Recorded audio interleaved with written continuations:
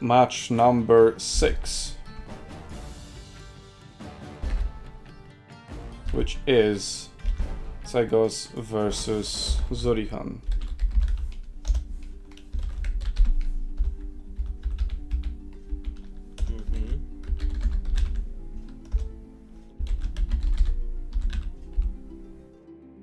Discord has a new functionality which kind of pisses me off. Okay. What is it? So when I'm typing somebody's name and there's like only one person left, it auto finishes it. But then if I press enter to like, as I usually would to, you know, to confirm the person, it would send the message before it's done and ready. That's stupid. It is stupid.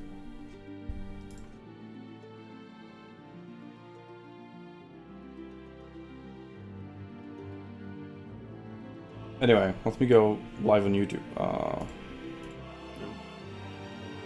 By the way, which mods were we using on Battle for Capture Points and Multiplayer UI? Yes. Okay.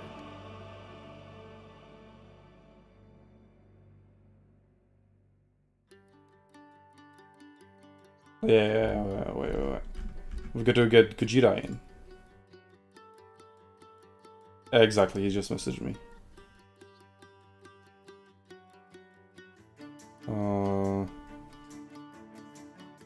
Let's just do a group chat, whatever. Gojira, there we go. Radium.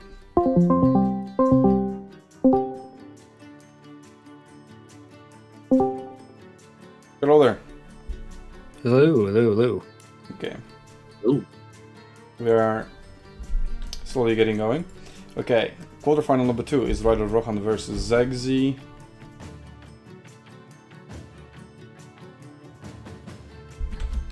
Alright. Want to get hop in game here. And then we have Nurgle's PA versus Sipa, which is quarterfinal number 4. Okay, so I would say let's go watch quarterfinal match number 2. Rider of Rohan versus Zegzi. Sounds like a plan. Sounds good.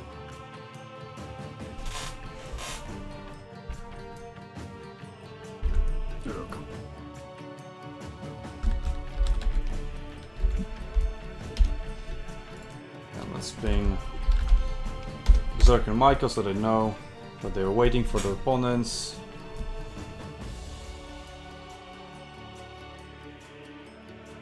Alright.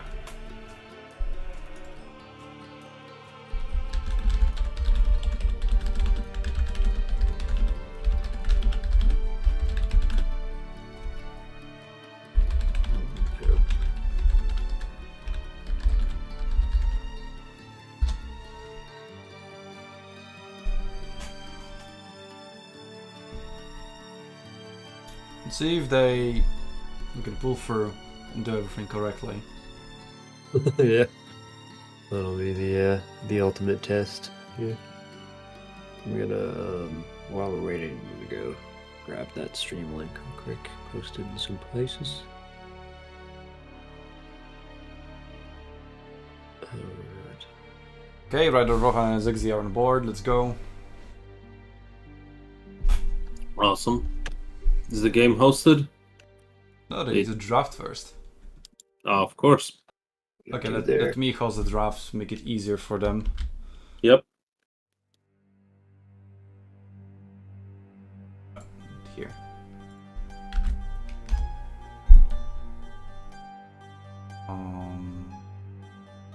Create new draft from this preset as a spectator. Okay. Oh, they've already done one. Okay, that's fine. They were a little bit faster.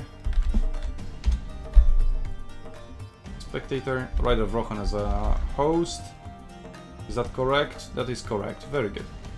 Okay.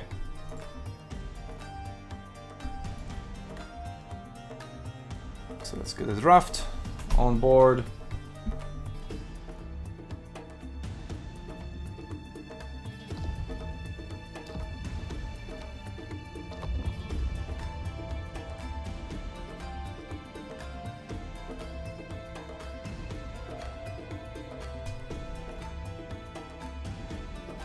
Six in. Okay, let me know.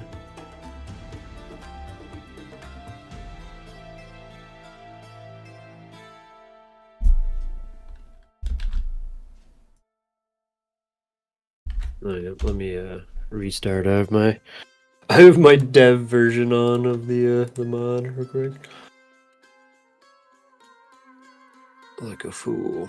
How do we draft? Where's the draft phase? There we go. Draft consists, blah blah blah. What does it say? Like, oh, there we go. Player 1 hosts the draft by clicking the create menu. There we go. Oh, let's just copy that.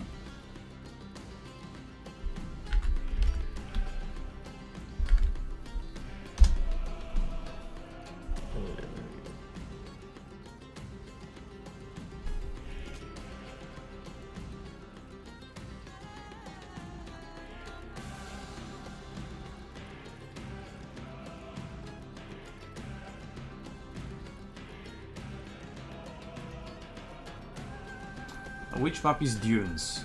The map that's literally called Dunes. There's a map called Yes. I know. There we go. Strange. Spices. No, like just Dunes. Maybe he doesn't have the mod installed. Mm. Yeah, that would explain it. Are they both in the game already, or are we? I know, they're Your banning. writer of readers, Mark and Zegzi, right? Yeah. So, Rider Rohan has picked Empire, Zegzi, oh, they're going fast. Bretonnia and Beastmen. Rider Rohan already countering with Wood Elves, waiting for their final pick. The bans were High Elves, Ogre Kingdoms, Chaos Dwarfs from Rider Rohan, who has picked Lizardmen now. And against him, Tsinch, Kislev, and Dark Elves were banned. Okay, very logical. But it's something obviously everybody sees on the screen. Mm-hmm. I mean, talking about in terms of meta, this clearly it tells me. Greenskins most Yep. likely. Kind of surprised they went so far down, but then again, I'm more like accustomed to domination meta rather than regular battles. But Greenskins were still like they just top tier faction. Oh yeah, they're really good. Their front lines are insanely cost effective, and their mobility is disgusting. Let me see if I can. But does it mean vaguely correctly? Like the link to the mod is literally there in the rules. Anyway, we've got Rider Rohan versus Zegzi on board, who seem to know what's going on. So now we're waiting for Rider Rohan to lock in his first faction. There you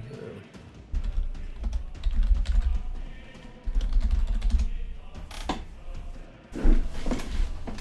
They almost know what's going on. Almost. Oh yeah, that's all they need. It's alright. Growing pains, right? Oh exactly. I'm going through some growing pains right now. No, I'm I have to disable my I have to go get rid of the mod version I have because it's the dev version, which is slightly, you know, we're always kind of working on stuff. I was like, Game, so he need to picks take that Elves. off. Hi Nerexa in the chat. There's obviously a 2-minute delay.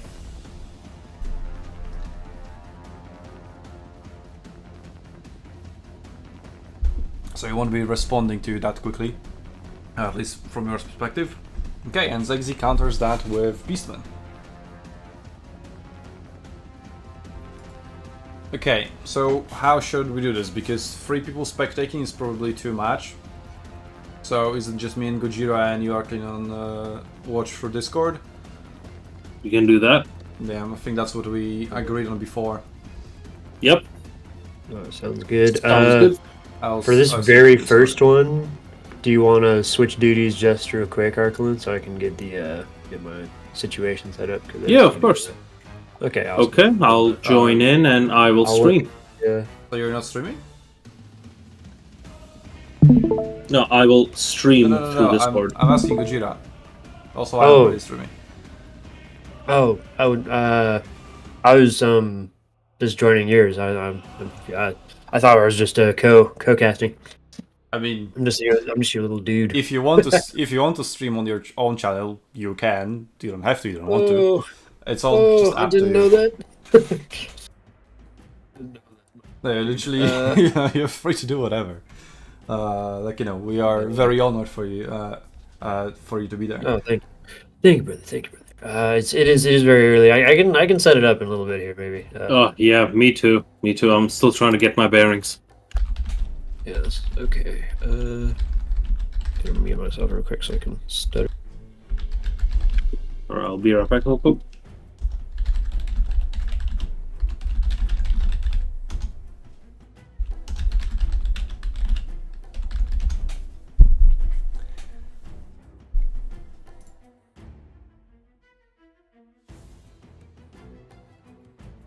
So the green one checked in like literally 8 minutes before the tournament started, and now he isn't showing up to his first match. Okay. A classic move. Anyway, let me mark this. The Wood Elves have been picked versus Beastmen.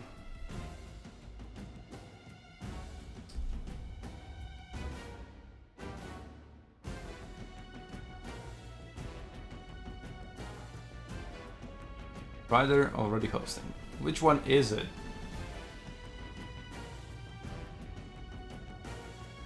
So none of them have a spectator slot.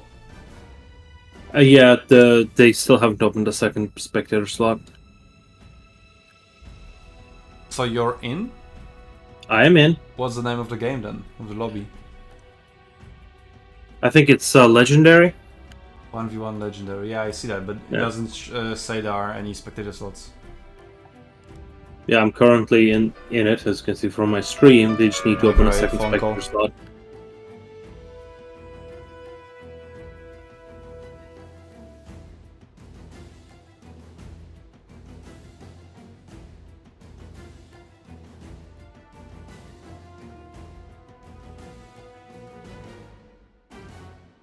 Well, looks like they're starting.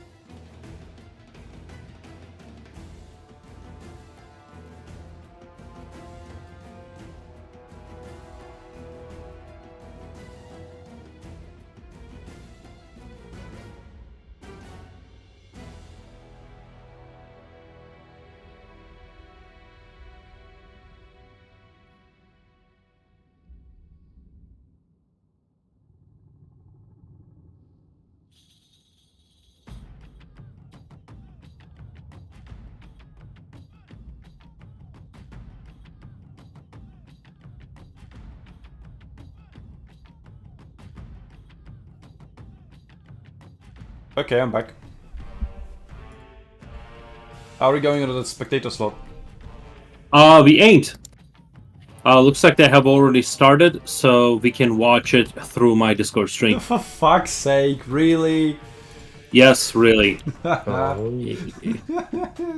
Really? This is going really well, yeah. Alright, Oh. Wait, and now... Okay, so we have got Beastmen versus Wood Elves. Sisters of Twilight versus Malagor the Dark Omen. There we go. Okay. Mega scaffed. Okay, we've got the Wood Elves doing a lot of Vanguard deployment, which is interesting and makes a lot of sense. I see they all have brought a lot of Vanguard deployment units. Oh, your stream is In fact- like 720p. Oof. Well, carry on. So it looks like Wood Elves are deploying in a This is a more... Twilight, nice. That is a choice Yes. of culture. I like it. Yep. What about their spellcaster?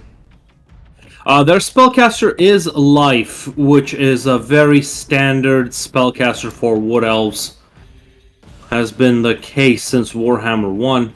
Oh, Malagor, yeah, okay. equipped with only Enfeebling Foe and Flock of Doom. That's a rare choice, Enfeebling Foe. We don't see that very often, so I'm guessing he's going to take a fight in the air and chase Sisters of Twilight.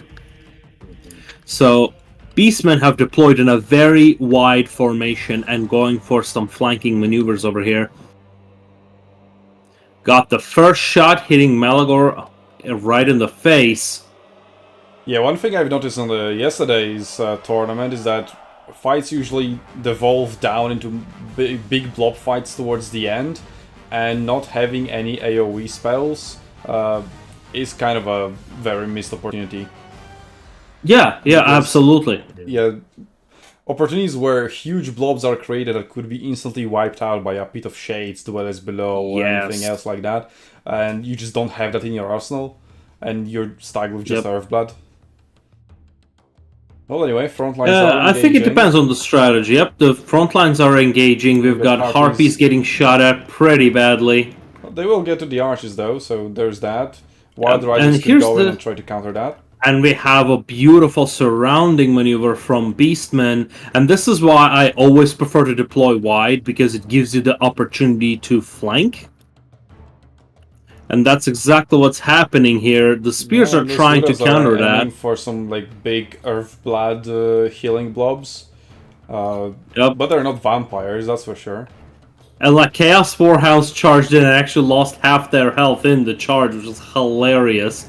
But looks like their plan was to absorb that charge and let Centigors do the actual fighting, which makes a lot of sense. But these Azrai spears, these War Dancers, are really damn fast.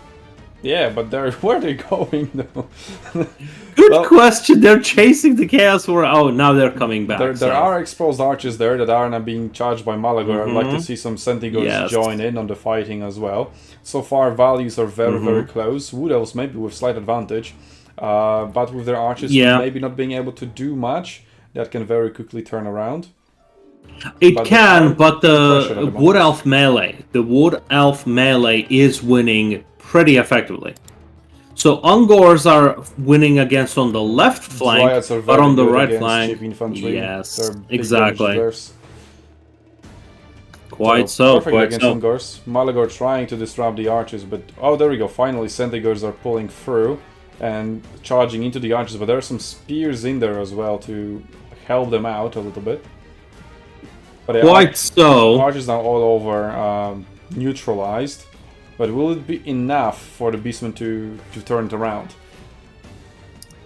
Yeah, I do believe it will be. It all depends if Wood Elves can pull out of that blob. And it looks like the blob is turning in their favor. Thanks to the terror, because with the morale being low, Centigors have been routed. So that gives some breathing room for the archers, and Harpies are coming in to stop that from happening to begin with. Chaos Warhounds are coming in to reinforce that area. Spears, I think, should be able to deal with all that problem. Yeah, but with Beastmen only have Malagor left on the field, like from the big scary units. Everything else is just kind of cheap garbage. Yes, Centigors, I agree. Centigors with throwing axes, I do not believe that is the right choice here. And even if it was, he should have used them for melee. Like, look at the situation right here. These Centigors were just standing idle. Yep, they should have been going for the archers, yep. Oh, would you look at that? The Dryads broke against the Goreherd. Yeah, the Goreherd could engage the archers, but at the moment, the archers can't really do much more anymore, so you just need to clear out the Dryads and the Eternal Guard. And like, you need to do some really, really heavy kiting with those throwing axes, and looking at their ammunition left, they don't have that much to successfully pull that off. And then you still have Sisters of Twilight to worry about. Yes. And Malagor is at half a health. So, what is he even shooting at? Oh, Malagor, that was a bad shot. Yeah, how the hell did they shoot that instead of the Centigors? Centigors, yeah. Kind of weird. Oh, these Centigors are gonna get annihilated. Yeah. There's just some Unger herd chasing away some spearmen in the background. So kind of being wasted there, not being in the main engagement. Pretty much. We do see a decent chunk of idle units, and Beastmen are going for a surround maneuver. Fortunately, for Wood Elves, they are standing around the capture point, so they're not really losing any significant ground. Well, Centigores. the only way for Beastmen right now back into the game would be like some really, really effective cycle charges, but Yes. you would be charging into a big But blob they're not- of spears as well. Yes, exactly, and that's exactly what they're doing. Oh, friendly For some fire. reason, since yeah, exactly. This is what I just friendly fired onto their own archers. Now, finally, we are seeing some good cycle charging into the middle. But again, that is being charged against spears, so that is not going to be a good trade. I think the best move for Sisters right now is to take out Malagor as quickly as possible. And stacking up for Sisters is a great idea because they do have Earthblood. Sisters of Twilight have their own 25% ability. Yes, they do. So they don't even need the Earthblood. They themselves don't, but it is always a good benefit. We don't see the cycle charges. I think the cycle charges are the only thing. Probably cycle charging will do more damage than throwing those axes. Yes, absolutely. That is why I don't understand why he picked the throwing axes. I think against the Sisters of Twilight, but I'm not sure if that's gonna win. Oof, that's a it big doesn't make miss. sense, but Dryads were a really good answer to most of the Beastman infantry that was brought. It really came down to that. It's mostly has been won in a draft, I believe. Because those Dryads and, Sisters of Twilight, there's not much Beastman could do against that. But still, very good display of skill of the surrounding and everything. The archers survived a little bit longer than they should have. And there we go, my internet died. See, Michael, you're not the only one. Yeah. I don't know if the Beastmen have enough. Oh, hello. Oh, nice breath. GG. Oh, yeah. I'm kind of wondering why there are no army losses yet. There actually is no army losses in the mode. Oh yeah. We wish there was, but we can't. I got used to that, to the army losses from yesterday's tournament. Oh, yep. But there were is also kind of a moments nice like, feature. wait, what? Army losses here? How? It doesn't make sense. So like Yep. sometimes and it's there we funny. go. This There's the mod. army losses. The guy just gave up. Yeah, there's the true army losses. Yep, Sometimes there's this the mod true like losses. allows for Okay. good games to keep going, and then sometimes it allows for like games. Yeah, I mean, I'm to more keep of a going. fan of no army losses, because if you have like a healing character that can still heal and bring the game back that way, that's super cool. But then the army losses like, no, actually at the moment you don't have that much HP, so screw you army losses, get wrecked. Exactly. Alright, so we've got... Yeah, exactly. Let me update that as well. Yep. So, Wood Elves have won, Beastmen have lost. So now, Zegzi picks his faction first, and Rider of Rohan will counter. Quite so. And maybe I can get into the lobby. So, Arkin, so you can leave, and then I can get in? Sure thing. Yeah, and then continuing with the haggardness theme of the day, I mean, I'll just be verifying the integrity of my game, because for some reason I can't get into these games. Like, it's just not I've messed around too much in the files for some reason, I think, and the files are not letting me be compatible. And Okay, now I am in. So now, having issues. let me also show you. I've done some upgrades to the code. Oh. Bam, 1-0, and everything's fine. Oh, you know what? I'm the stupidest person on earth. Hold on. I need a... I didn't put in the UI mod. That was why everything... That'll do it. That'll do it, dude. Holy shit. Okay. Oh, no.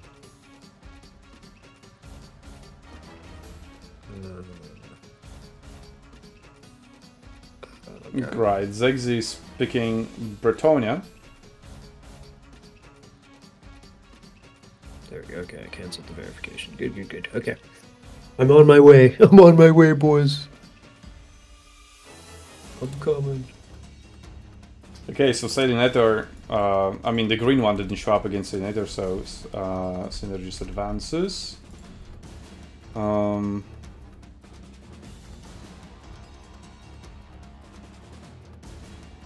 I'll just do this. Alright, so quarterfinal number 1.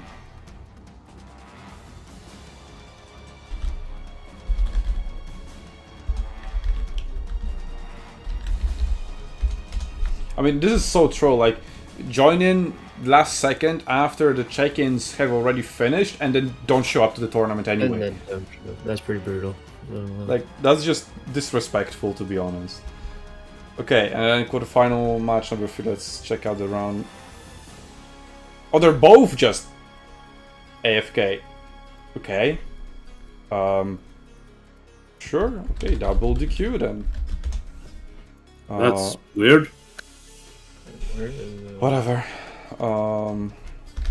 Free pass. So Michael is already in semifinals. Okay. Oh yeah. Just for free. Freezies, baby. What about Chekos and Zurihan? Are they gotten too? Yeah, that's the match I was referring to. Oh, that's the match, and that's why okay. Michael is in semifinals already. Okay, Empire, map Rifts. Let's go into the game. Okay.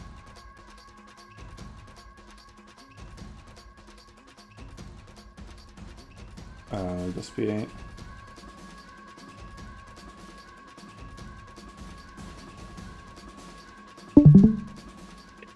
Alright, let's see. See if this does the trick for me.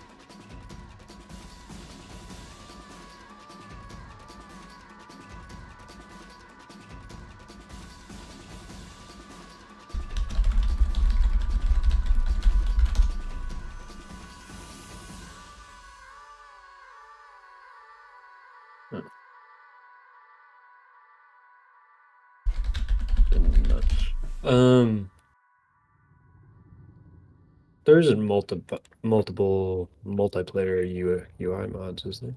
If you want the correct one, there is a link to it in the rules of the tournament. The rules. Let's go. There we go.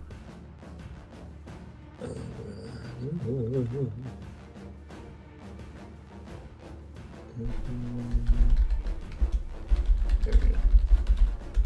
Here's the correct one. Interesting.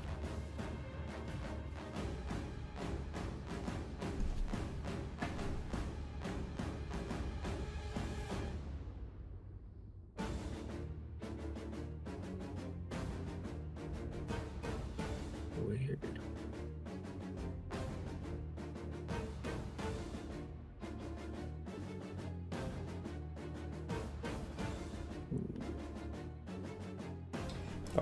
Arcleon, could you get with grips what's going on in quarterfinal match 4? You got it. Let's take a look.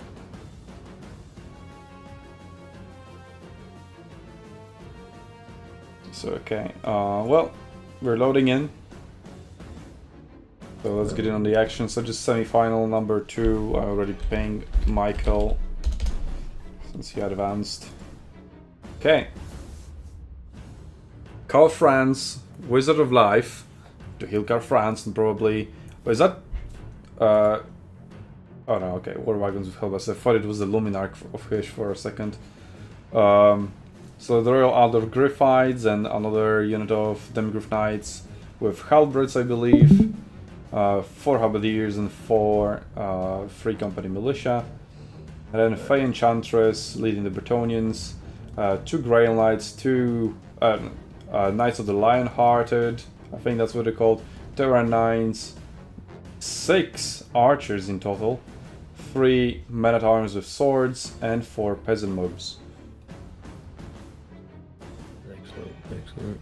Yeah, for now I'm just gonna tag along with the Discord stream because for some reason I can't get my game files to work, which is kind of frustrating, but you know. Well, they opened only one spectator slot anyway. So then there you go. Look at us. All right, Yeah, so Bretonnia Carl's a going beast, very wide. I mean, a lot of cheap peasants, which is usually the way to go, and then some elite cavalry. Yep. So no flying units. So it'll be a little bit tough to get the well, Carflans will be able to do whatever he wants pretty much.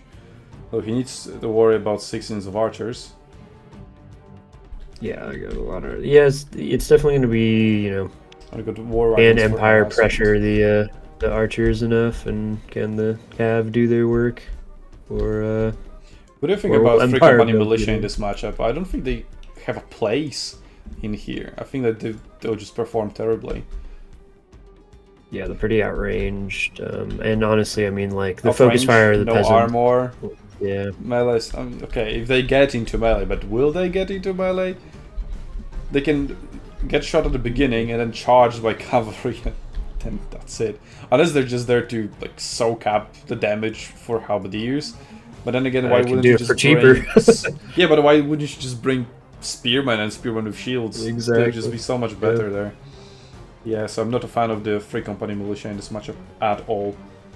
It's not like you aren't expecting what Bretonnia is bringing. Like, Bretonnia builds are all pretty much standard. yeah, they've definitely been they're rocking similar builds since Warhammer 2 for sure. They Yeah, they let's like see. good Cav, lots of Alright. peasants. And It's also Earthblood and Regrowth, so also I'm not a fan of that. Like, bring Earthblood and then instead of Regrowth, bring Dwellers Below, or at least Awakening of the Wood. yeah. Because imagine, like, you have your Demigryph Knights versus 2 Grail Knights, and you just kill Grail Knights with Dwellers Below. That would be perfect. Yeah, Well, exactly. that opportunity is not there then. Okay, War Wagons pushing forward to harass some archers. I guess a good target, though I would prefer them to see them target some cavalry. And well, not in range for now. Knights of the Lionhearted could be a good target. There we go. Now they are in range, but the archers are still being focused. That's fine. They are a threat. Cavalry largely converging on the middle, not really going for the flanks. Where if there was a cavalry versus cavalry battle on the flanks, Bretonnia would be massively favored, so they could just go for it. That is it's kind of a concern here is like pound for pound, these Grail Knights are gonna absolutely obliterate the Demigryphs anyways. So it's definitely like on the Empire to kind of figure out how to take these engagements on multiple fronts too, because you have the peasant archers which outrange, give you agency, and then the Cav should just very well like beat almost all the Empire stuff. Yeah, there we go. That's good damage on the Knights of the Lionheart before they even got in anywhere. Carfran's landing into Black them. Lions. They are anti-large though, so not the best matchup for him. And there we go. We have Grail Knights, Knights around pushing through a flank. By pushing for a flank, I mean they're directly engaging the infantry and now getting countercharged by the Outer Griffites. That is pretty good. And here cavalry lining up some recharges. And can somebody please explain to me why are the gunners in melee while the actual melee is standing behind? Just Free Company Militia is just a gimmick. Yeah. Anyway, what I would like to see is the cavalry being all over Command of Cassandra. Just missed massively. But yeah, just don't allow these war wagons to do anything. Like, shoot a few volleys at the beginning and then just get swarmed by cavalry. But so far they are evading the cavalry pursuits. Rather of Griffites doing alright on the flank against Knights around, who are just pulling through. They're not doing any damage, just losing massively. Yeah, that must be what's happening. Well, Empire might still pull through, but still advantage Bretonnia. A Fey Enchantress with the healing spells. We have also Choice. Oh, so that wasn't Comet of Cassandra, it's Choice of Potion. They just look very similar. And Karl Franz down to like quarter health. He's being healed. Dives in again. But if this was Boris Thoughtbringer, he would be passively healing. So I usually see most people favoring Boris over Karl Franz. But it's alright if Oh, you yeah. have a light wizard. Yeah, the only reason you want Carl, which I don't even know if you want him in this matchup, I guess if you're anticipating the Lewin, but Carl's just a beast in like melee. If you pop all of his abilities at once, that's kind of his whole shtick. Is he'll just beat almost anything Yeah, in the and game. all of that is being used against Peasant Mob, and now he's getting swarmed by Grail Knights, and Grail Knights will still just obliterate him. Yeah, he needs to get out of there. There are just no good matchups for Empire in this match. And Empire was picked into Bretonnia. Well, the other choice was Lizardmen, I believe. Well, it looks like we'll see a 1-1 and we'll go into a tiebreaker. Yep, does seem like it. And now we have a big blob, and now I'd like to see Chalice of Potion being dropped in there. It should be off cooldown by now. It's like the last great opportunity you will get to use the Chalice of Potion, just wipe out 3 units of Halberdiers at the same time. Come on, I just want a big explosion. Come on, Azizi, do it for me, please. Big AoE spell. And this is trying to maybe aim on the Royal Elder Griffites. But they're getting wrecked. They are against, yeah, 2 Greylands on top of them.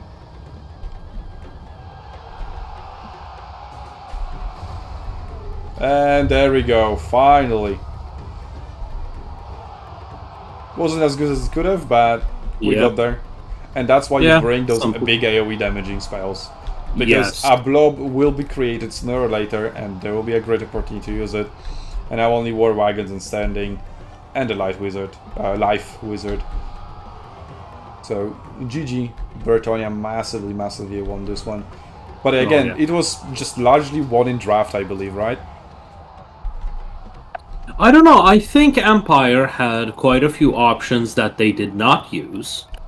So, yeah, they really let that cavalry do whatever it wanted, and finally, I mean, even before the Comet of Cassandora, it was already won.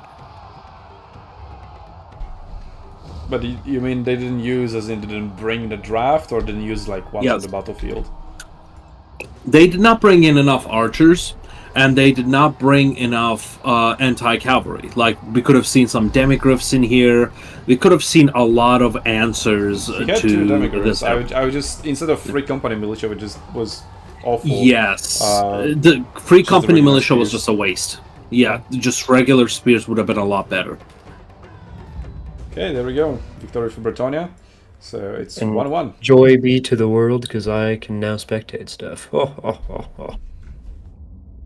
Well, hopefully we'll get a good semi-final. Also, the quarterfinal match 4 is ongoing. We fixed the misunderstanding there. Yeah, there is a... so I think we're going to game 3 in this one, right? Oh. Yep. Also, Mr. Could you give me the edit rights for the bracket? Pretty sure you have them. Doesn't seem like it. There's a... I don't know if... let me take a look at the...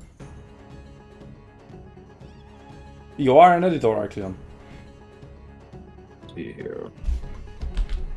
You sure you have the correct link? There we go. I'm gonna send it to you. Yes. You are an editor there.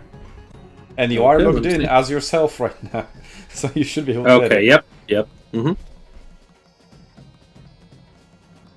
So it's 1-1 here.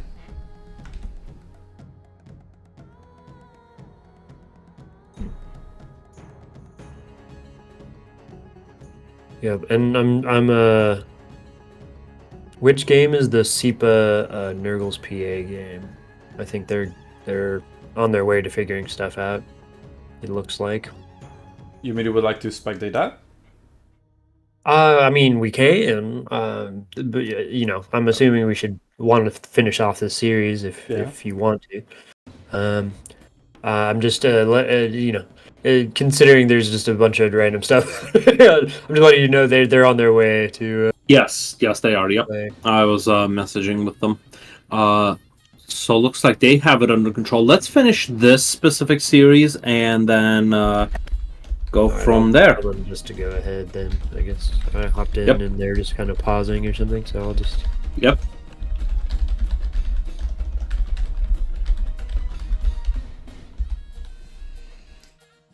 All right. Alright, so we have Greenskins versus Lizardmen. on map the Green Shrine. I'm gonna message Ryder and see if I can get him to get a second slot open. Or is Ryder host? Yes. Okay.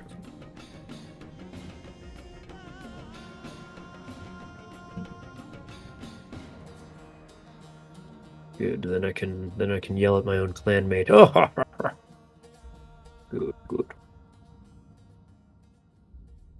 So which clan are you from? I am in XMT. Formerly, Same with but Second. yeah. Well, it's yeah. I mean, I was around the old XMT era, but I'm now just an old crusty man. No, but they've been trying to get me to join for a while, and I have been very clanless for a very long time, and decided it was the time. All right, I'm in. Awesome. Now that I can get some going here.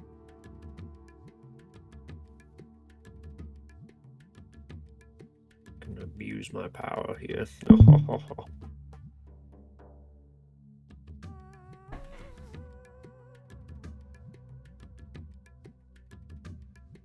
I forgot to launch the ball.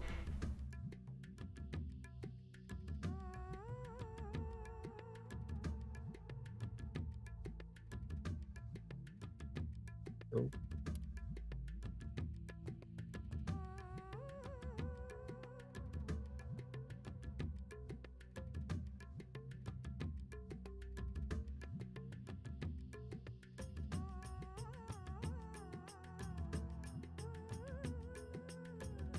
Or whatever.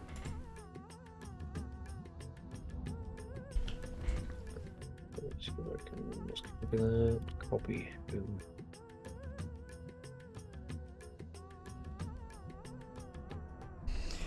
Alright, so we've got a Wuzak, 2 Stone Trolls. Well, River Trolls.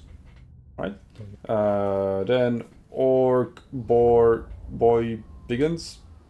Or Boar Biggins? I don't know like which way it is. The I think it's Boar Cavalry. Anti-large greenskin cavalry. Or Boy Biggins, which is a mouthful, but yeah. Fuck that name. Fuck that name. Then we got Squeakers, Orcar Boys, that's alright. And yeah, we're just a bunch of goblins for the front line. Then Lizardmen, let's see what I have. Terran Riders with Fire Leech Bolas ×2. And we got Cold One Spear Riders on the flank, also ×2. Croxigors, so pretty standard. Then we have Temple Guard Regiment of Renown, and 2 more Temple Guards and skiing cohorts with javelins. So elite cavalry, elite units just in general, but especially elite infantry are just perfect targets for big AoE spells. Let's see if Wuzak brought any. He did not, which No. is kind of typical of the meta right now. The idea with Wurzag is that you want to just spam cheap this much. spells, yeah. Yep. And it kind of generates this. Not only does it make him a shit ton more mana regen because of his 2 passives with Power Dwa and Bone. They're not Bonewood Staff, but he didn't bring the other passive. He didn't bring Squiggly Beast, which I think is a big misplay, honestly, because and it gives you free WOM regeneration. So kind of not optimal there, but still an interesting choice nonetheless. Alright, we'll see what Forage Boss will be able to do. They don't really have that good targets to target, but the Greenskin playstyle is to just bunch up the trolls, the goblins, and the squeak herds in one place. So once all of them blow up, that's where you can unleash those. Let's see the Mage Priest of Light.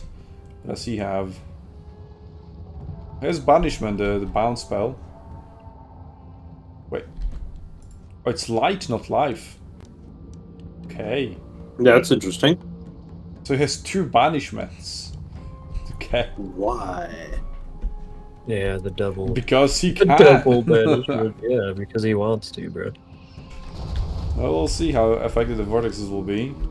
Effigy of the Gid going on the Terran Riders. Now they can be just by 1 unit of archers. And the horse archers, I guess. What's But it's interesting about this? So Mogrubs are still seen occasionally. 10.5. Pterodons are not seen as much because they're just not as much damage as they were in Game 2, unfortunately, because of the large to ultra change, a lot of skirmishing units that once were FIG of the good took a Gid hit. racked them pretty Oh, considerably. yeah. They got rid of 1 unit of goblins and that's it. Not a very good trade. No. And now they're out of And their rock drop. Otherwise, yeah, already flanking and wrapping Lizardmen around. You could also go into the rear of the skin cohort. Yep, very nice to just quickly eliminate that as quick herds and goblins are And those crushing cold it. ones are just watching. And they're about to get charged in the face. They counter-charge in the last second, Last but they second, still lose yeah. the charge. It was slightly downhill for them, so yeah. Just War Cavalry is so good. And now we have the trolls over here. And yeah, that's where you drop the banishments, because where else?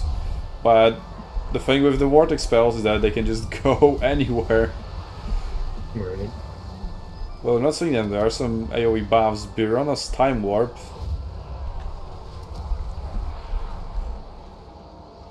And a little bit of a freeze. So anyway, Greenskins, yeah, they're definitely winning the left flank. They have some Croxigors for Lizardmen. So they will be doing well as long as the Boar Cavalry doesn't get on top of them. Those trolls are getting a little bogged down in those temple guards as well. I'll say they're kind of, You know, got getting to shield the isolated. old ones, at least helping all the temple guards. But yeah, you also have concentrated archer fire into that blob. One of the units of Croxigor is already down below half. The other one is going strong, but now against the Boar Cavalry that has been freed up after they've beaten the Cold One Riders, the Croxigors will be largely in trouble. There's just a Temple Guard in there, so that will help. They are also anti-large and armor-piercing. Now the cavalry collapses into the middle, but there's not much infantry anchor there anymore. There are only squig herds and barely alive goblins. And a unit of stone trolls routing and coming back from behind. Yeah, so that both flanks were pretty much wrapped up. There's only the middle holding there for Lizardmen. And there we go, banishment going on, landing very nicely into 2 units of Boar Cavalry. 2 and squig herds. Yeah, that was really lucky, going exactly where it needed to go. glorious banishment for the Lizardmen. Is more. Yeah. I mean, it brought some value, that's for sure, but is it going to be enough to turn it around? The other flank has already collapsed, both Croxigors and Temple Guards already routing. So it's only the middle and the Terror Riders in the middle. I also appreciate these archers remaining unharassed, just letting them shoot the whole time. Yeah, Terror Riders could actually just engage them in melee just to prevent them from shooting. Another Wab has Wow, been triggered. Yep. Well, get your banishments out. Yeah, one bound banishment has been used. The mana, yeah, he has 14 mana at the moment. So, not enough for another banishment for Winds of Magic. But it will be very much too little too late at the moment. Unless it could just get some crazy, crazy value. Another Gaze of Morg. Terror Riders, not doing much. But it just buffs the units. That's all it is about, really. Oh yeah.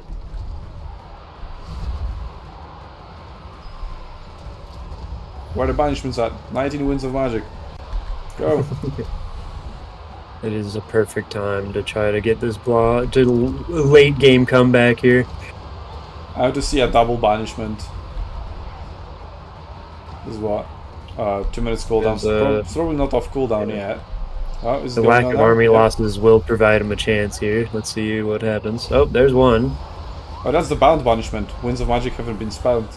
So there you go, use the magic one. Oh, they're all like blinking health bars. Vurzak is still going strong, but that's about it. Yeah. The thing that's worrying is yeah, that banishment didn't go in the right direction this time around. Yeah. Previous one was a very lucky cast, this one wasn't. Oh, that gives a Morg. And this slum solo Oh, everything. there we go, that's another banishment being cast. And those pterodactyls are getting routed. Yeah, it's As literally usual. just the Slan Mage Priest left. Yep. Yeah. If the spacing's good with the archers, though, I don't even know if that can particularly save the Lizardmen, just because that slan will get a smackdown eventually by all that archer fire. 11 volleys on one of these guys, 14 on the other. Yeah. You know, And trolls are I coming must back as well. say. Yeah. Oh yeah, with the trolls coming back and regenerate. I must say though, I'm loving this mod. Just the fact that there is a capture point that doesn't really give you any combat benefits, unlike in Shogun 2. Encouraging people to fight like this, it's a great thing. Yeah, that's the idea, you know. I think it's just something that I think what land battle players kind of wanted going into Game 3, at least a lot of them did in the competitive scene, they wanted just an incentive for people to not do the kind of cheesy bull crap that can come with yeah. So, like, it's just nice because it affords you Yeah, a there lot we go. less rule discussion, and that is what kind of ends up being the tourney and tourney killers and a lot of that It stuff. gets rid of the bullshit army losses. Yes. That's an added bonus. The very positive Yeah. side effect. Absolutely, Yeah, because that does encourage people to do exactly that. The army losses. Yeah. It has some major benefits Terran and Riders some got an drawbacks. okay value in the end. Yeah, it did. Oh, but Croxigor is 270. Oof. Yeah, they haven't been utilized at all. Yeah. Double The Wiseman issue- names though, going strong, but wasn't enough. Yeah, right. Oh yeah. Borbor Biggins, although let's see, look at their value, they may not have gotten They're crazy. great value here. One of them got 1200. They just trade so well into They do. almost everything. Yeah, They, they are such a good value unit. Yeah. Because when you have Streakers as well, Wurzag, just anti-infantry, armor piercing. oh yeah, you buff up their stats, and then if you pop a wall simultaneously, you these boar boys are like have the stats of like dragon princes with armor piercing and anti-large and stuff, and it's just like it becomes just absurd for a lot of different factions to deal with.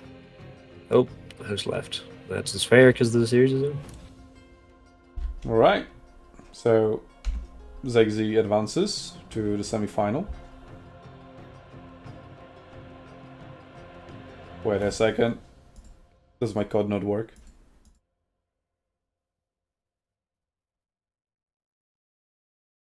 What? Whatever. I'll just type it manually. Maybe it's because I've typed him here manually as well, because of all the bullshit that happened along the way. But I was pretty sure my code was immune to that. It's immune to these powers. Okay, let's see how the other matches are going on. Let's take a look. So it looks like quarterfinal match 4 is still ongoing. And match 1 is also ongoing. Not much information there. We haven't gotten the replays as of yet, so I'm guessing they're still in game 1. It could happen. If it's a real tight one, and they have some factions that like to prolong the game, that can definitely occur. Yeah, we've got Vampire Coast and Corn, so yeah, it looks like they just started. They just started the first battle, so I might go and watch that after they finish. Yep. For sure. Wait, what? And right before that quarter. So okay, Update. round of 16, match 6, right? I've pinged them. They haven't said anything for 25 minutes. And then after half an hour, where do we send the result? Like this? Oh my god. Read the rules, please. You're there for a reason. Oh my god. So what do we do with these guys? For God's sake. What do we do? I mean, since they already played, I guess we can let them. But now what? Play. We retroactively pull back Michael Pontifex from semi-final. This is a good go play your quarterfinal now. Yep. Yeah, I mean, that's exactly what I'm saying, because, but we do have to give them a warning. This is ridiculous. Like, we were pretty clear. Make your communication in the channel. We created all this stuff for that. And we ping them there, and everything is laid out. Everything is like the most important thing is even bolded out. Well, all of them. I told them it's best of 1, because if they were to play best of 3 like a round before, that would be too long. Yeah, it'd be pretty brutal. All There's of a 1, game lol. open. Read the rules, lol.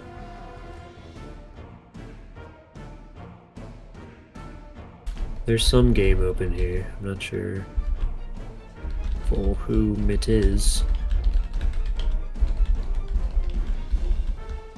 Could go in real quick, but I don't want to take the spot of a potential player trying to get in.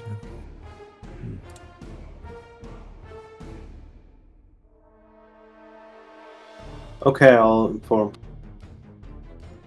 I'm gonna just pop it out. I'm gonna pop in here real quick to see who's waiting in this game, and then I'll dip out. I mean, also, if Nurgle's PA and Sipa got on a little bit faster, whoever won there would also be already playing Michael Pontifex, right? Yeah, there's a Seagaz who's in an who was in an open lobby. Yeah. Second game. Would you be able to revert Michael Pontifex back to quarterfinal? I don't know what you did with the code, but yeah, I because don't know either. yeah. So it just happened.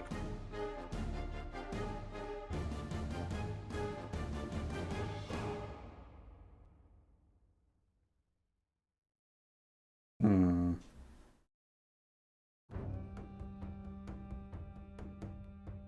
Okay, here's like 1-0 because it is a best of 1, so it like doesn't send Segos there.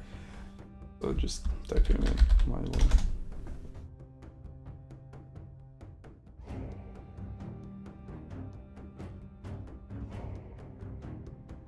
Alright, now it is time to sip my tea. It's been brewing for a fat minute.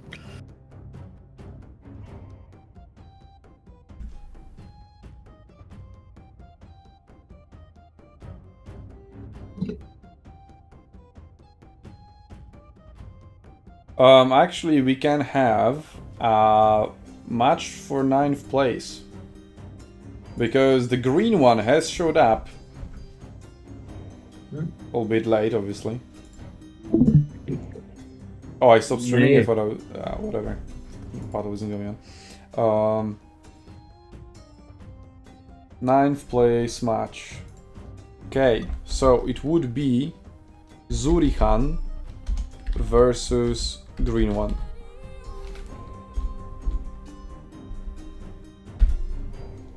Excellent.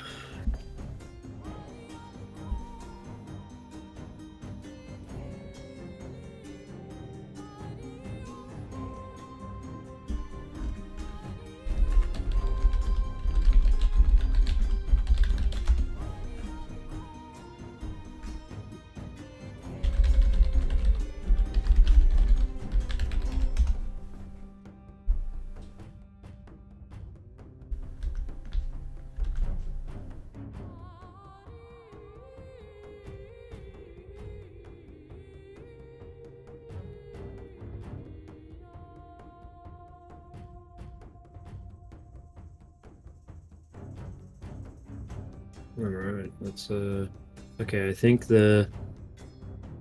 Sipa's game is open for spectation. I don't know what game they're on or what match they're on particularly. Let me see. Oh no, they'd be with they're still probably playing Nurgle's PA, but maybe we can hop in there. No, the plan is to hop in to Berserk versus Signator. Okay. We will follow the scent. The scent of battle. Okay, while you guys do that, I'm trying to get the quarterfinals match 3 going. Michael That's is good. having some mod issues. Fair enough. I mean, in worst case scenario, as I said,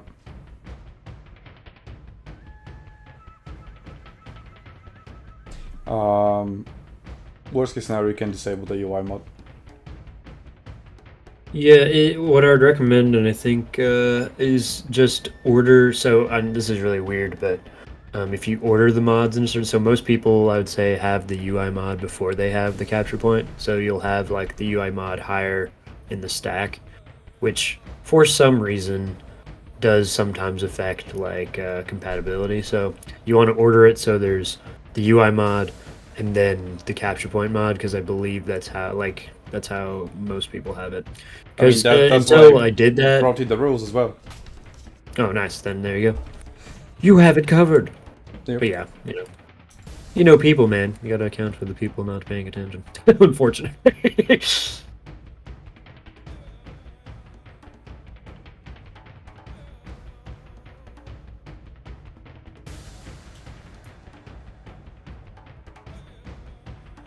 Oh, what we could do is, you Gojira, you could hop into CPA's game.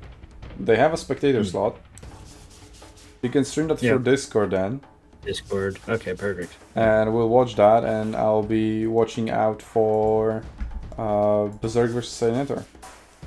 Okay, sounds good. So I don't know which game this particularly is, but we are. Let's see. Guess I'll just hop into. I mean, we can just go to the map setup. Yeah. So there's no stream sniping. Right. Okay. Stream here. My screen. Alright. So it's looking like it's going to be a Dark Elves Dwarfs matchup. Classic Warhammer 2 matchup. And yeah, the Green Shrine is a very it's a very cool map.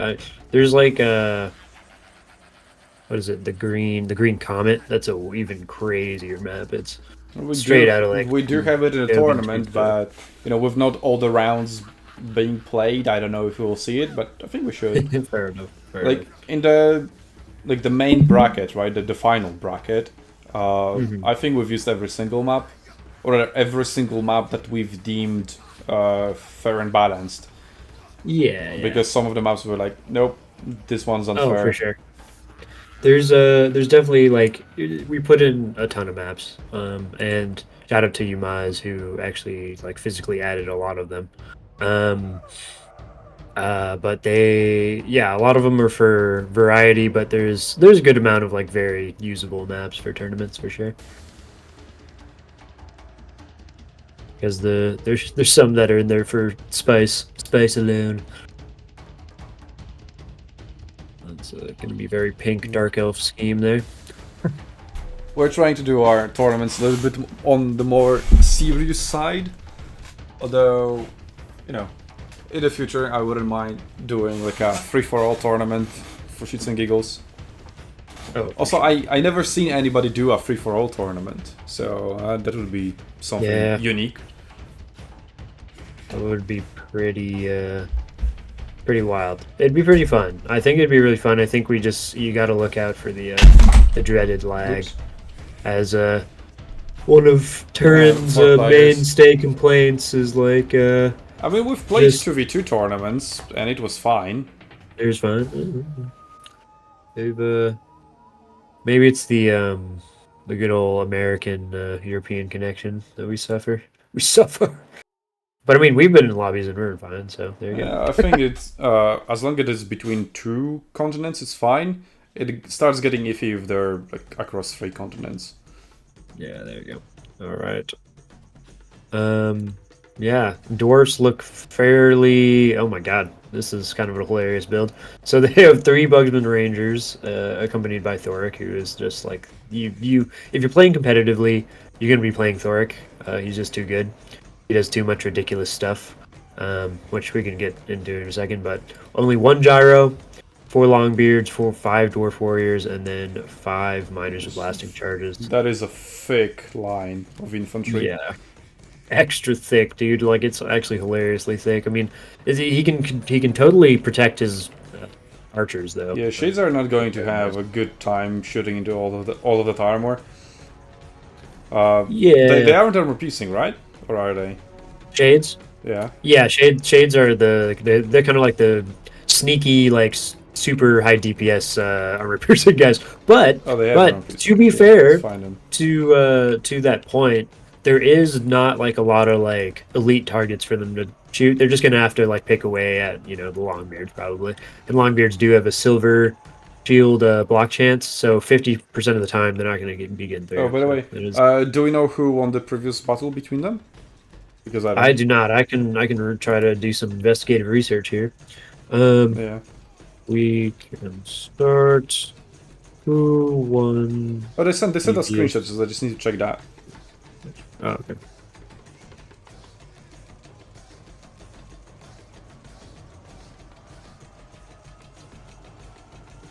Arcleon, you there? Yeah. Can you check for us who won the first battle between Nurgle's PA and Sipa? Sure thing. I do believe it's Nurgle's PA, but let me confirm that. Yeah, Very just cool. look at the screenshot they've sent. All right, I'm Yep, gonna go. Nurgle's over- PA won the first battle. Okay, so it's 1-0 for Nurgle's PA, so if Dwarfs win, they go through. If not, there's a battle number 3. Looks like wanna go over- Salinator and Berserk have finished their battle. Oh, nice.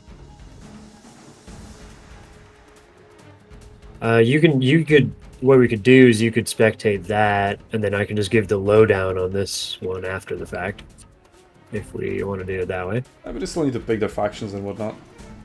Okay, fair enough. They might take some time. We might be able to get this one through. I will say, Crone Hellebron here. Interesting choice. I don't know if it's the best choice. She does have armor-piercing anti-infantry, but 15 armor is just a little rough. At least she's not a caster lord. A lot of people make the mistake of taking a caster lord versus Thoric, which is usually a huge problem because of Locus of Power here. So essentially, it'll deal 400 damage to any caster within 100 range, and that covers a lot of different spells. And if they decide to overcast it, right, you're still potentially taking the overcast damage. And again, if you're not paying close enough attention, you can even take like overcast plus his damage. Yep. Which is just like, it's just a death sentence to like some squishier casters. It's just brutal. He comes with Rune of Wrath and Ruin, the good old explosive damage one, 40% resistance with the Rune of Negation, and Rune of Doom, which is a very good one, plus 24 melee attack and causes fear, which is nice for the Dowie frontline supplement. And so here's a crazy fact. Oh, let me It does not need to be activated. It's passive. Yep. So here's the cool thing about Bugman's Rangers is that they heal. Yes. And pretty much due to their high leadership, they're almost always going to be healing. Yep. Yeah, they're very good. Let's not forget, so the Bugman's Rangers is one of those units that at first glance you don't understand why they should be so good. But one is regeneration, as you said. Two, stalk. Stalk allows them to always take the first shot. And first shot in a ranged duel is very, very important. Not to mention, they're armored and they have a shield. There are very few ranged units that come with a shield. So they're pretty much built to duel against other ranged units. Yep, exactly. Yep, as far as I know, there's only one unit that is able to win one-on-one engagements with them. Uh-oh. I think Shades got spotted, or did they? I think they did. I think these. No, I think they got spotted, but I think he's just gonna ignore them because of the speed. Towards them. Yeah, they were spotted earlier. The gyrocopters, it is dangerous for them to go over there, but I will say they are in forest, so like if you just bum rush them maybe in melee with the gyrocopters, you might be able to actually catch them for freezies. They do not have a. They could use the entire army to collapse around them and just pick up a free kill. There's that for option. Sure. Yeah, and it's like there's 12 minutes of timer, so it's like you have some time to kill before taking engagement. You don't want to have it so your opponent gets too defensive of a formation around the point, otherwise it might be troublesome to get like contested late game. But other than that, getting free value is free value, man. You want to take it when you find it. Shade's going in for a big shrine, which is kind of interesting. Usually they'll kind of stay close to the armies to be closer to their support, so they can like not get charged. But I guess with dwarves, you're not too much at risk for that. simply because they're too slow. It's still an interesting choice though, because they're just taking a lot of time to get into position, which isn't the Gyrocopters worst. are now getting surprised by shades. Yep, That's yep, another there one you of their go. advantages. And, Like you could just walk into them. I mean, that was a mostly good dodge, yeah. though. Yeah, that was a good Yep, dodge. that's the benefit of gyrocopters. Now the gyrocopters are a very high micro-intensive unit, but if you can keep up with the micro, then they are great because you can dodge archer fire while still being able to shoot. Oh yeah, for sure. Shades pouring into the miners now, which is actually an interesting choice because they have a lot of. Or is these just black arcs? No, this is the witch elves right here. But regardless, they're unshielded. Getting rid of these miners is actually miners are decent probably like the biggest threat there. Yeah. Oh, some Dark Riders getting caught out by the Bugmans. Not like Dark Riders would probably do anything against these Bugmans in melee. Anyways, yeah. Bugmans as like all the dwarf range, they have good melee stats as well. So good luck coming in with Cav as well. I think really they also might have charge defense against large too. There's a transformation of Kadan on this caster here, which is going to make it a little less utility. You definitely want to bring probably one more spell of transformation, just because you'll have some left over Winds Magic. Yeah, but Nurgle's doing a really good job of aiming his explosive charges, not letting it go to waste on automatic or something. Yeah, and some of these Black Arc Corsairs and Infantry are getting blown apart. Even despite by these charges, these guys are going to have to be very careful. Ooh, this is probably going to get a charge here off on these. Or they're throwing, or that's going to be painful. Nope, they just got out of range. They're very fortunate there. They managed to scamper out of that the ammunition radius. Still there. Oh, and they're getting some more, but they're mostly dodged that for now. For now, yep. Feral Manticore terrifying some poor miners, which is very good, since they have only expended one ammo or something Wood like Elves that. are actually, Wood Elves, Dark Elves are doing better than expected, to be honest, against that front line. Yeah, they so. managed to close in with some of their stuff. The Longbeard's purely a defensive unit. If they get peppered by that armor-piercing missiles, they will trickle down in their value. The Shades having armor-piercing ammo is very effective going all the way against these Bugman ranges in the back. They have an order like that, but it doesn't make much sense now. So, again, the Crows of Cain are a very good unit. It's they're also just very annoying. They have regen, or what do they have? They have regen. I think that the Bugman's rages being all the way back there and not being able to support the mid-fight is quite a big detriment. That being said, the Dwarfs is still doing better than the Dark Elves. Yeah, just line by line. It is rough dealing with those miners. You gotta almost have a game plan of trying to stagnate them and bog them down before they can get into your juicy, more elite stuff. He protected the Bolt Fiends, though. They got out of the dodge, and they are going to get some good shots in there. They're also armor-piercing, and I believe they shield break, too. So the missile block chance of those Longbeards are actually going to be worse than they normally would be. Bugman's still kind of chilling, but they're getting some horrible damage up on these Shades. Yeah, very good. Shades are starting to fire in, just on the Dwarf Warriors. It's not the worst, but they will still get wrecked. Thoric kind of just chilling. I mean, not like he needs to be particularly anywhere aside from not being too isolated, I guess. Yeah. If Crone was on a mount or something, this might actually be a little scary. Because Crone's offensive capability in like burst situations where she can pop a bunch of abilities is very gross. So like if she managed to get over here and just fight him by himself, it'd be trouble for Thoric, which is a huge deal for the dwarves in general. Is if Thoric's in trouble, the dwarves are in trouble, basically. Yeah, on the other hand, if she was on a mount, she would present a very good target for the Bugman's Ragers. Oh, for sure. Yeah, no doubt. And the gyrocopter, even more so, too, because like they can just pop some shots off, run away type deal. Shades finishing off some Dwarf Warriors. It's a very scattered fight. We're almost have to... Thanks to the Murderous Prowess, the Dark Elves have clawed back disadvantage a little bit. They were like over 1,000 behind, now they're just 600. But it's still quite a significant disadvantage, and once the Bugman's Rages get there and start doing their job, that could be very scary. But then, again, Shades are actually performing very, very well at the moment. The Bugmans are getting pincered here. Yeah, Bungmans are getting pincered, and for some reason he is blobbing them. Yeah, but Yeah, they're only getting really by, blobbed. by 2 birdie alive units, so Ooh. we'll see if that True. gets anywhere. They still have a Bleak lot of Swords, models, though. These Oh, Bleak yeah. Swords could do something. They're gonna just take some damage. I mean, I don't know. I don't Oh, think which elves are Dark going Okay, towards there? if the sisters get Yeah, into here, they're that's there. trouble. Yeah, if they get into they- there, that is trouble. It's 33 speed versus 44. But on the other hand, if the Yeah. sisters get just focused down by Bugman's Rage, which is, seems what's going to happen, they might just not make it there at all. Yeah, let's see what these volleys do. I mean, this is going to be kind of the crucial thing. Oh, are they even going to adjust in time? Let's see. Get some volleys. Only one unit Okay, managed to that shoot fis- instead of all 3. Yeah. All Oh, the that other still ones took a lot of shooting now. damage. But I Yeah, mean, the they'll make physical it. resist did help them, yeah. And they can rampage them, right? So they won't I be able believe to- that's just the Witch Elves. I Yep. think they just Also, kind of I'd like do to point damage. out. Oh, Oh, okay. that was a pretty GGs. early. Nurgle just conceded, gave up. Yeah. Yeah. Yeah, wow. Wait, who gave up? Is it Dwarfs? Yeah.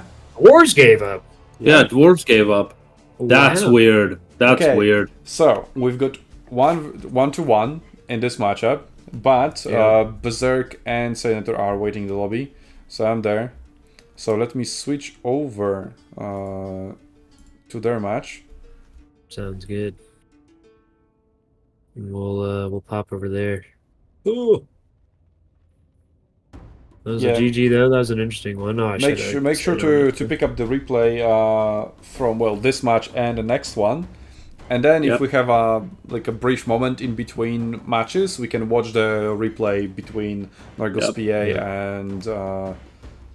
and was that Sipa of the Yeah. third battle. I saved one of the previous ones that we Okay, got, but I need to let me I'll ask Sipa for this one. stream the match I'm in.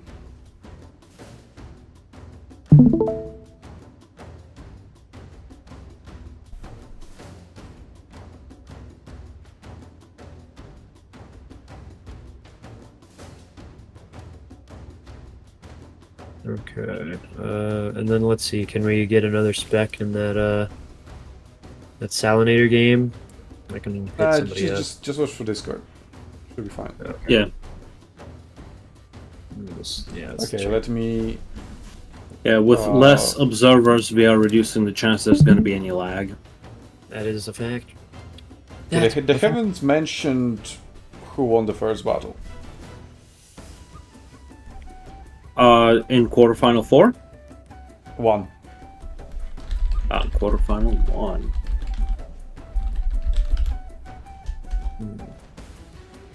All right, who we see? We're seeing some Nurgle versus some Dark Elves. This is an interesting matchup.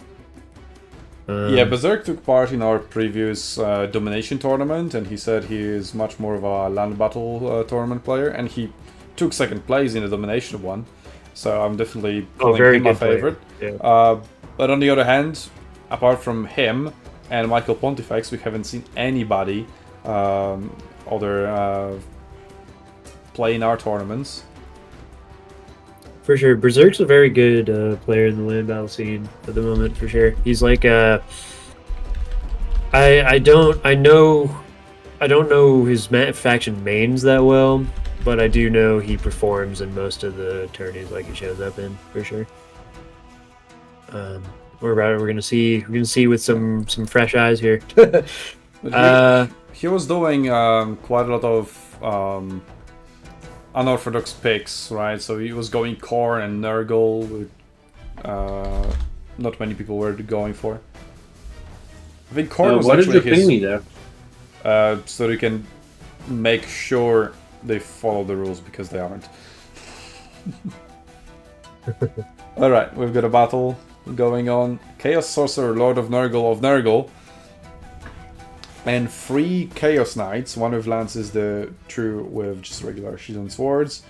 Then Murder Horsemen with throwing axes. Toads of Nurgle. That's a Beast of Nurgle? Is that it?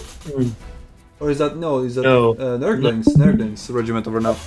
Yep. Nurglings, Regiment of Renown. Then Chaos Warriors. with great weapons, Chaos Warhounds with poison, they're pretty good, and then Murders and Nurglings. Supreme Sorcerers of Dark, so no legendary lords here. Triple Cold One Knights, the Flying Repeating Crossbows, which is just a regular crossbow. Then I have some Dark Riders and Dark Riders with Repeating Crossbows as well, which are just regular crossbows. Witch Elves, then some Dread Spears and Bleak Swords. Oh yeah. So nothing like much surprising. Chaos Knights are very, very good. So I'm looking forward to seeing them perform. They will be going against Cold One Knights though, who are both anti-large and armor piercing. Whereas Chaos Knights don't have any bonuses, they're just good. Yeah, exactly. So let me point out something too, interestingly enough. When you're playing against Nurgle, it's usually like you have to kind of weigh a 50-50 in your mind in the build screen, whether or not this player is going to bring Kugath Plaguefather or not.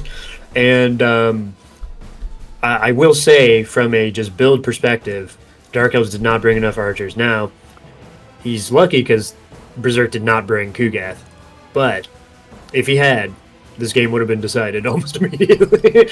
Yeah. Because you need about like relatively like I think 4 healthy archers in the end game to like take him down like consistently, because he's too much of a beast in melee. But with this rush style that Nurgle opted for, I think you can probably get away with the amount of skirmish you have here. Albeit, if Berserk's Hound play is on point, those guys are also kind of in a threatened position as well. I mean, so. maybe Berserk didn't take Kugath because he was afraid of Shade Spam, who could take him down. Exactly. Yeah. Exactly, and this build is also very good. The Nurgle Shrine being able to heal everybody around him will allow him to win out in prolonged melee. So a rush build makes perfect sense here. He's on the shrine. Yeah. Ooh. Does he have is Oh, he yeah, on the shrine? Oh, he's on a horse, right? Or no? He's on a horse? Yeah. Oh, that's not good. He's actually not a terrible pick. He heals constantly, and he's actually not the worst combatant in the Fleshy world. Abundance probably for the Chaos Knights. Yeah, and if he has that crown ability, yes, he should be able to does. Healing, yeah. Yeah, this is gonna be interesting. I mean, the front line. Chaos Warriors. So no Chaos Warriors. Yeah. No Chaos, exactly. The front line actually probably goes to, in a straight-up fight, the Dark Elves. It's just the Chaos Knights need to make up for a lot, basically. They need to win the mobility in order for this to pay off, I would say. Well, I've got 2 Cold One Knights versus... No, it's 3. 3 Cold One Knights versus 3 Chaos Knights.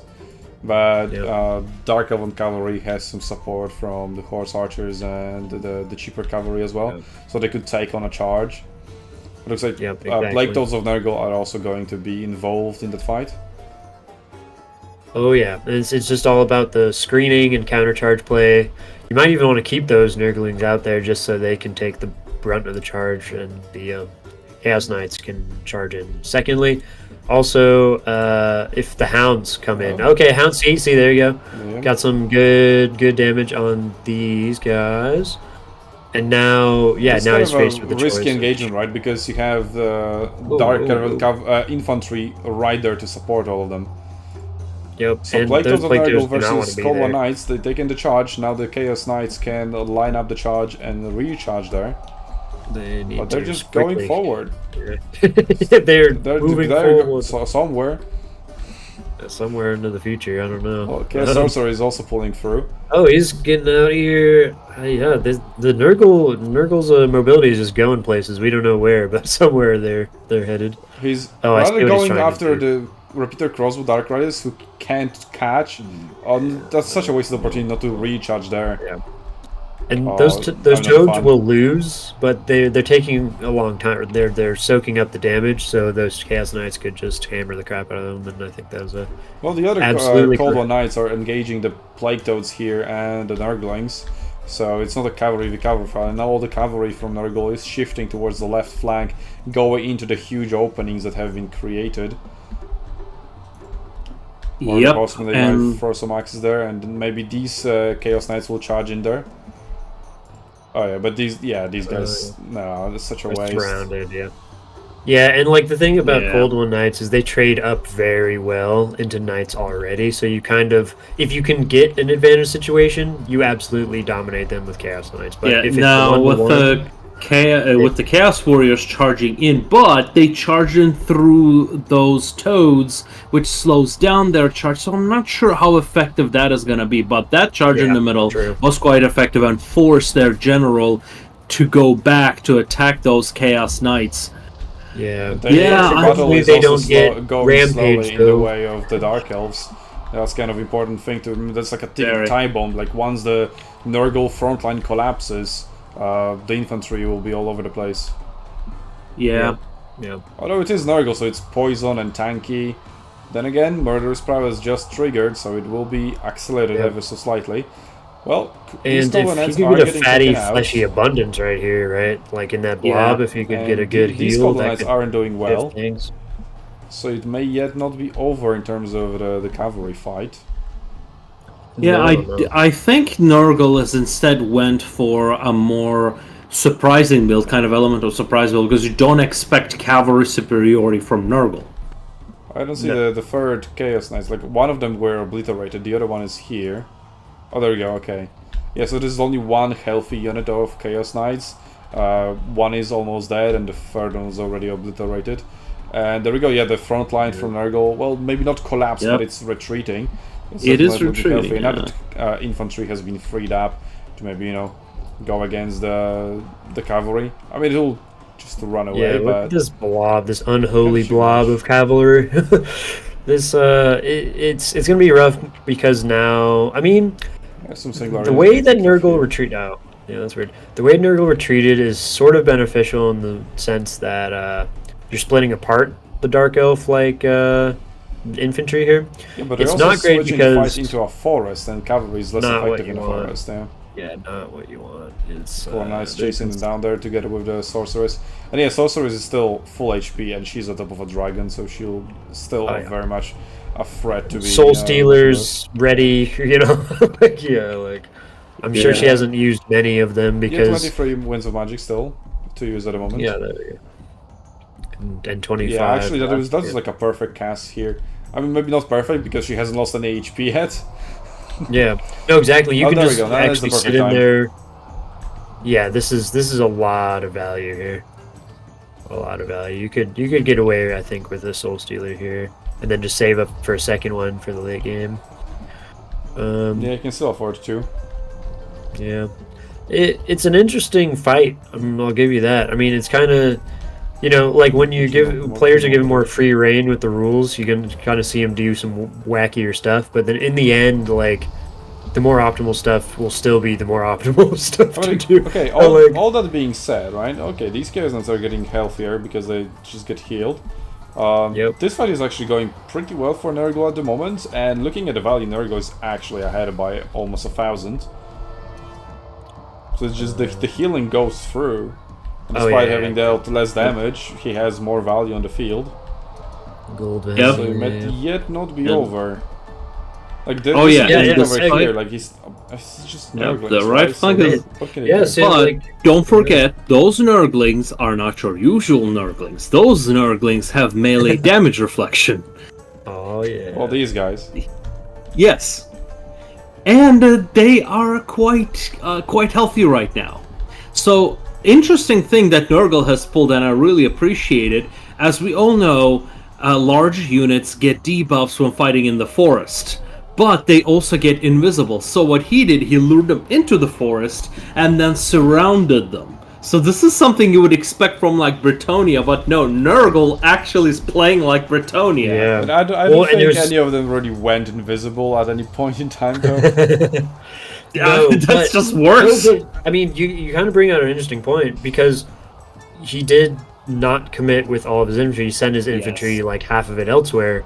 If you don't have that spear support and that kind of inundation of like infantry to disperse it, like Chaos Knights are still really tanky in combat, especially Nurgle ones. And with the heal, with the fat fleshy abundance, you can be potentially facing like very high health Nurgle cavalry, and that's kind of what happened. And now, because of that maybe lack of commitment to try to just finish him off with hammering or anviling with the infantry, that might have like been kind of a blunder in the mid late game. Oh, yeah. Like Also, because, I there are mean, no definitely. more Soul Stealers available. yep, no, Definitely. One thing I'm not liking here that Berserk is doing is not using those Nurglings. I mean, they can tie the enemy up and do decent chunk of damage, I think. But Yeah, I this know is he's just camping got on the a point. point. Yeah. I mean, he's got the point. He can just move on now. Yes. yeah. And like because he has the healing advantage right now, the value calculation is skewed. Because again, look at how much his general is healing himself up. He's freaking ahead. yeah, and like he is, yeah, He's almost heal capped, or he is heal. yeah, heal capped. Yeah. So yeah, it's not showing us how much of that damage has been healed back up, but it is quite substantial. It is, Like- yeah, almost healed capped here. Yeah, like you can see, the Nurgle Knights are heal capped. The other units, they've got a lot of healing. The General got heal capped, which is absolutely ridiculous. Wait, the Lances are back. I thought they got obliterated. Nope, No, they wiggled they got away. healed. Yeah. He was healing them. And again, Is that a soul stealer? Don't tell me that's a soul stealer. What is that? Or no, that's the No, there is a Soul Stealer. What? Stealer. yeah, Soul I thought Stealer. he couldn't have afforded that. 16. Oh yeah, maybe Ah, he was finally, 16, yeah. Berserk is sending in the Nurglings against those spears. Like, not particularly a favorable engagement, especially this is what the spearman would want. I think I So- thought Soul Stealer was 18, not 16. That's why I said he can't afford it anymore. there we go, there you go. Well, both sides are out of mana. Yeah, I I don't mean, the see Supreme a Sorcerer is world. with 4k value almost. That's very, very respectable, but Oh, totally. the Cold One Knights didn't perform as well. Even though Berserk did Yeah. some blunders with his Chaos Knights, like one of them got a bit early, and then the other didn't take the reach as it should have. But in the end, yeah, Nurgle just overpowered with healing. Yeah, they can In make terms up of for damage, it like, with their. Senator is still yeah. ahead, despite being at a disadvantage now. Oh yeah, it's very annoying when you just the see healing. like undead factions or Nurgle in games because you're just like, man, I like technically out damaged the crap out of you, but it doesn't matter because you're spamming healing the entire game. Yeah, and it's an army-wide Like, it's healing as well. brutal. Yeah. Well, Senator is Yeah. not giving up yet. Nope, he's not giving up, but I'm not seeing much of a got a chance breath. for him. He Oh, has one I breath see it. left. Yep, he's got one breath left, and I think he's using that right now. On Nurglings. So All what options? So when it hits 14 minutes here, which will be in like 3 minutes approximately, the point will double up, so he'll Yep. be capturing at double the rate. Yeah, I Yep, think that's speed of the going game. to factor in. Hopefully not. Hopefully you don't have to. The sit here as a tankiness of dragon those and regiment farm of renowned Nurglings is just astounding, and with their damage reflection, they're actually able to trade up quite well. And also, And finally, we've got a big hammer coming in from 3 sides, it's just doing a the- lot of damage. Just the it. dragon. Sealing the alive. ultimate nail in the coffin. Yes. And Salinator has been chasing. I mean, that's pretty much his only hope is to kill off the general, but he really can't because that general is fast. I think that's why he didn't bring the shrine, which is extremely powerful. It's because that was his plan. He was planning to deceive the opponent into thinking he's gonna bring a traditional Nurgle build with grinding an enemy down. But no, this is Bretonnia.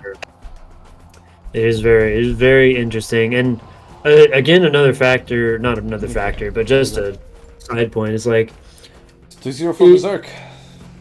There we go, GG. It's just interesting because I don't know how malleable that Dark Elf build was. Like, because if he did bring Kugath, which is a 50-50 basically,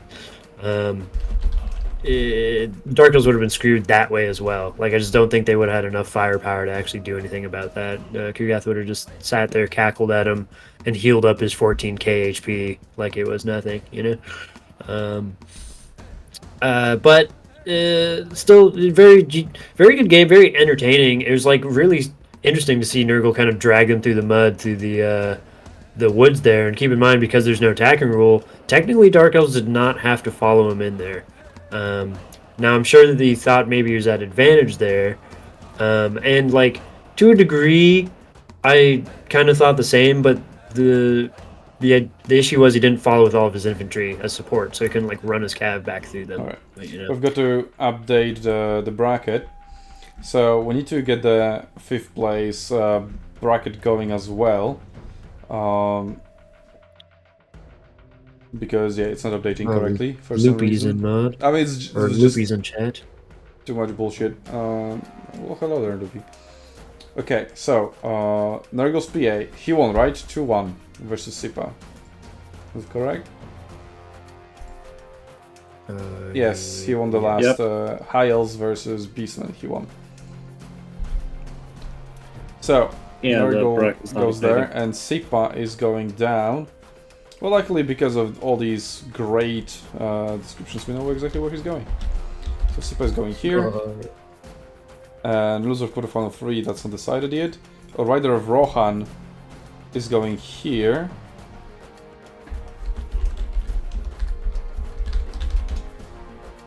And Salinator is going here. Yeah, we'll need to... So, I don't know, 5th place bracket. Could you check the 9th place match? I think they got the wrong one. But who? 9th place match, green one, and... Yeah, give me a sec. Zurakan. Rider of Rohan versus Salinator. And now semi-final. Alright, I'll be right back as well. I'm gonna Semi-final one is Berserk versus XZ.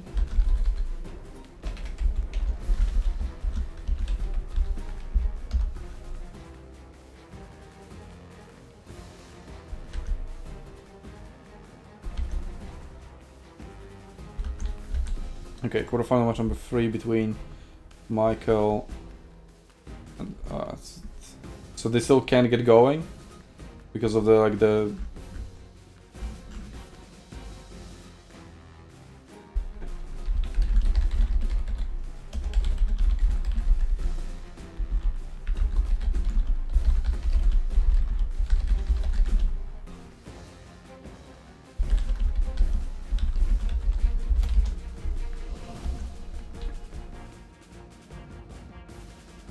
character. No, I'll leave the quarterfinal match 3 up to you. Okay, other than that, all the other 3 quarterfinals have been concluded. So I just go watch Berserker and Zexias. That's the only semi-final that is happening.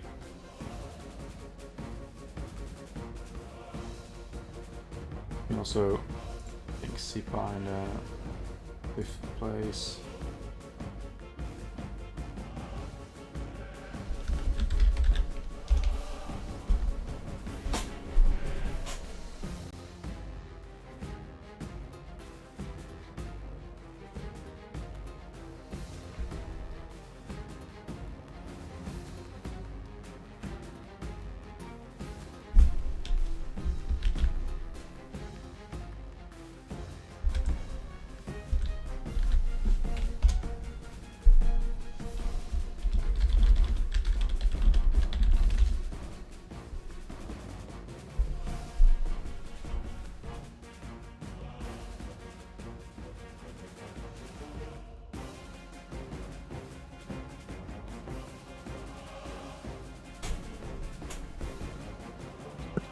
Alrighty, oh, I'm back. I was a little close to the mic there.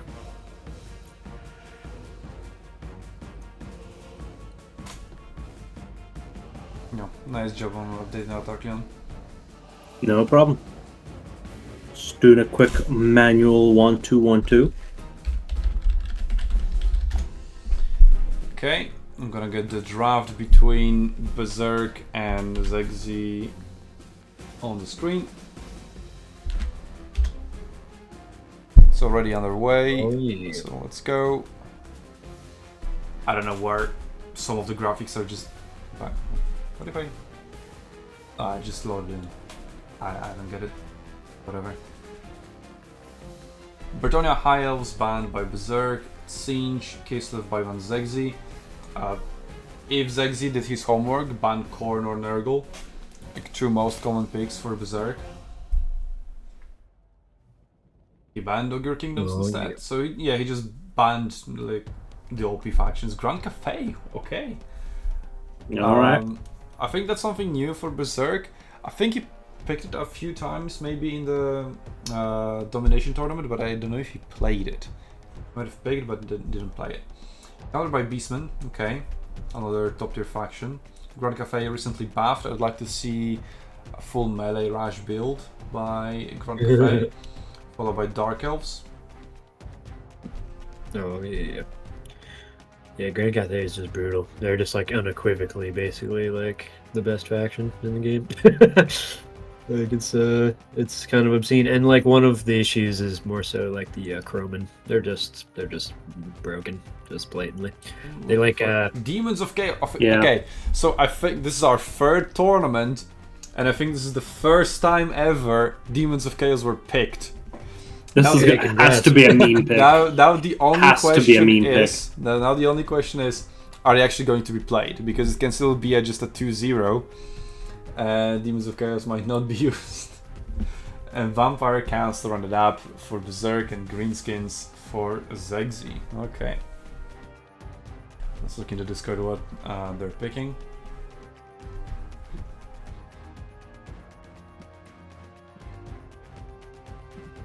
oh yeah. Okay, Berserk is going with Vampire counts, so no Demons of Chaos yet.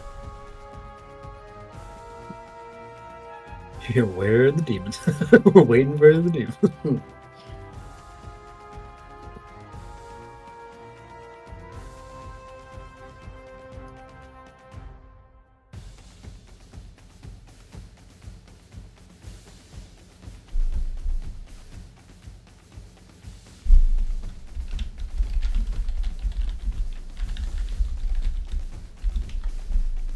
Yeah, demons. Okay, The- Vampire counts versus Greenskins. So just the brutal strength of Vorzak and all his buffs and OP units versus Vampire counts healing. No. Actually- So officially, After Vampire counts have been peaked, I'm surprised they weren't countered by Warriors of Chaos, because you just bring Harry the Hammer and it's GG. yeah, Harry's Yeah, as a we saw pretty good last time. choice. Yeah. And they can just bring disgusting hero blobs against vampire counts for sure. And like honestly, Greenskins, like even now, in my opinion, are not particularly favored into this matchup. Like vampire counts have a lot of things going for them, even after all the nerfs they've received in Game 3. Which, granted, is kind of like they're warranted. They did need some debuffs there, but they just pounce on all of Greenskins' weaknesses, which is low leadership, sniping of kind of squishy lords, and just the fact that they can drag out the fight. And if you are playing as Warzag, you want to be spamming spells, but even with all your regen, like if you bring Squiggly Beast and such, it only lasts a few minutes before you're just either out of mana or like a lot of the punch of your units are kind of depleted. So it's really going to come down to what those crucial first engagements look like and see if Vampire Counts can drag them through the mud. Okay. So, Artinon, could you like maybe try host the lobby for Michael and Tsegos as a spectator? Sure. And then, like we know you have the correct mods, I think. Well, you haven't joined any lobby, but whatever. You have. I have. You have UI mod on top, the other Yep. one on the bottom, right? Yeah, it was the one who streamed the first match, remember? Oh yeah. That happened. Yeah. Yeah. So you're compatible with other players, so that's fine. So you host for them. See who joins you. Like if Michael Pontifex joins you and Segos can't join you, and that means it's on Segos that they can't join up. Or the other way around. That will determine who goes through.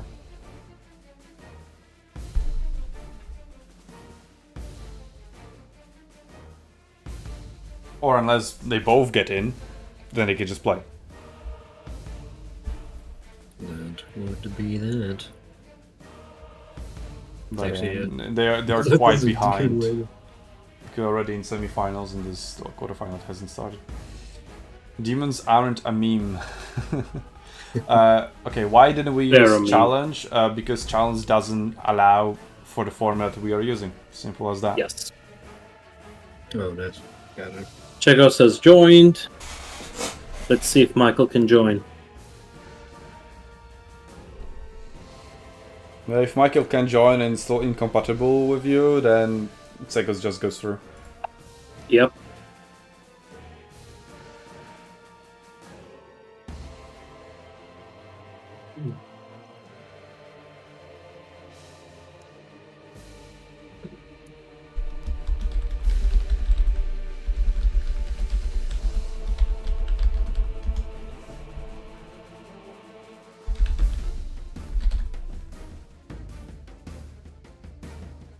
Let's see. Yeah, this is gonna be an interesting one. I want to see Zegsy's plays. I want to see what he does here. There could be, because you know, the idea or the philosophy for the matchup in game 2 was that you'd basically take like a super tanky, like ridiculous, just kind of small blob of Greenskins, and you would just use the better stats of the elite infantry to just mow through all of the stuff the vampire counts could offer, and then you have a couple big centerpiece monsters that hopefully would be able to hold their own against the cycle charging lords and Vargeists and not Vargeists, Terrorgeists and Vargulfs. Yeah. You know, it's just a matter of little micro plays that can turn the tide, and also army compositions, which we're getting into right now. Okay, we are in battle. Just get Segos through. Make sure he plays his semi-final opponent, and Michael can try with the 5th place bracket, round 1, match 2. Okay, so Vorzak, quadruple Orc Boy Biggins, the shortened version of their name, Night Goblins Regiment of Renown, and then the 2 Horse Archers, and none of them are horses. 5 Orc Archer Boys, Orc Boys, only 2 Squeak Herds, and 4 Goblins. So a little bit of a different build, especially against vampire counts. I would expect more anti-infantry options. Yeah, it's definitely interesting. I think he's anticipating bigger. He anticipated Raiden. Well, I think he anticipated a Mortison, because if we're looking at all the archers, I don't especially know what their target is in this vampire count army, aside from like the Manfred isn't a dragon; he's on a Pegasus. Oh, interesting. I mean, they can target the Vargulf and the Corpse Card. Crypt Horrors maybe as well. Yeah. It's just I guess it's all about protecting them, right? At this point, I don't like the goblins are not going to hold up to that infantry line for too long. Michael was unable to join, so had to move him to 5th place, round 1. Chegos proceeds to semifinals against Nurgle's PA. Sounds good. I mean, there's not that much of a backline threat. There's, I mean, there are Blood Knights and the Chill Guys, 2 elite cavalries, but against 4 Orc Boy Biggins, they're just gonna get stopped, I imagine, just intercepted. Yeah, and then if that fails, there's still a shit ton of goblins. So I think they'll be fine. Also, I really like the Night Goblins to spread poison. I would actually like to see maybe like 1 or 2 more units with poison to make sure that the entire vampire count's front line is poisoned. Oh, for sure. Poison is nice, and those Regiment Renown ones that I believe have the Fanatics are just really good because they're unbreakable. They have decent melee stats, poison, and their Fanatics are extra potent as well. So you get a It's you also get all the a good bugged stuff. unit that just says Night Goblins instead of the Lons of 8 Peaks. like all right. So yeah, let's We'll see. I guess the Forest Surprise will go through. yeah. It's the Greenskins are going pretty wide, but I mean if you can get a little quick shock in, We're like you going can probably towards protect your Forest, house. so probably... Like, yeah, that's... Maybe if you get close and oh, cavalry was there where the entire army was, what a surprise. Yeah. Like, if you went to And the cool other thing side about and the- the cavalry from behind, that would be something. Oh, exactly. Cool thing about the Hex Wraiths is that I believe they have Strider, so they can just like move through anything pretty swiftly. Yep, which they is do. nice. So it just means that if they muck around in a forest, they can. Oh, this is an interesting little pre-game skirmish here. Vargolf dancing, doing the moves. It's so strange. Yeah. He didn't take any damage. Just dodged everything. He's living life right now. Yeah, I guess it's just if the orcs can win the front line, I think they're fine. I think they basically have it in the bag. If the front line crumbles, there might be some problems just because. I mean, you can cycle charge with boar boys a lot, but I mean, the front line for vampire counts isn't anything good. It's just skeletons and zombies, so it's all in the in the cavalry really, and Yeah. maybe the Vargulf and White King and Manfred. yeah, it is Sight just a of Bjorn lot. massacring the Goblin Wolf archers. Yeah, Oh yeah, it's one cast and it's dead. that was just obliteration. I'm surprised he didn't. Was that a Buna? Yeah. Yep. Yep. Um, I'm surprised he didn't do that on the Broken Tusk mob over there, the Regiment Renown. Yeah, boys. definitely a better target, much more scary. Okay, so Squeaker already jumping into some Skeleton Spearmen. They are big, so Skeleton Spearmen will have a little bit of a bonus against them. Yeah, And another Squeaker being piled onto the same spot. Yeah, I And don't know. Vargulf there as well. Yeah, White I King don't and know. Manfred. Yeah, big blob. And there you go, now all the archers will focus down there. Yep, Vargulf taking some good damage. Yeah, cavalry sad. just stopped. Oh, actually, the Hexers just. Yeah, were Biggins got stationary, yeah. charged. Yeah, Yeah, those Hex Wraiths are It's not no gonna have good. fun. Ethereals are not what they used to be. and those cavalry are just standing on. Is that a Mortis engine on the side? No, it's Corpse Guard. I think. Corpse card. Yeah, that thing should be close to melee. Yeah. Yeah, why is it in the center? I don't know. Like, what's I the don't know. intention behind that? The Maybe cavalry's the not doing Kurd anything. Well, the Squeaker's already obliterated though, so they haven't been able to do much at all. Yeah. So this is that going on. And then cavalry charging just straight in the middle, like into shitty spearmen and skeleton warriors.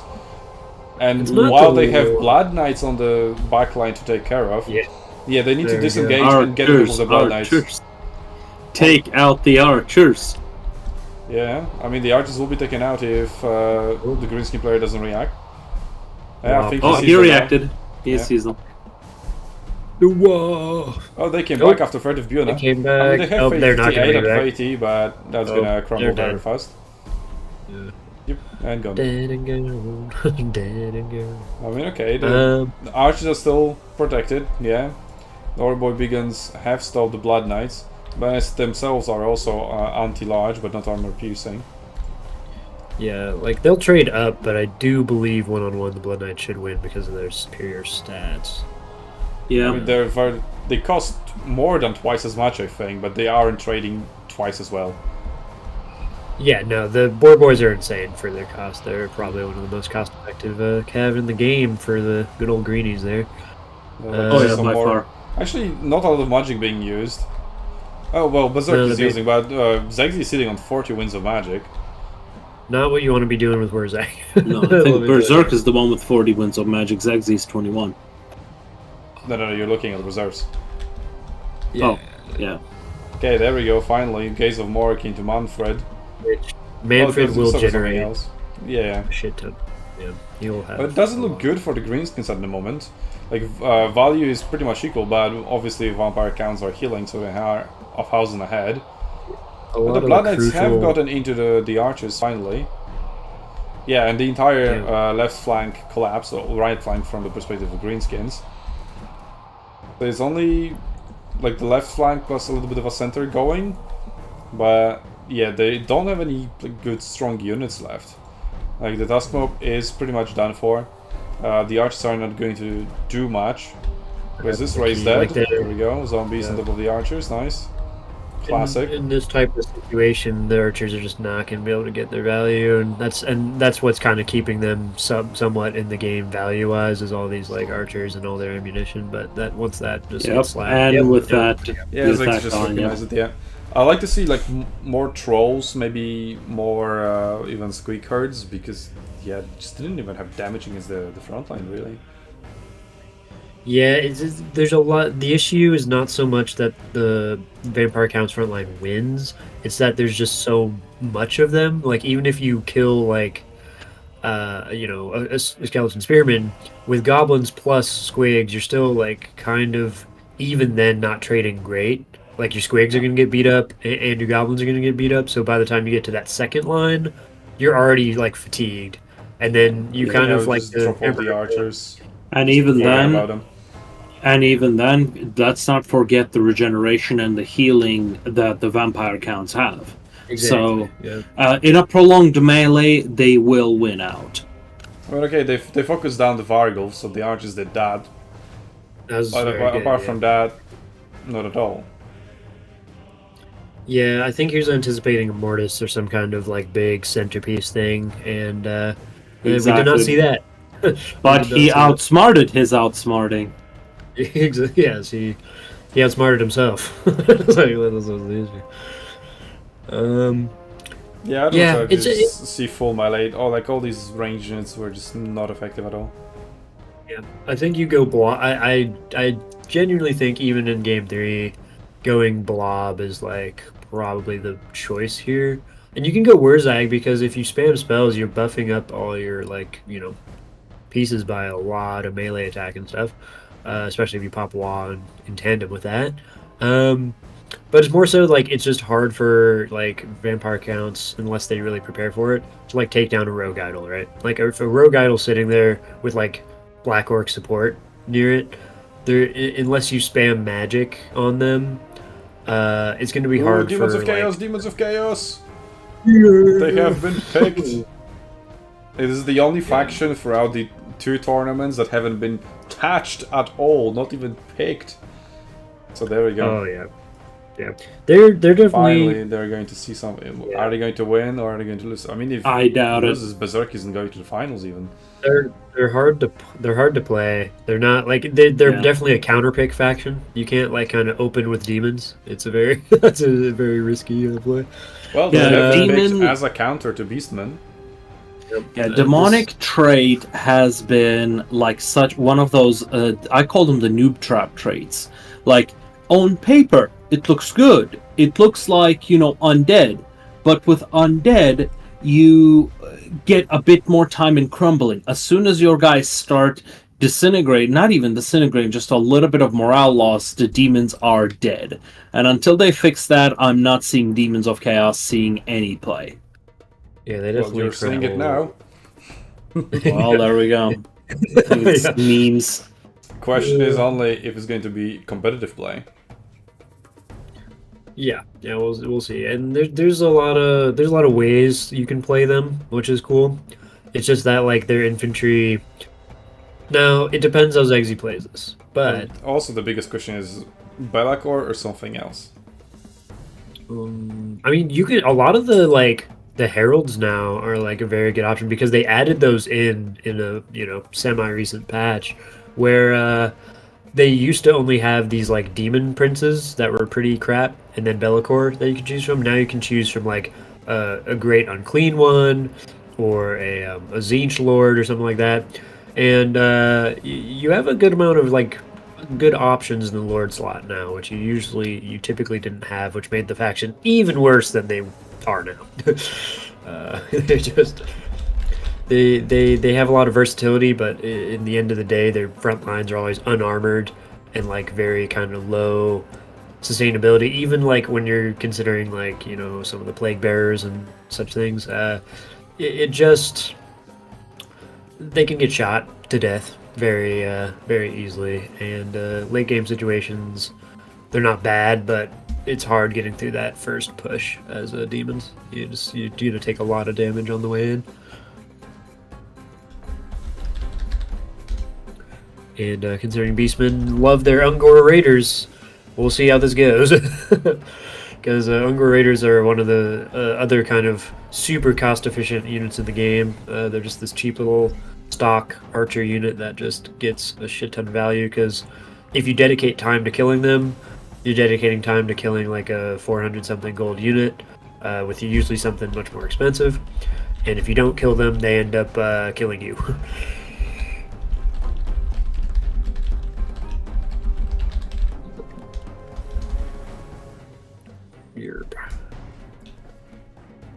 But I am curious to see what lord he chooses berserk-wise, and see what's really popping with his strategy here, because he could go a lot of different ways. Mostly in the mobility where it varies. You kind of bring like not a cookie cutter, but like you usually see like a mix of blue horrors and something else for the front line of demons. Especially in this situation when you are going to be probably not wanting to engage super wide, I would say, because again, those Ungors can just focus fire something, break a point in your line, and then Beastmen get them juicy flanks, and it's a problem. Also, I got it the wrong way around. I said like Zegzi won, but Zegzi lost. Oh, yeah. He was on. He was on the greenies. So, Berserk can still lose his Demons of Chaos match or battle, and then still win by going 2-1 with Grand Cafe versus Dark Elves. Yep. So is Berserk and Zegzi 1-1? No, it's 1-0. We just seen one battle. Okay. Yep. That was the very first one, which was a wild world.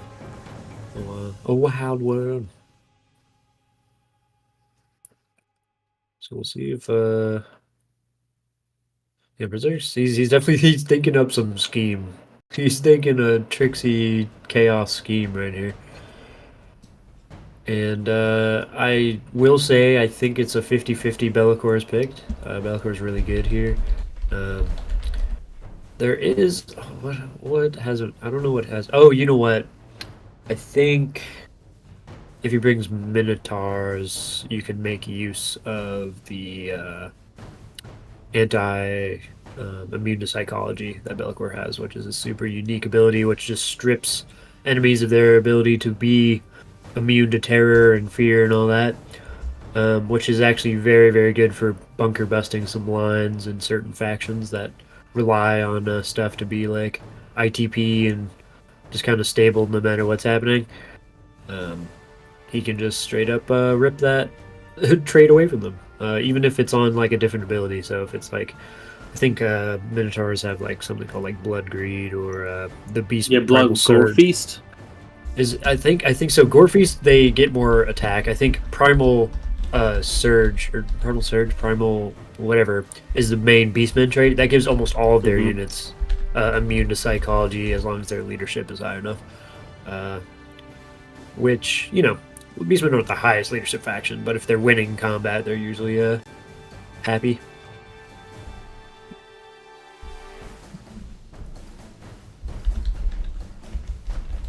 So I could start up.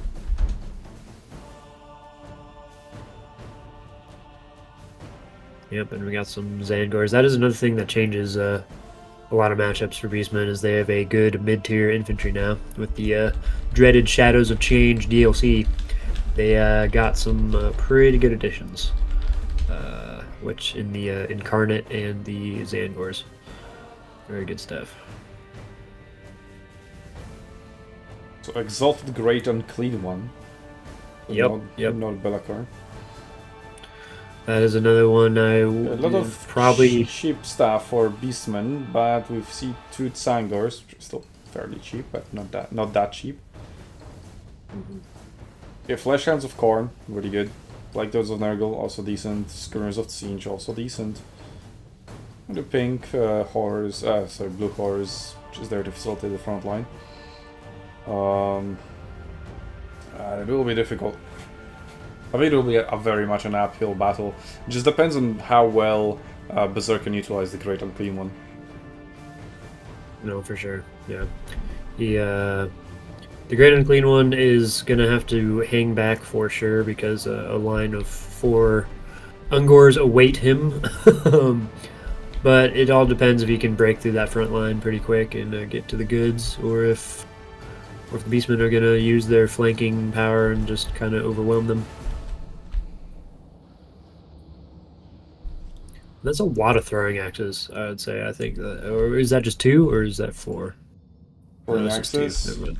Yeah, and the rest are just regular Sendigors. Yeah, okay, then never So mind. That's, 3 oh no, there's regular 3 of them. Sendigors, this 4th one here, and no. I mean, he's moving them around, it's difficult to Yeah, I count know, them. right? Like, what are you doing? We can go like this. There we go. Yeah. Yeah, so he has 3 of each. 4 regular, 3 throwing axes. There you go. Yeah. Alright. Throwing axes have some place here, but honestly, humans don't have enough armor to really, like, have the armor piercing matter that much. I feel like you could have spent that, what is it? Yeah, even the Great Unclean One has 50. Gold. Yeah, that 2,000 gold could have probably gone to some other stuff. Sneaky Flesh Hounds, or maybe they can surprise some Sendigors. Yeah. That's true. I think you forgot to create the thread for the 5th place match. There is one. He will find a way. Maybe it's not tagged. It's final Yeah, round. It is there. Final round. Oh, yeah. But the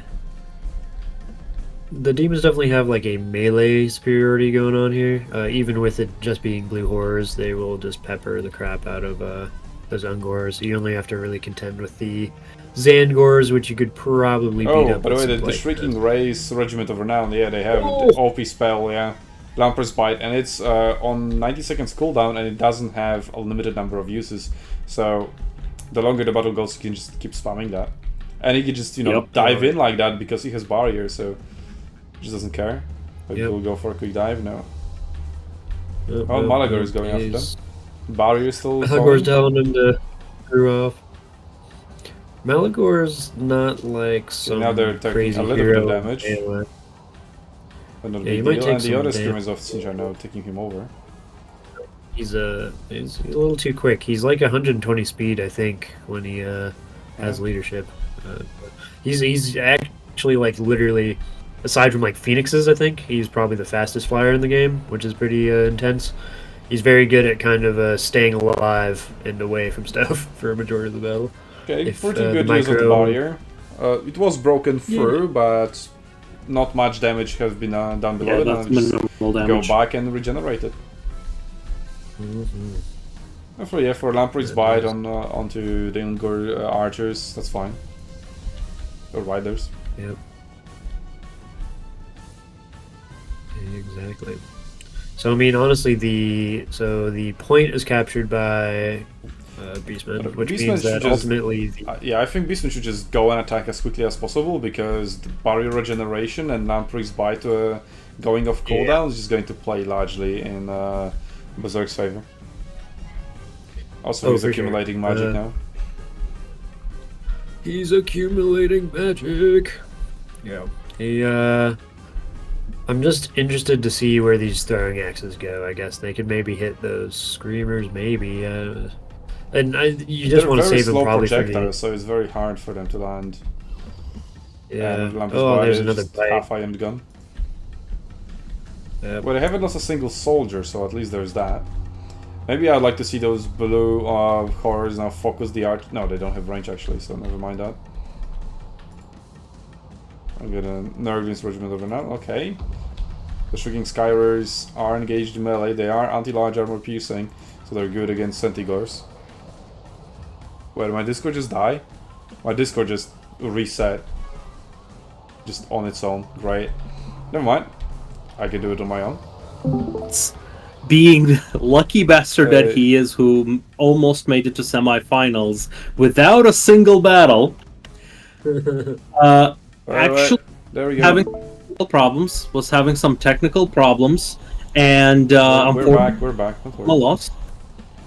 Now, because he got matched with Rider of Rohan, focus on the battle, Arklin. There's a battle going on. Okay, we have engagements along the entire front line. Shrieking Skyrers have broken through Centigors, so some of the Centigors are already out. The other ones are down to half. Skyrers are doing pretty well, but the front line of Blue Horse is slowly collapsing. Yeah. Great Unclean is fighting some Sangors. Yeah, those Ungors definitely need to start shooting that big boy. Unger Riders are just now moving in and starting peppering the green Unclean one.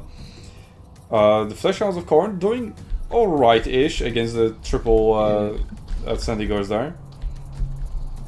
Yeah, they're actually still very close, but slight advantage to Demons of Chaos, but it can still all change. But I like the flanking maneuvers here, the Shrieking Skyrers and the Screamers of Siege, really, really good there. Ooh, and that Lamprey's Bite landing onto 2 units, that was very powerful. That ability is no joke. Oh yeah. I love that ability. Oh, that's another stream of corruption, whatever that is, landing across 2 units of archers, and now Fleshhounds of Khorne sneaking past the Sangors. That's gonna hurt. Yep, very well played there. 2 units should be routed very soon, and now the Screamers of Siege can also go from behind. Yep, archers are broken, so these guys have tons of Nurgle on top of them, another unit of Fleshhounds. Yep, looks like Berserk is going to mop up this one very quickly. Yeah, Centigors, even they can go to the parklands. Oh my god, will we see the very first Demons of Chaos victory? 100% win rate. 100% win rate! Oh yeah. Yeah, this is interesting. I think their mobility. Very nice is the mobility. Just went through all the gaps. There was 7 units of Centigors, right? So there was enough units to plug in those gaps, but the Screamers being able to fly, and Fleshhounds of Khorne just being good. Yep. Overall did very well, and Malagor is just there and can't do anything. Good trades. Like Those 6 damage. throwing weapons Centigors did not do much. They still have most of their ammunition, but they have to be used as cavalry, and the flesh beasts of Khorne are just better at that. So there's just not much they can do. Yeah, I ultimately really think that those throwing axes did not contribute like a lot. No, like you needed more melee on those flanks, you know, and as a mobility option. Yeah, by far. All they could do is focus the Great Unclean One, and he's just gonna heal with Fleshy Abundance, which he's doing right now, and he's full HP anyway, and he's still healing.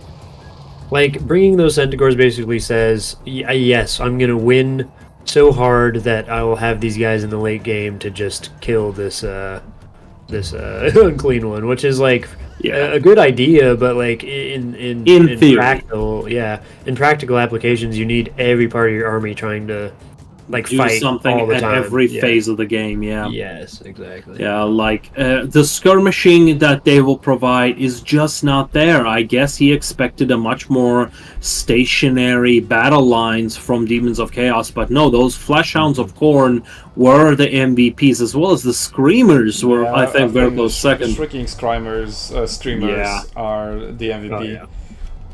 The Lamprey's Bite is so big, just go in and nuke half a unit. Yeah, it's insane. It's pretty juicy stuff. Yeah, and then later on, he landed that ability on 2 units, one on top of another. Look at them, they're at over 1,000 value. I don't think anything else got like 1,000 value. Even the lore didn't.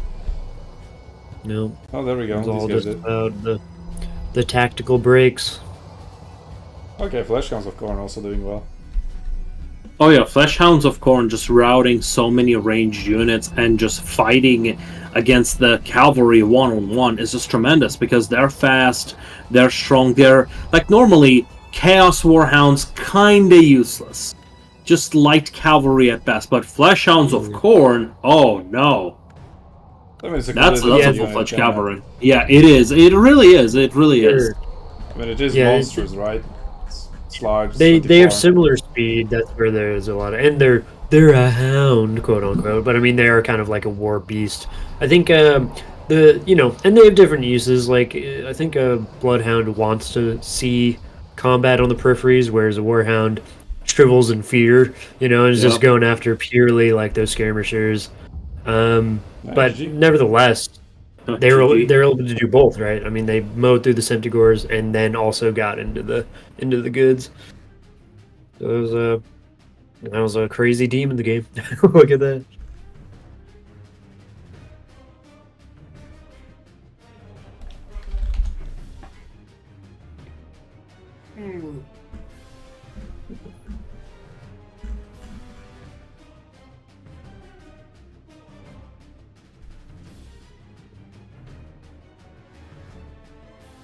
So I think that concludes the Berserk Zegzi.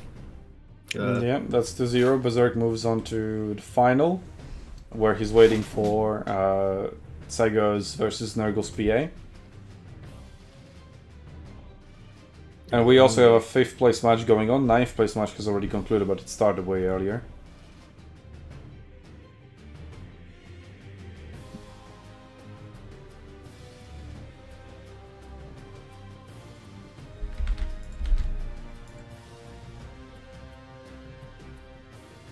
Okay, what have you done?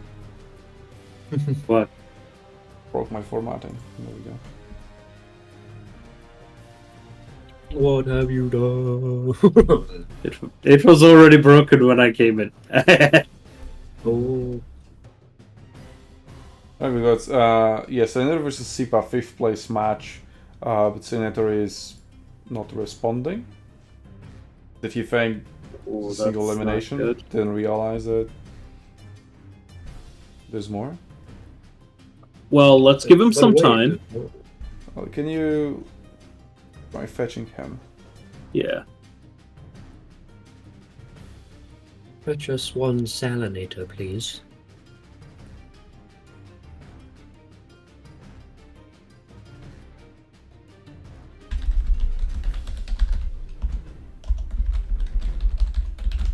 Okay, I sent him a DM.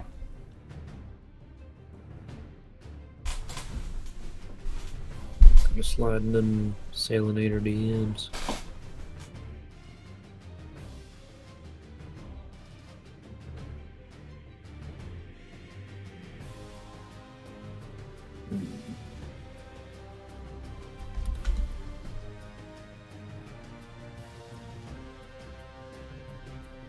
I mean, yeah, actually, yeah, we said that Michael got 7th place, but if somebody above him gets disqualified, Yes. he will get moved up. Yes, he will. That's why I said it's too early to tell. So for now, we have the green one in 8th place. Yeah. Right. The green ones. Well, Once was a green one. Yep. Currently he's on 9th place, but we will see. At the end of the tournament, we will have to rearrange the... we have Right Overhand got disqualified because he just left. Zurihan. So in order to get here to the final standings, you need to complete your final match, one way or the other, right? So these guys have completed them. So for example, if Salinator ends up being disqualified for not showing up against Sipa, and Sipa will get 5th place, and these guys will get moved up by 1. Yeah, so Michael Pontifex can actually get 6th place without ever playing a match. Well, but in his case, it's not entirely his fault. Like there's just some technical difficulties, right? So I'm fine with letting that slide. Yes, no, absolutely. Because like if you check in or don't check in, don't show up, yeah. But you checked in and then just disappear, or play one match and then just leave Discord, that's not finishing the tournament. Yeah, exactly. It's about the intent and the principle. All right. So what do we have to watch? Oh, he says, sorry, Sipa, I got to go. That's not finishing the tournament then. Yep. All right. So we have the second semifinal to watch. Looks like they are not playing at the moment. I don't know if they finished the first battle. Like, the communication there is very lacking. Like, Nurgle's PA has said he's picking Norsca and the map, so I assume in the middle there was Cygos' pick, which Cygos should be the one picking the map because he's the top seed. Oh yeah, they fucked up the order. I mean, as long as both players are okay with it. But it is in bold. Make sure player 1 is the host and player 2 is the guest. Oh, there we go. Semi-final match 2. Okay, let's just go inspect it. I assume passages 1 to 3. The classic. The classic. Oh, they have another spectate slot as well. Look at that. Yeah, I mean, you can get in if you want to. Yeah, but it's better not. We don't want Okay, lags. then we'll not do that. Okay, so Nurgle's PA won the first match, which was Norsca versus Dark Elves.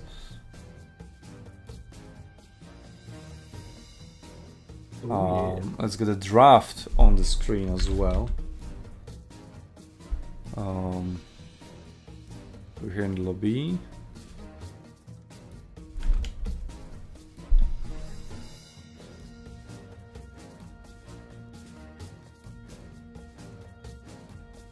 There we go. So Norsca won. Dark Elves lost. Okay, and they haven't decided what they're playing now yet.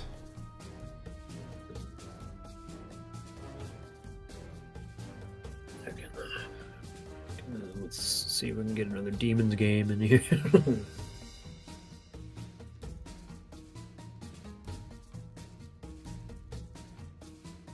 Okay. Yeah, so as I said, Sipa will go to 5th place since Senator resigned. Yep.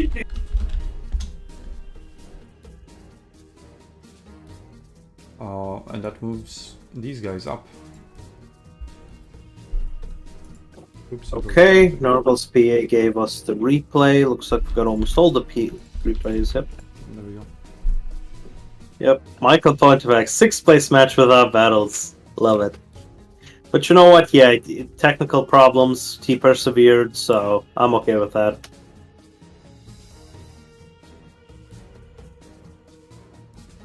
Fine, yeah. So Nurgle's PA 1-0 ahead. Let's see, have they decided what they're playing? Nope. Not yet. I mean, it makes sense. On this level, you know, they do want to take their time with drafting. Yeah, the thing is, I don't know if it is down to them taking the time with draft or just not doing it the correct way. Fair.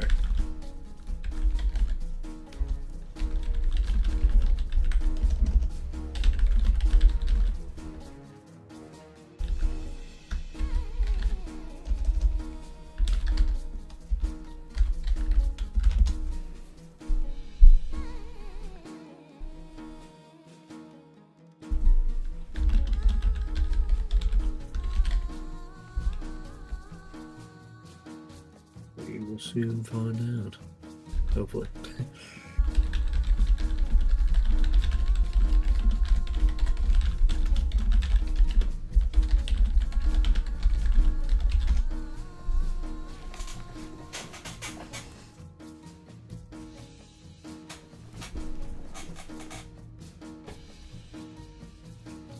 Yeah, they've just been using DMs to communicate, even though it's also very clearly stated, communicate on Discord, or Discord dedicated channels that we create, take a long time to create, so that we can easily follow the tournament flow Yeah, and exactly. know what is going on at all times, and Yeah, I think we'll have to give them a warning afterwards. whatever. Well, so it is Lizardmen versus High Elves.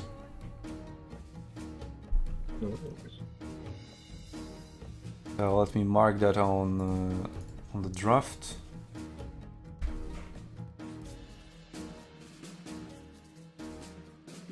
Okay, High Elves, one of the better anti-large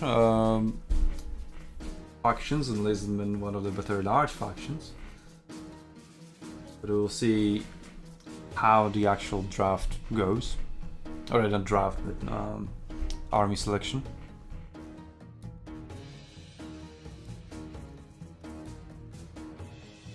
Oh, DLC YouTube giveaway work? I haven't mentioned that at all. I don't think it works actually. Because my bot says the stream's offline and I just didn't have time to fix it. Let me see. Oh, successfully connected. Okay. Did bot say hi now?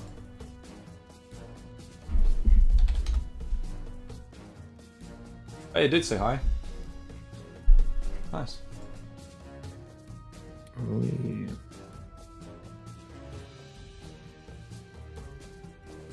Yeah, whatever. Okay, let's go. You want a giveaway? Let's go. There's a giveaway. Bum.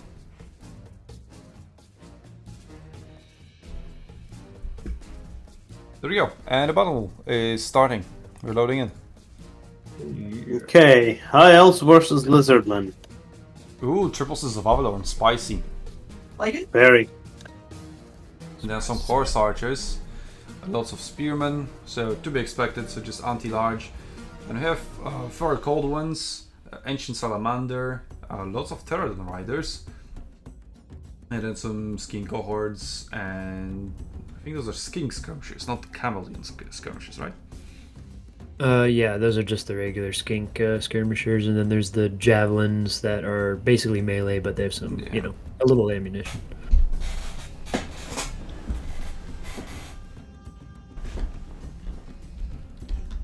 Alright.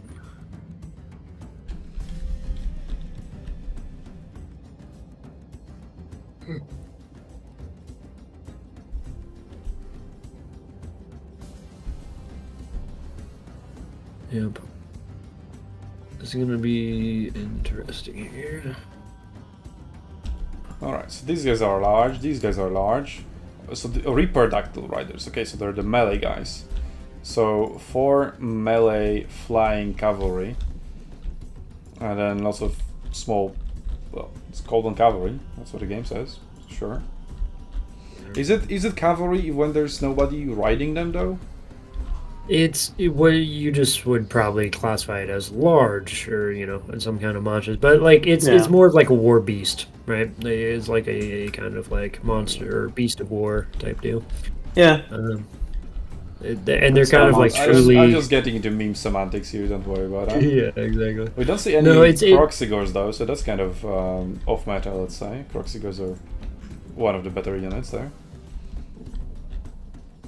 But maybe he specifically didn't want to bring them against High Elves, because those Sisters of Avalon will have a hard time against 4 Reaperdactyl riders. Yeah. They're it's just gonna see. We're just gonna see if they can get compromised or not, you know, and how well the lizards can do that. So we have the Silvern Guard in the back, so protecting the Sisters of Avalon. And the front line is just 5 spearmen, right? Yeah. So only 2 Silvern Guards for 3 Sisters of Avalon, and they're just sitting on top of the hill.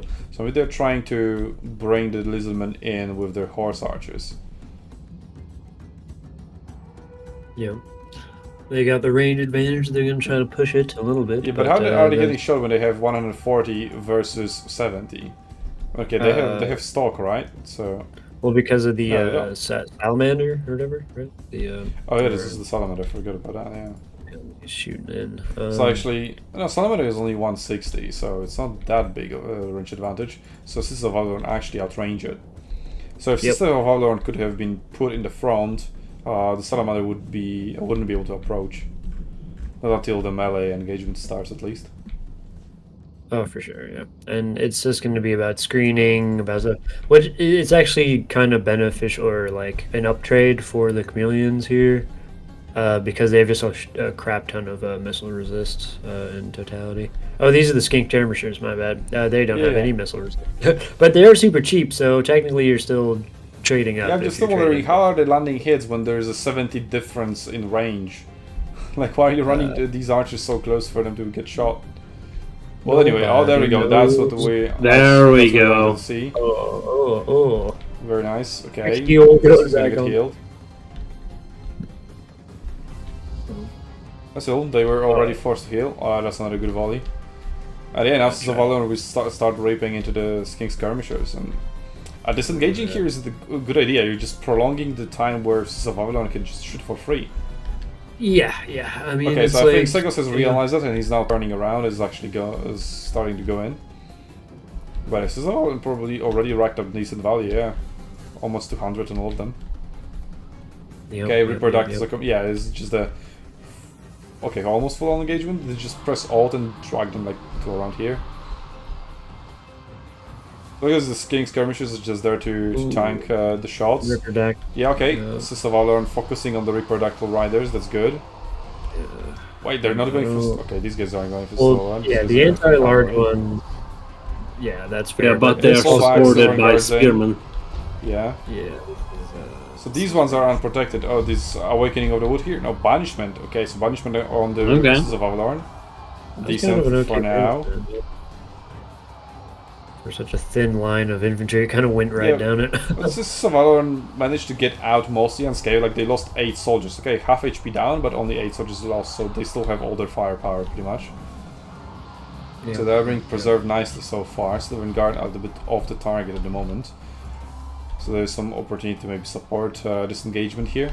The Silver Helms are just there to stop them. Speaking of stopping them, they are not stopping them on the other flank.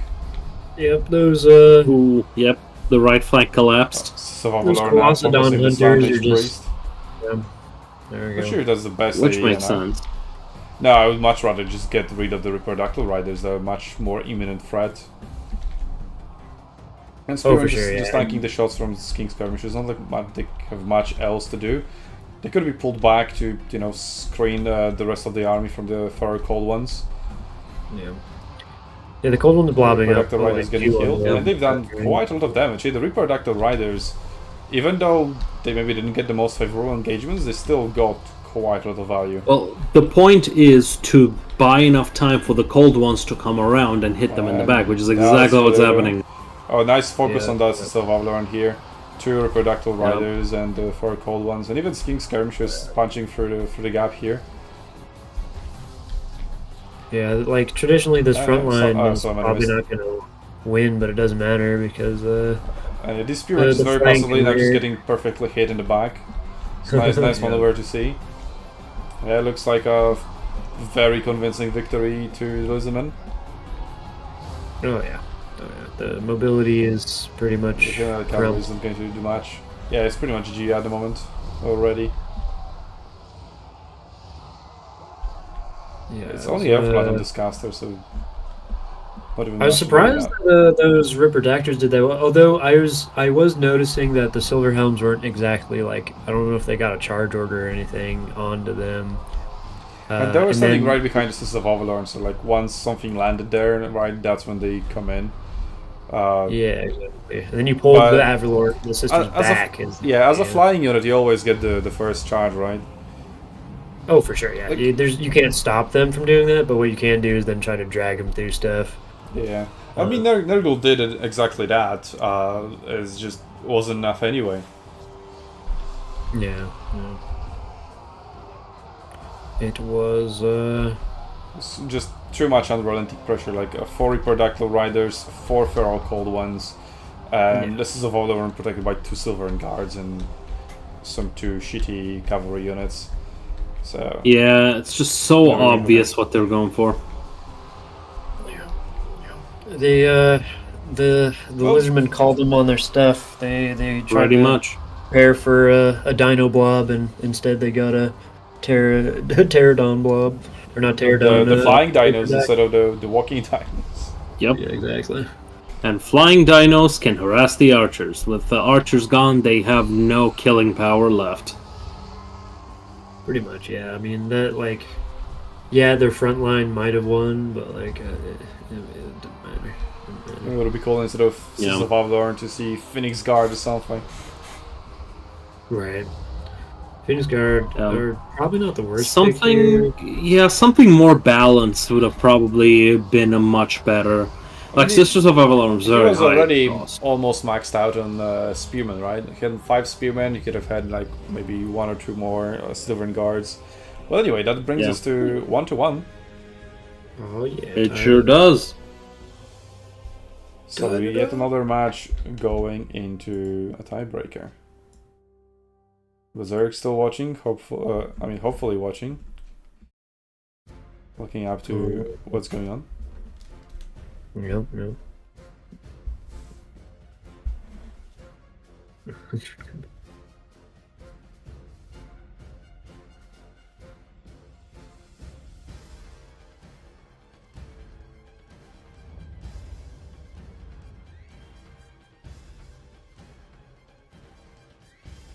So by the way, to guys in the chat, in terms of the giveaway, you do get points for being active in chat, because if you're not active in chat, the bot cannot tell that you're watching. Just the technical limitations, sadly. So yeah, keep being active in chat, and then the bot gives you some amount of points every 5 minutes or something like that. And then you spend the points on tickets for the giveaway. And then at the end, I finish the giveaway, and one of you wins. Excellent. Pretty straightforward. Excellent. Alright, so this is a best of 3 and this is the tiebreaker match. We know exactly where we're going. So we're going, well, I don't know what the first map was. Road to Talabheim. So what's left is Proving Grounds. So we're going on to Proving Grounds. And according to the draft, we'll see Warriors of Chaos versus Empire. Ooh, the classic. Ooh. Nice. Going back to Storm of Chaos days, end times. The game 1 matchup. Yeah, exactly. The Empire versus the dreaded pre-order DLC. Yeah. Yeah, this is an interesting one. I don't have a ton of analytical opinions on because I just don't see it a lot. I mean, now that they have Mutalith, but I don't think you bring Mutalith into the Empire because they have too many missiles. It's weird that Zangors are on their roster, but since they are, I mean, they're not the worst choice here. 80 armor, shield block chance is pretty good. And I don't know, you can still monster mash them pretty good, but you probably want a lot of mobility because if Empire decides to go war wagons and you don't have an answer for that, you're probably pretty screwed as well. White. Yeah, and then you got to be a little careful. I mean, Warriors have some pretty heavy hitting lords. You can bring guys who can put up fights against Karl Franz and Boris. But if they do bring Karl, you gotta be careful because I've seen that guy mollywop a lot of different lords when all of his buffs are popped. Yep, that's why you do not engage him when that happens. As Warriors of Chaos, they've got great tools to deal with Karl Franz, which is, for example, spamming Spirit Leech. Yeah, cheap, effective. Yeah, with Kolek, so the problem with Kolek is because he's so big, he can get charged, just cycle charged from the side from air. Yeah, and tragically, Colex like suffers from like hasn't really been updated that well into Yep. game 3. Like, I mean, he does not perform like he used to. He's Yeah, just he very really does not. expensive for what he does. It's not like he's like just sucks, but it's not like you're spending a lot of money for like a okay monster killer Yeah. lord. Whereas like honestly, I'd rather just take Valkia and some other stuff. than, Yes, like, very much so. just go with that because she can like really, you're gonna be like kind of picking and choosing your engagements anyways in this matchup. So when somebody lands, you can just be super reactive with Valkia and just dive them. And if stuff gets sticky, you can always pop her Demon Shield and just be Yep. immune to damage. Exactly. So that Demon Shield allows Valkia to live through all the buffs that the other lords can have, or while landing, block the shots from the gunners. So there's a lot of utility for that. That temporary invincibility always has a place. Yeah, it's a really good. It is a really strong ability. Really strong. Yeah, I mean they have a good amount of lord choices as well. A lot of them get blunted by the fact that they can get sniped, but it's not. Yeah, Warriors of Chaos are like kind of, not in a weird spot, but they're like you definitely have to rush with them a lot of the time, and because people know you kind of have to do that, they can kind of play around We're getting in. with how to space you out and stuff. So it is Valkyrie speaking in the of- end. And Huntsman Oh. General. That is definitely unusual to see. Yep. And that's death magic, right? That is death magic, yes. Yeah, it's okay. And Triple War Wagons, triple Empire Knights. So one grenade launcher and 2 pistoliers. Okay. Okay. Outriders. Yeah, I think they're just called Outriders, right? Outriders Very is a cool. little bit better. 5 swordsmen. Okay, finally something standard. 2 normal spearmen, no shields, and 3 company militia regiment of renown. 2 manticores. It's okay. Cheap source of terror. Okay, you can rout some of the weaker infantry frontline. yep. Hellstriders, Warriors of Chaos, or Chaos Warriors, the Murder Horsemen, and just a lot of murders as well. Okay. Yeah, this is gonna be an interesting fight. Empire went very mobility heavy, which isn't bad, but it also means that protecting their own line is gonna be well. I guess they don't have that much to protect. Chaos Warriors are gonna You get kinda- dragged by the grenade launchers and even war wagons. Yeah, it's gonna come down to some of the Warhound play if you can get some of his mobility into the Outriders and also into the War Wagons because those things need to get brought down if Warriors want to take this one home. Blowfire of Singe is the only spell. Let's have a look at the Empire spellcaster wherever he is. No, Blue Fire's Inch is actually Where pretty is he? good. Oh, okay, hiding like behind this guy. Okay. Spirit Legion, Fate of Buna. Okay, very standard then. So probably just You got that. spam Spirit Legion on Valkia and Fate of Buna on like Chaos Warriors, I guess. The best unit I could possibly put it on. So don't have any elite cavalry. Yeah, I'd and like The cavalry But the matchup big is also thing- going to be interesting, right? Like you've got 4 Murder Horsemen, so they can go toe to toe with Outriders. So I mean, there's number them Yeah. 2 to 1, so there's that. And then Hellstriders being very fast, they can get in and disrupt some of the cavalry. I mean, yeah, they have 100 speed versus yeah. only 84 of Outriders. exactly. If So- they can compromise the Empire skirmish, it's huge. It comes down to can they compromise the skirmish while staying away from the Empire Knights because those Empire Knights will pretty much They all kill. Yeah, most of those like mobility part components for warriors. Like they're too tanky. They have so much armor, and they're As long not as the bad. Empire Knights stay close to the Outriders, catching them shouldn't be possible. Yeah. Exactly.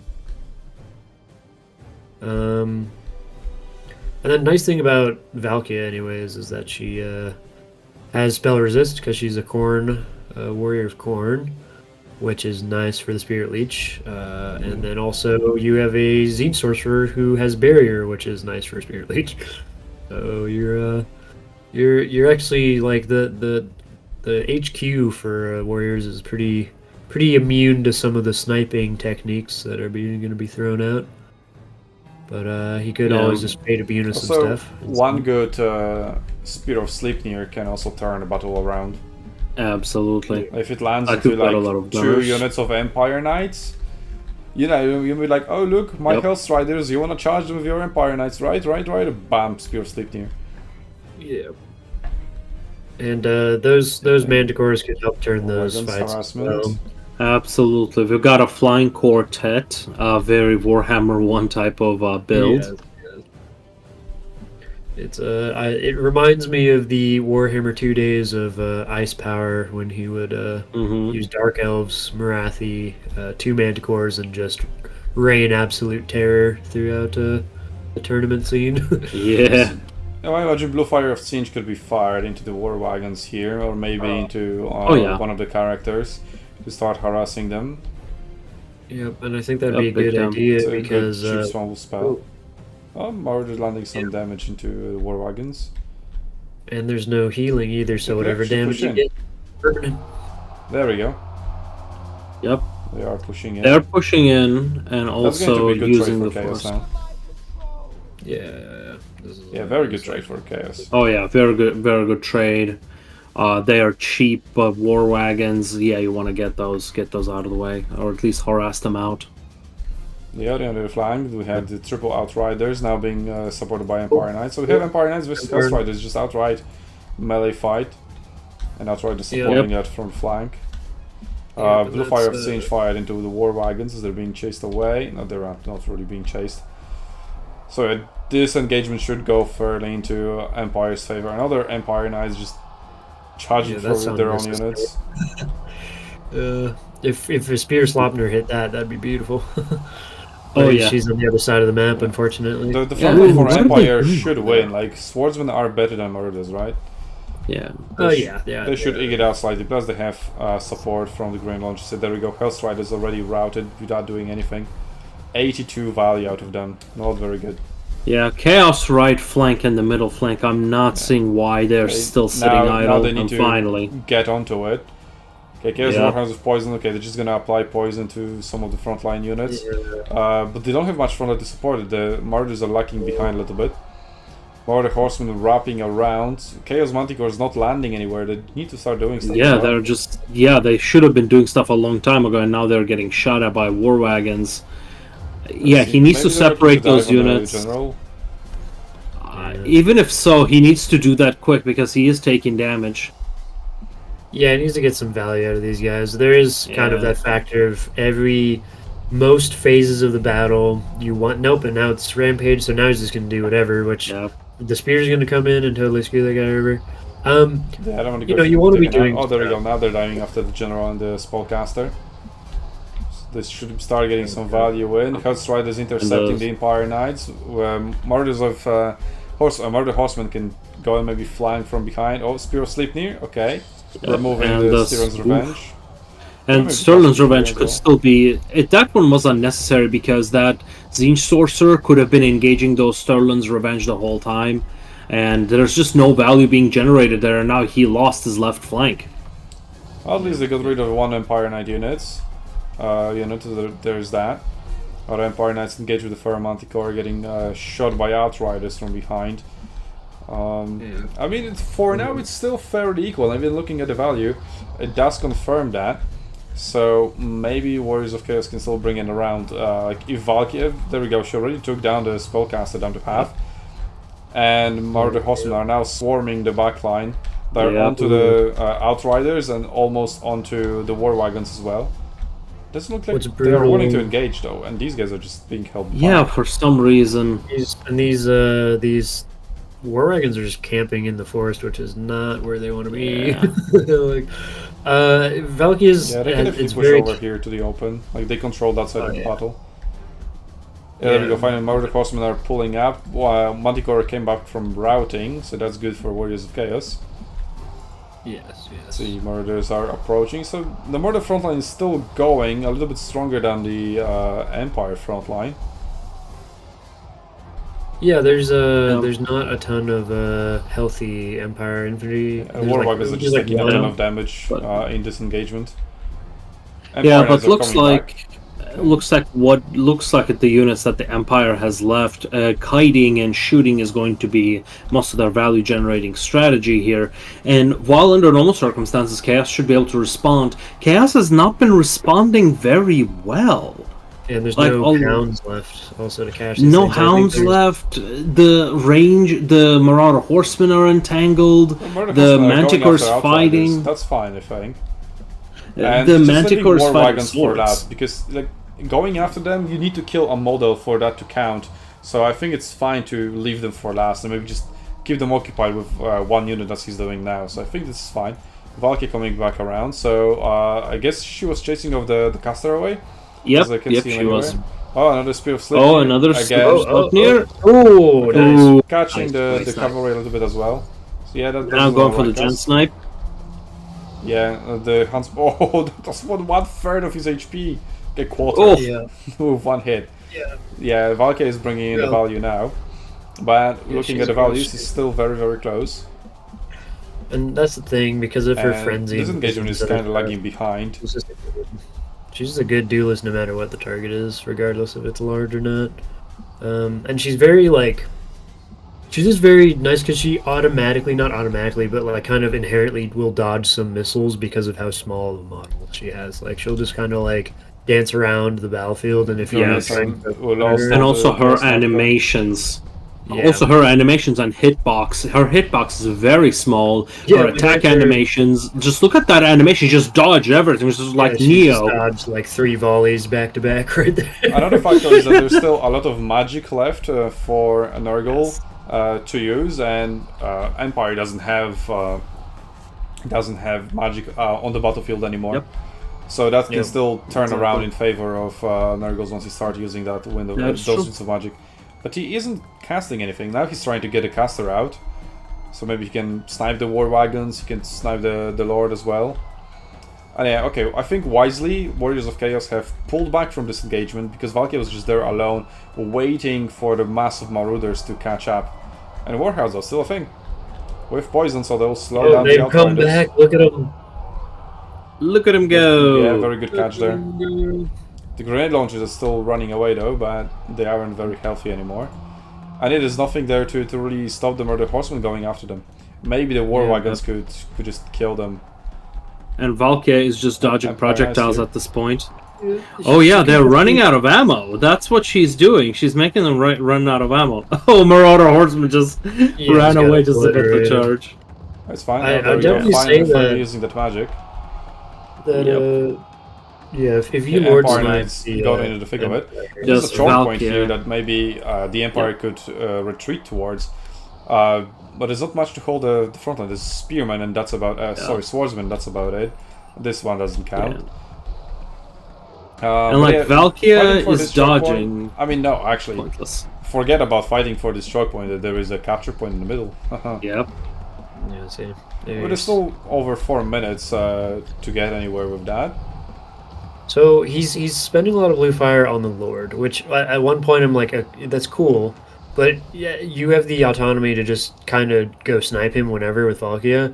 I would Yeah. probably like to see those blue fires go to the War Wagons, like just because you're Exactly. losing all of your mobility slowly but surely as he's kiting away from you, and the more he's just given free reign, the more opportunity for like him to crawl back, right? On the other hand, War Wagons are almost done. These guys have 3 ammo left. Okay, these guys have 13. Yeah, I was like, well, Yeah, but this one's almost done. yeah, one of Yeah, them's almost done. eventually it was bound to pay off somewhat. But even if that does happen, they can still be look used at the as difference. chariots. There is a 1,000 gold Yeah. value difference in favor for Empire. Yeah, 1,400. So Yeah, that's I think significant. That's a 50% advantage at the Yeah. moment. Because, like, think about it. Okay, those 3 war wagons are not generating any value because they're being dodged, but neither is Okay, Valkia. so 2 units of Empire Knights are about to get routed here by Valkia and the Chaos About Massacre coming in. time. That can turn a battle around as well. Oh, Yeah, totally. Pretty crucial one right there. Those Empire Knights are retreating back to the main line here. Yeah, one of them got shattered, so not coming back for them. And Outriders, okay, they still have some ammunition. And yeah, that infantry front line isn't looking healthy. That's pretty much the only thing left for Warriors of Chaos apart from the characters. Like, I don't know if you, as General Chaos, you want to sniping. be... I mean, it's funny that he actually got these Marauders into combat with these Outriders. That shouldn't have happened. But Yeah. what it's funny enough, he can really just sit on this point if he wants to. He has Yep. three minutes left. I don't is- know if he could hold on to for 3 minutes. I maybe just count on them running out of ammunition. That's about it. Or grenade Yeah. launches into Chaos Warriors. Okay, these are Chaos Or- Warriors. I thought those were all Maruders. The Chaos Warriors are still surviving. So they're going to be a big turning factor. Okay, let's see. The Lord survives this. Yeah. Oh, Does he survive it? 72. Survived 72. He's gonna route. Minus 17 leadership, yeah. So I mean- he's out at the moment. Just like take Valkia on the enemy lord and call it a day. Yeah, exactly. Like, I think the Blue Fires So, really should have been used. Free counts of blue war fire wagons. Yeah. Yeah, the blue fire should have gone onto those war wagons or maybe those outriders. And the discs of Zinch are very fast He already mount. wants the general dead. Yeah, Yeah, there and we he go. is. Oh, Well, he succeeded. got what he wanted. Leadership's going to be low now, which is nice. I mean, yeah, the Outriders can get routed. The Empire Knights got routed. Swordsmen are wavering. Valkia gets in there, applies terror. That should do the job. Assuming she can stop doing her job of Manticore. dodging Manticore missiles. is chasing off the other Outriders. Okay, Outriders are gone, so Manticore should now be brought back. Oh, there's a blue Yeah, fire another under the war wagon. Nice. Nice. See, look at all that damage. Yeah, that is a big target, so every single projectile hit, whereas for the general, Yep. like half of them were missing. Which is War wagons exactly look why like we they're were moving towards playing the that. point. And finally, Warriors of Chaos are turning it around after being at a deficit for such a long time.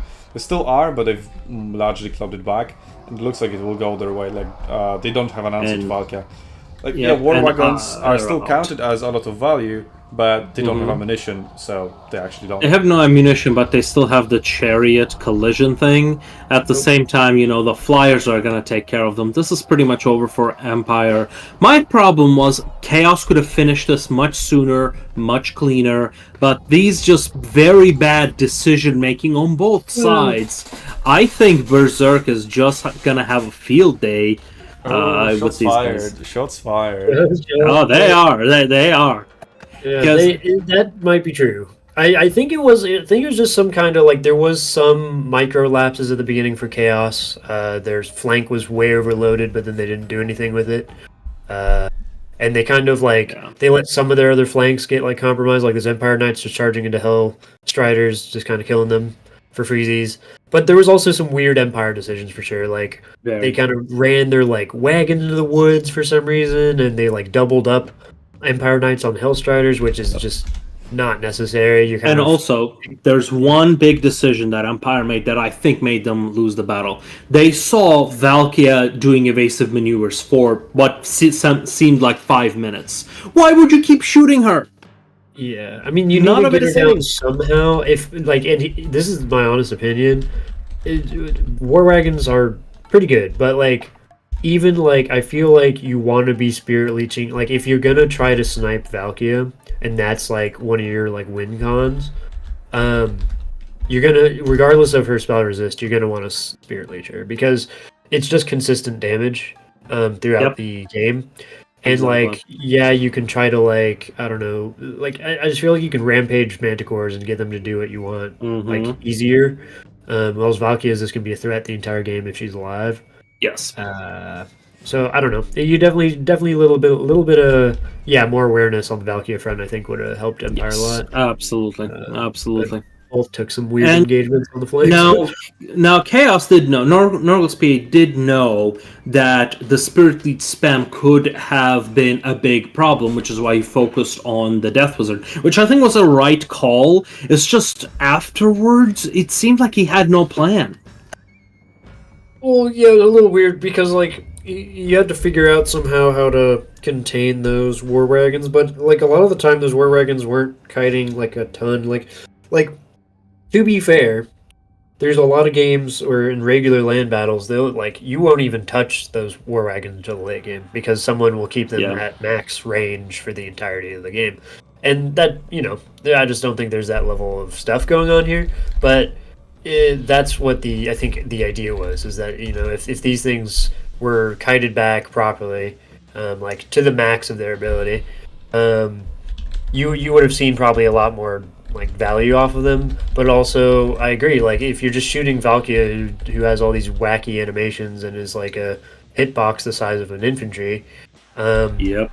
it's not as worth it as you might think unless you can like pin her down somehow. But if you're pinning her down, you're just kind of like you just want to throw some infantry at her or like surround her by cav and then surround her by infantry and then just have her go away. Have her go away for a while Yep. while you try to kill the rest of the army. That's Well, the idea. Pretty much. Pretty much. I mean, Empire did have ways of dealing with Valkia, and by tying up, all what he needed to do is to just make her land and then shoot.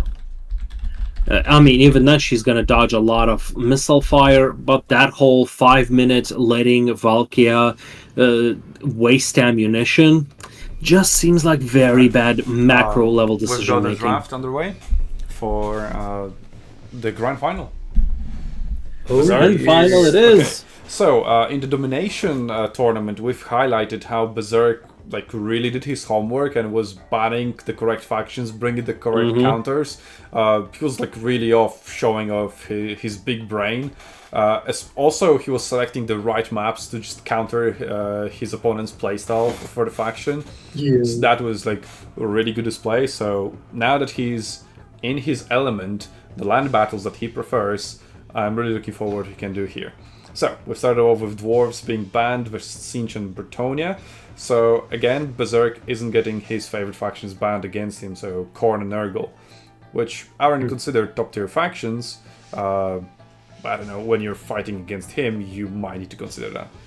Yes. Yeah. Grand Cafe being banned. Okay, so always Grand Cafe brings was that. picked by Berserk earlier on in the semi-final. It wasn't played, but I guess Nurgle doesn't want to face against that. And Ogre Kingdoms is first pick, quite the OP faction. There we go, followed by SUNTZU and Dark Elves, so more top tier picks. We've got Greenskin and Norsca available. I mean, Beastmen are considered a good faction, at least for domination, but in the land battles, they haven't been doing so well. Vampire Counts available. Wood Elves, I don't know if anybody there enjoys Wood Elves.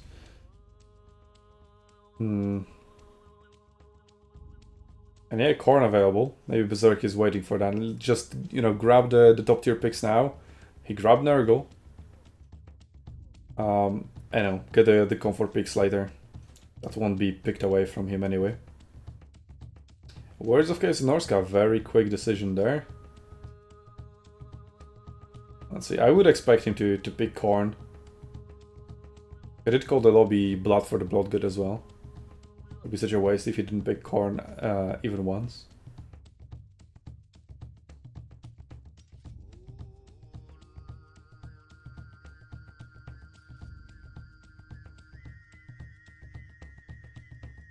Vampire Coast, okay, I'm not a fan of that faction and I have mentioned that multiple times. But I'm not a fan of it in Domination because of how slow it is. So maybe in the Demons of Chaos, okay, wow. Maybe in regular land battles it is different, like speed doesn't play that much of a factor in regular land battles.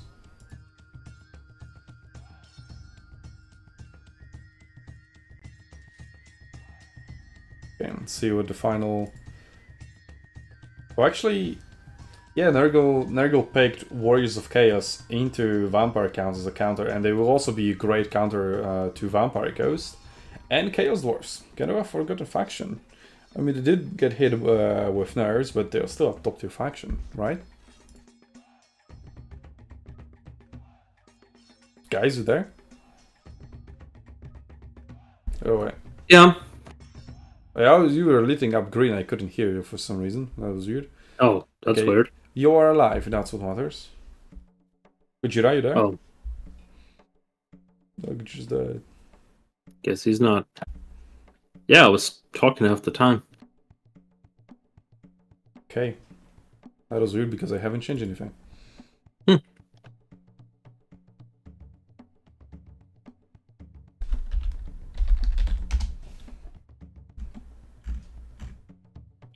Well, regardless, let's see what they are picking and the rest of the. I'm also checking like the rest of the tournament and the messages. Looks like everything is in order. We've got the lower place matches all wrapped up. Yeah, it's in top 4 that is getting decided. So third place match is taking taking place at the same time as the grand final. So obviously we're watching the grand final. But in the meantime, we'll be checking in on the third place match. At the moment, Bretonnia has been picked by Zegzi. Sagos is deciding on his counter.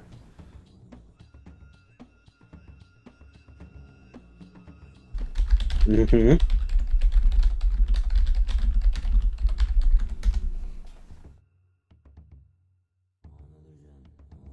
Okay, Berserk is writing down his pick. Nurgle, and he already picked the map, Border Landing. So like no matter what Nurgle is picking, they're fighting on Border Landing. Okay. Yep. So he's confident in what he wants to bring.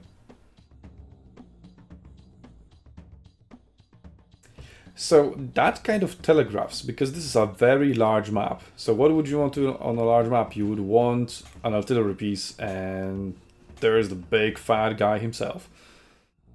So you might see the Kugath.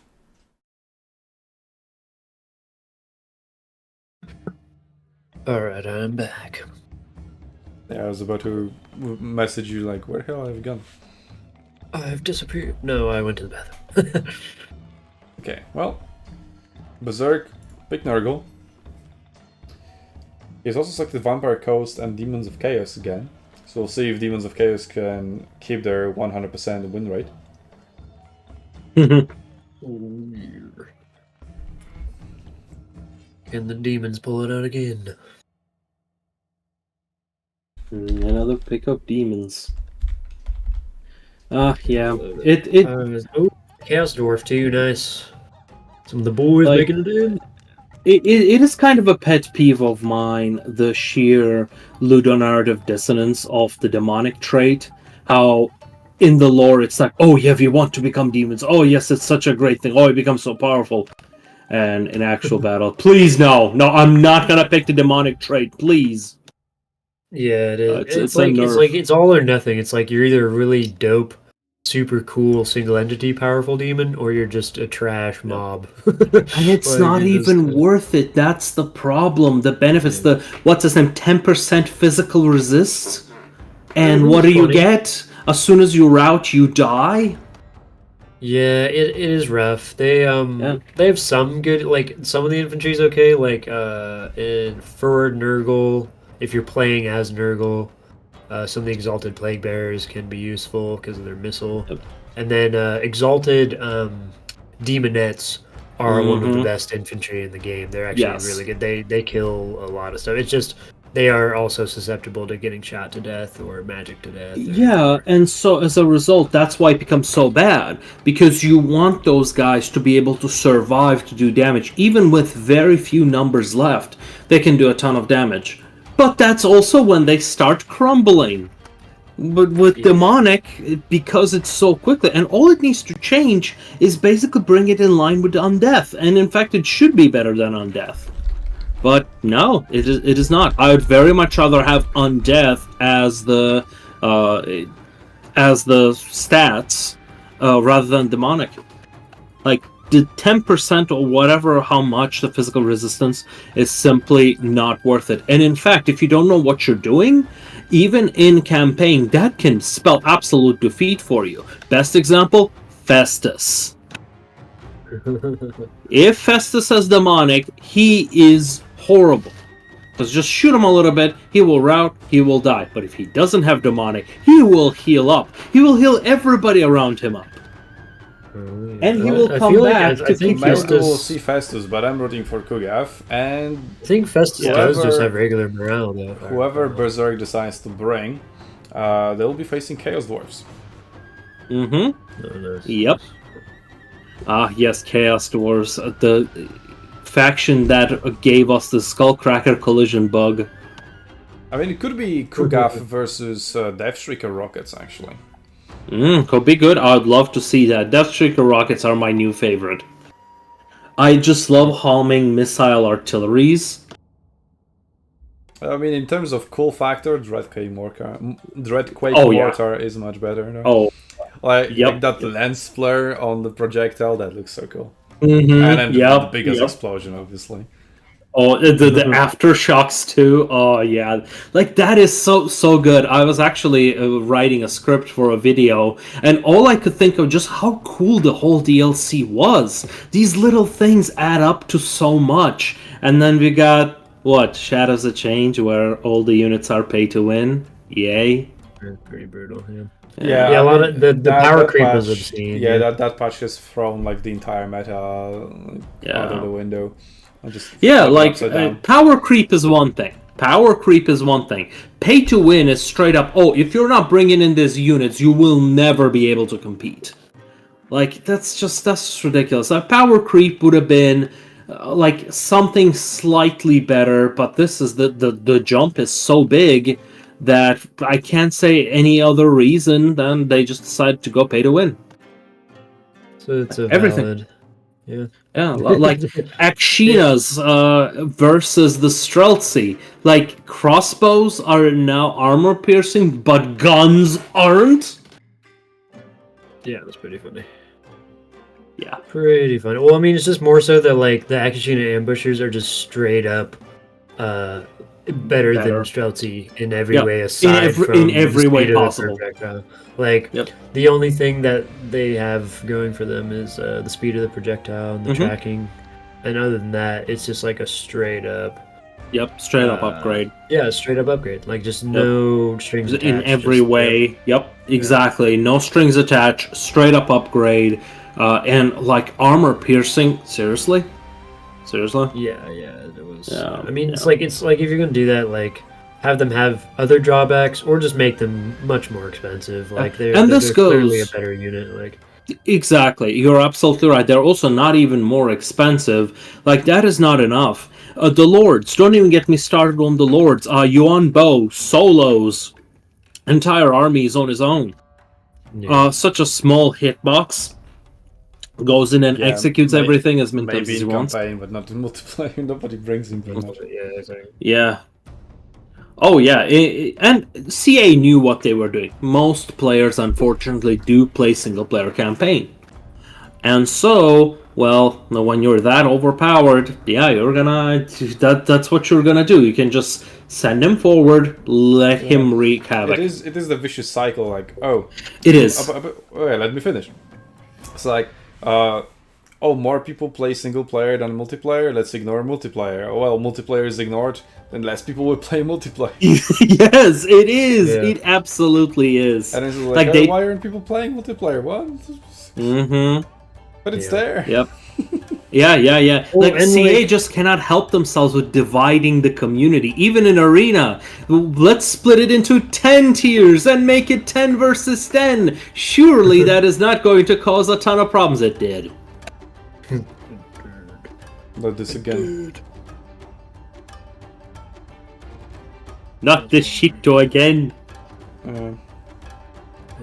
Yeah, it's definitely like they did some funny stuff. Like they did a lot of division, like in a multitude of ways. Like MP and single player are always going to be somewhat divided, and that's fine. You know, it's like that's I'll they give love them that. two different aspects of the game. In Warhammer, they did free-for-all battles. I mean, okay, they brought them back because they were also a thing in Rome and Medieval. But they brought them back and improved them, I think. I just don't have that good of a memory for Medieval 2 and Warhammer 1. But at least they brought them back, and then now the Domination, right, which is like the Arena Light. It's regular more like, footballs. we tried to turn Total War into some other type of RTS, and it just is like I don't know. I personally don't like enjoy domination that much, but I understand why people do, because it's like in It some is the people's superior eyes. game mode, and you're not gonna change my mind. I don't think the game was designed for it at all, but yeah, sure. I mean, it's more of like a I'm still surprised we don't it's have an safe. army painter, It's safe. like aka the Shogun 2 style. Like Warhammer is all Yeah. about painting your armies, and you can't do that here. Such a Yeah. missed opportunity.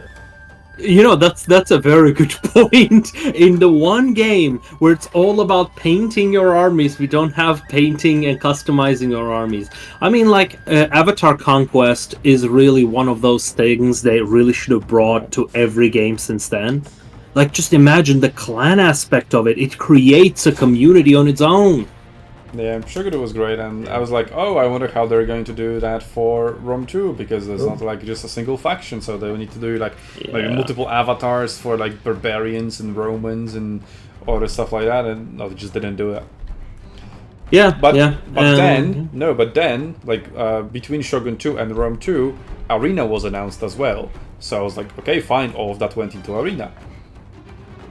You Yep. like Arena, And that's they the point. it didn't. Yeah, it Okay. didn't. It had no We clan don't- aspects. We don't see neither Kugath nor Festus. It's just again the regular Chaos Sorcerer Lord. But we have the Soul Grinder, 360 range, so not as much as Kugath. Surprised we saw death though. For the dwarfs, we got the Demon's Tongue, Iron Demon, but we don't have any Death Shrieker rockets. Do have Hobgoblin Archers, Infernal Fire Graves. So that will be good against the Soul Grinder, for example. And then just some Labor spam to soak up damage. So we have Fire Glaives in the front. Okay, not anymore. Yeah. Just because those warriors in the front. I'd like to see the rangers in the front. They start shooting, and then infantry moves over, rather than archers being in the back and not being able to shoot for as long as they otherwise could have. So waiting for a player to do that. Anyway, Nurgle with again sneaky Bretonnia tactics. Okay, let's see, what do we have here? We have Nurglings, Murder Horsemen of Nurgle, more Nurglings, Chaos Warhounds with poison. So none of the like good, powerful units, just a lot of cheap spam. Yeah, I mean, it's just a bunch of. It's immediately sass. Like Vanguard the stuff. battle starts, right? And as a, oh no, actually no, like all these units should be hidden, right? But it doesn't show that. But is it I know, not playing on this map, hidden? like there's a hill in the middle that obstructs your vision, and you Yeah. don't see the enemy army not until like you're halfway there. Oh yeah, that's true. If it's just like straight up line of sight stuff, which is interesting considering like I don't if know you if have a they see each other or not. flying unit. I'm pretty sure they do, but I mean, Pretty sure the there's dwarves no can see icon all of the hidden units, right? Like these are hidden, obviously. yeah. Yeah. So that's weird that these guys aren't hidden. They always are when I play this map. yeah. Well, flying units, so. Well, only It's- guys also have flying units, but this army is entirely spotted too. Yeah, I don't know. I don't know if that's a Oh, visual the- bug, if they're just I spotted. think it's a visual bug because Okay, the Soul Soul Grinder, Grinder just Firing now the started fire shooting. blades, okay. Yeah. I mean, it just started shooting because it just now has range. You just got No, range. it was shooting at the Lord, so. Oh, dodged. Yeah, it missed a shot. But it did 5 damage. Oh no, that's actually the Chaos Sorcerer. Let's see if you can I'm have not shots. seeing Spirit Leech going down. Oh, that's bad. Don't stack those up. That's also a Prophet of Fire, so he has Burning Head and Cascading Fire Cloak. No, from Nurgle. Was expecting some Spirit Leech from Nurgle on the Haze Lord. of Death, yeah. And some more into the. Okay, that was a little into bit the better fire damage. blades. Into unarmored Hobgoblin Archers. Well, they have 480 damage onto the Soul Grinder of Nurgle. Pretty decent. We have 2 Exalted Heroes. Or are they one exalted hero and a sorcerer going in? They're running. Maybe he's gonna Buna them. Yeah, he probably will. That could be a lot of damage. Well, he dodged. Ooh, he dodged that. That was surprising that he dodged that. Oh, well, that's the archers. That's why. I was like, man, like those fireglaives should just be pelting him, but I guess not. He's just only firing with the archers at the moment. It's kind of a missed sniping opportunity there because I don't think he brought healing. Yeah, but 500, 600 value out of a single Fate of Buna, nice. 700. Yep. Okay, 700 value out of one spell, very, very good. I mean, it is a very expensive spell, but in terms of like damage for Winds of Magic, really good. Okay, we've got a Forest Goonsword going out. In case Warhounds of Poison enveloping some Hobgoblin and Warrider spears. Nurgles coming in. I mean, if they just start engaging now, there's not a lot like. Okay, does Nurgle Spear even realize he's been attacked from the flank? Like he's not reacting at all. Yeah, I'm not exactly sure. It's okay, definitely. I think he's just realized just now. He's turning around his.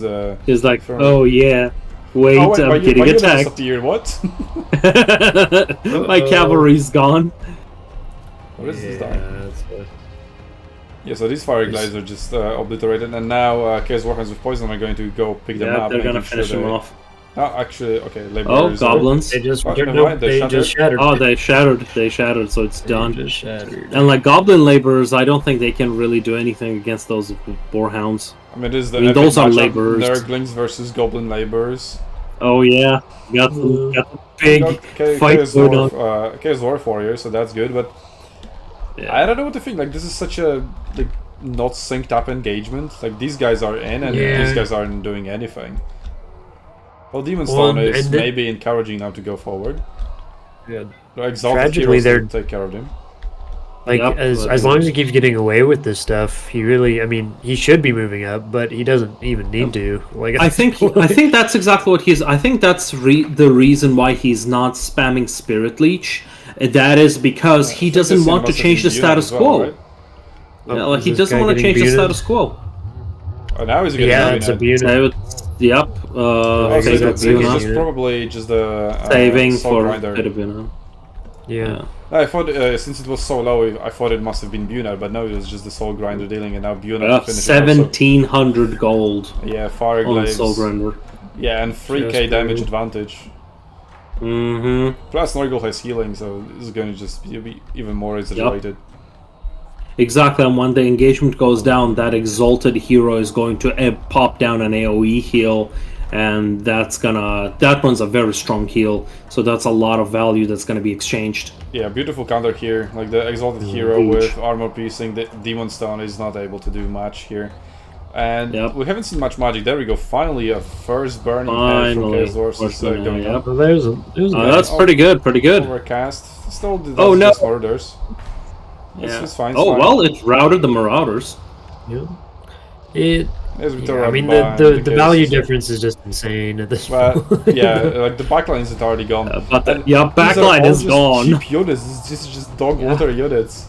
Exactly. That's the issue with Chaos Dwarf Chaff.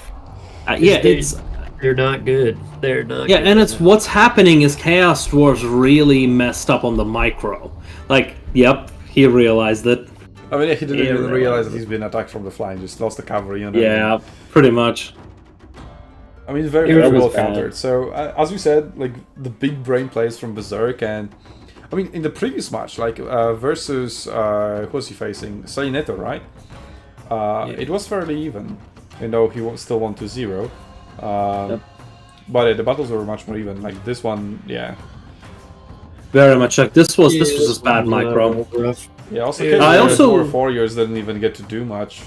You know, one thing we haven't talked about is that these are two clans that are the rivals of each other. RTK versus VM. This rivalry is about 15 years old at this point. Yeah, that's fair enough. It is some ancient grudges for sure. In the book. Very. Like, Nurgle's PA is gonna get some talking to by Adelmo. I can already see that. Looks like we also have our first game completed for the third place match. Chegos Chegos won. won the first one. Yep. It was a victory for Vampire Coast. Yeah. Triple mortar. Surprising. But no bloated corpses. Alright, so now Nurgle picks first.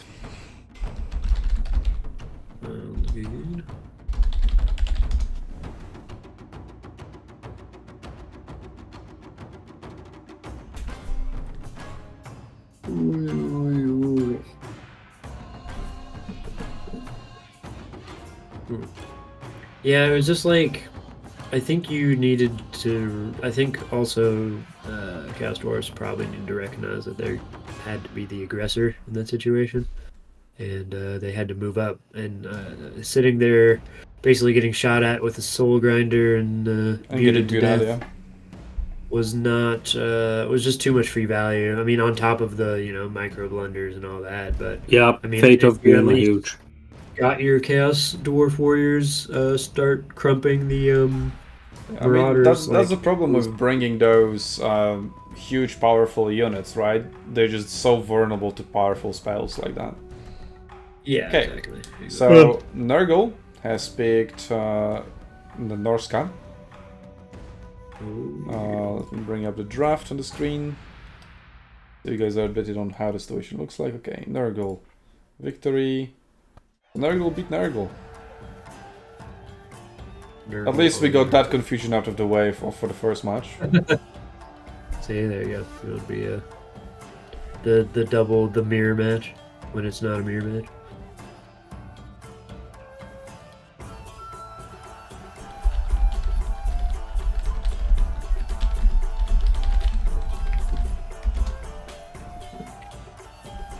Oh yeah. Oh yeah.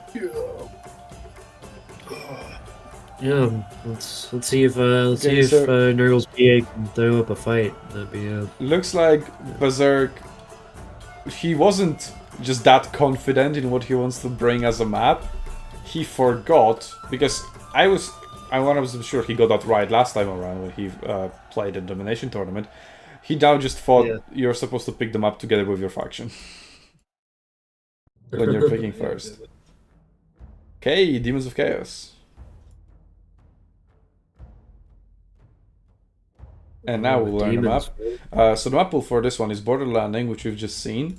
Dunes, we've seen that earlier. Fuming Serpent Island, very cool map.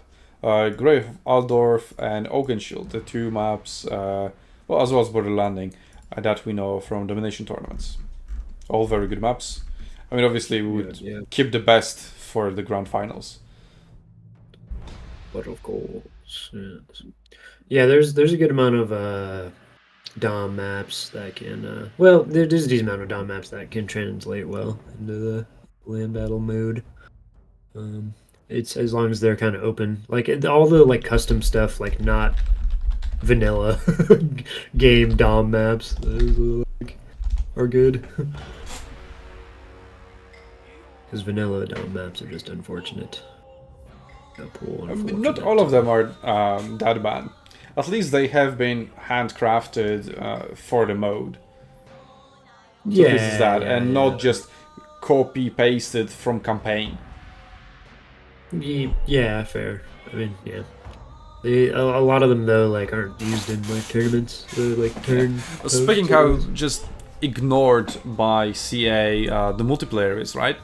In Pharaoh, there is not a single map that is equal. Or the only equal maps are just the flat desert ones. Where there's nothing. No one's playing Pharaoh. There's nothing in between. Yeah. No and there's 10 same-ish maps. It's just desert all over. Obviously, okay, it's Egypt and Middle East, so obviously there's deserts there. But why have 10 same-ish maps? Yeah, and it's not even that hard to slightly make different maps. Slightly different bumps. Yeah, exactly. Why? we get it. You're not putting much effort into maps and stuff. Okay, that's Yeah. fine, but how hard is it? Yeah, it's they're Well, since the modders are they're- doing it for free as well, it's not that Yes. hard. But maybe that's And- what they're just assuming. Oh well, why do we need to do maps if modders are going to do that? And if that's the case, right? Okay, well then why don't you put it in the official game? I'm sure the modders would be perfectly fine as long as you ask them, hey, we love your map, we would like to put it in the actual game. Can we have your permission? If I made a map, and I would be very happy to. yeah. Like, it's as simple as that. It is interesting that they're bringing in like modders on the like basically like they're having modders work super early on the stuff for Pharaoh just because they know Pharaoh's gonna like not launch with everything what everybody wants. But I mean, like I've heard Well, very little hype. okay, but for this no, game. but- like You said it's not going to launch with what everybody wants. Who wanted Pharaoh? nobody wanted Yeah, Pharaoh. I can tell you exactly who wanted Pharaoh. There is a strange and deranged group of game designers within the game industry. I do not know what alien species has infiltrated us, but these are specifically people who have been infiltrating the 4X genre. These are the scenario game designers. These people, for some reason, want to play tiny scenario matches, tiny scenario games, and But there are nothing no else. scenario battles in Pharaoh. Yeah. No historical Exactly. battles.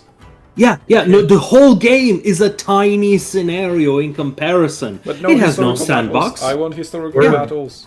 No historical. No, we Also, can't have we- historical battles. we There must have- be original content. We're about to get into a scenario ourselves, aren't you? Speaking of battles, Arcleon, we've got one right in front of our eyes, so let's focus Oh, on that. thank God. Yes, it'll drag us Okay. away from the horror. Okay, now that this is is Pharaoh. hype. This is hype. Red Ulgor Oh, this is good. instead of Belakor. Like Red Ulgor is pretty good. He's just a little bit less cost effective than. Also, oh, this guy's high. Is that It's a little bit blue less stripe? effective. No, it's just a regular Iris Lore. I mean, we are not miming that hard. No, I don't want to see that. Let's see. Okay, so Red Ulgar, Deathbringer, Demonic Onslaught. I don't think he has that passive that explodes whoever casts nearby. But he has Gore Fist, so yeah, as long as he's in melee, he's healing, so Yep. that's good. I think it's only the Exalted Hero of Khorne, or Exalted something else. Yeah. Exalted Wait, Lord. What's it called? Deathbringer? No. Exalted. Wait, what are we looking at? Sorry. Bloodthirster. Oh, there you go. Exalted Bloodthirster of Khorne. Okay, so he has an ability where if somebody casts within like 50 meters or something radius around him, they take explosion damage. Yep, it's pretty cool. So he's mini Thoric. Mini Thoric. Because Thoric is just, better. Because reasons we don't know. He just Okay, is. let's go through the builds. So for Norsca, murders with javelins, only 2 of them. Then again, maybe I would like to see a little bit more for the anti-large variant, but we have skin wolves. They're also anti-large. There's 3 of them, and they're very fast, 75. Then we have the Norscan Warhounds. They have Frostbite. These guys are anti-large. And Norscan Ice Wolves. And then the standard Marauder frontline. Do we have any champions in here? Yep. And then Marauders, a Regiment of Renown, and one more champion. So we're saying the Shrieking Skyries again. So I would like for them to target either the Javelin Men as a threat, or just the Chaos champions. Sorry, Murder champions. Yeah. See what he goes for. Javelins could shoot here, but maybe he's refraining from shooting because he knows he's not going to break through the barrier. See what's up. Oh, that was a into the weird choice. Warhounds, okay. I understand like some of that theory because those guys are anti-large and they're actually really good in a support fight. But I feel like compromising those like javelins is going to be harder. Still anyways, so 163 value on a single cast of that ability. Still pretty decent. Oh yeah. not bad. Not bad. And considering it's so early in the fight, it's just And if going they to regen. route that thing off, that is Mhm. major. Oh yeah.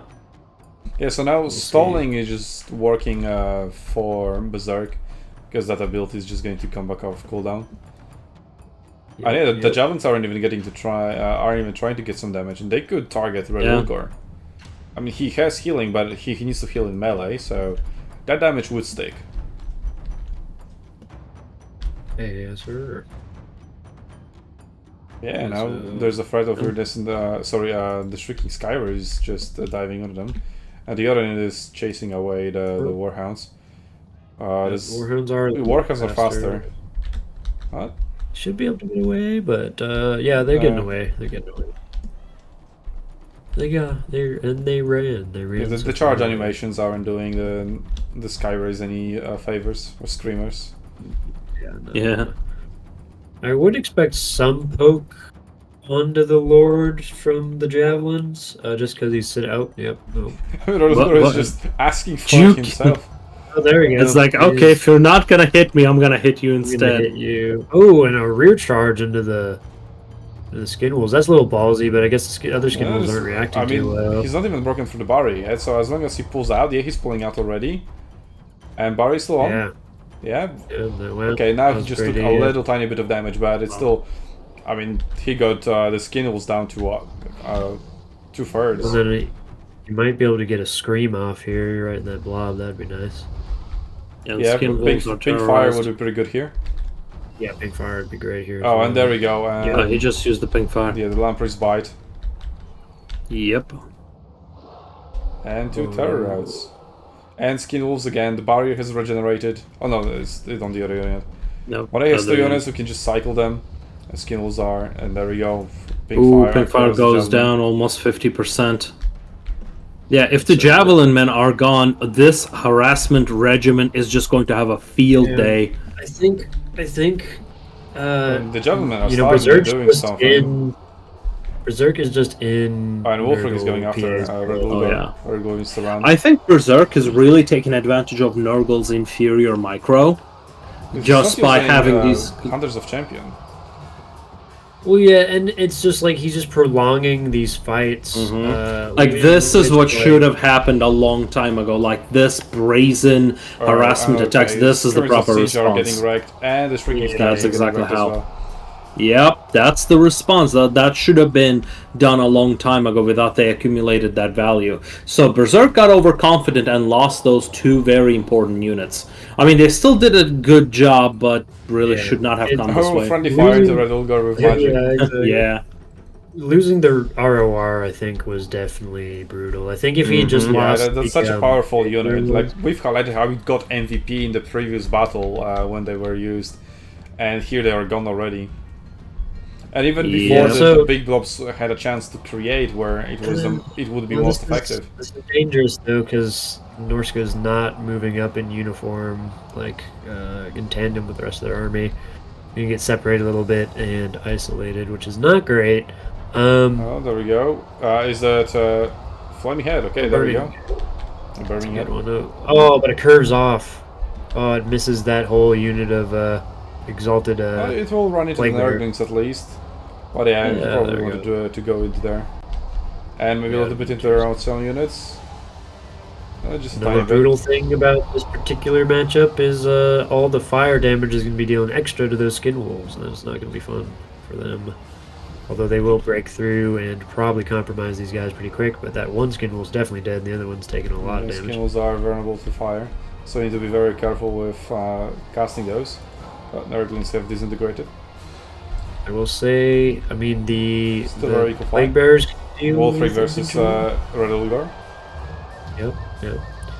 Not the most For either one, not the most like optimal fight, but they're trading here. We can at least give that to the Demons of Chaos, that when they're fighting it looks awesome, but well. Yes. Oh yeah. Pink horrors have run out of ammunition, another burning head. Oh, that is going to hit 3 units. Ooh. Really good.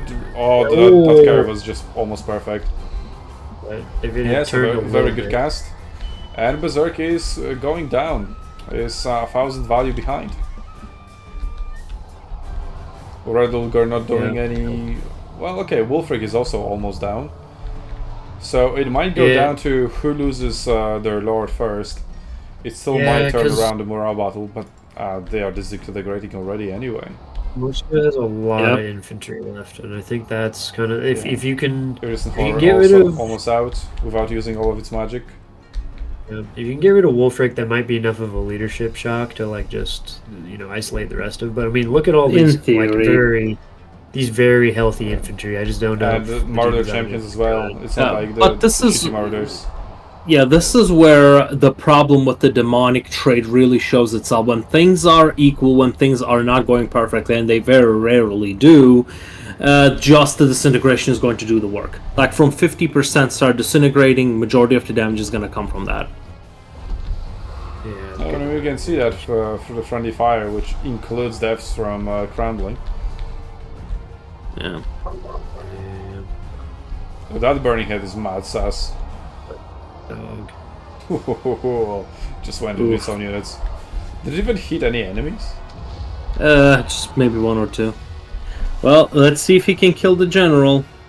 If not, Wolfric's it's dead. ship thingy, whatever it's called. Yeah. Seafang. Seafang, yeah. Okay, Red Ulgar diving onto Wolfric and onto Javelins as well at the same time. So they can't One shoot him more anymore. hit. Yeah, 128. Okay, Wolfric is Still routed. cleared in. It looks like Ulgar is trying to chase after him. Yeah, because I guess Oh, I Joe's think doing sniping him and then just trying to tear out everything is the only way forward here for. Oh, went back into the. I think that was kind of a mistake because Wolfric probably will come back. No, here. I think Wolfric is quite fast, so you need to wait for him to come back. And thanks Yeah, to Gore so Feast, that is- he can his regen. return. It's back to -3. Okay, he's routed now again. Oh god, he just got charged in. But it's 3,000 to 1,000 on the field, so it's pretty much over. Yeah. And the burning head to finish it off. That seals the deal. Ooh. It's only Red Ulgar left now. It's over. I mean, he's healing Copium, right? Pretty much. But Look there's at no all the way heals he Copium at this out-heals point. the Skin Wolves and Yeah. Javelin shooting him. Yeah, it's over. It's over. Yeah, and there's still the wizard that does a lot of damage, and so Okay, well, see? So Nurgle's PA bites back. he does, but mostly because Demons of Chaos are such a horrible faction. Also, I mean, Berserk kind of inted. He did, but I think he just like the biggest. Let's look at the losses from the I mean, look disintegration. at these values. Well, it's too light for looking at now. Yeah, only 787. So way worse than last time. These guys have 30. Like nothing. Yeah. Yeah, because as soon as they lose any morale, the whole unit is dead, and they don't have good morale either. It was tragic.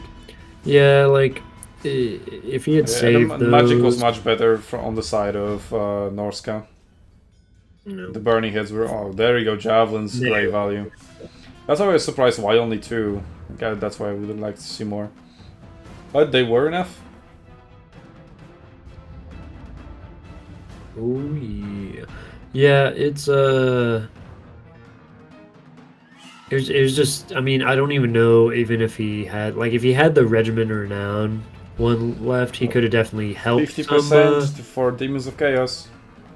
Yep, 50%. Oh, Massive hit to the win rate. crawling up ever slowly.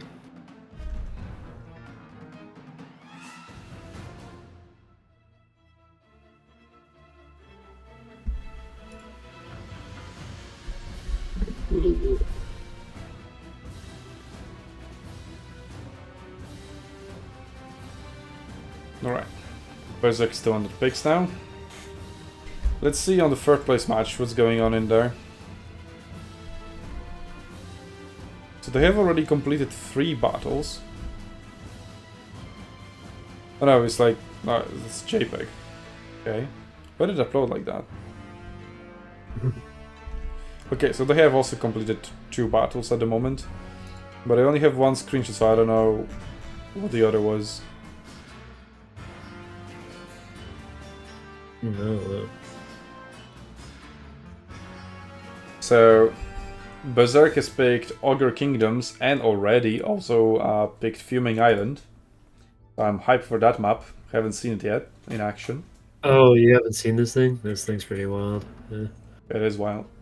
I mean, pretty cool. it is a little bit unfair, so we were hesitating about including it, but the cool factor decided over it. Also, it was the only map in the map rotation that was heavily forested, and we wanted like a heavily forested map.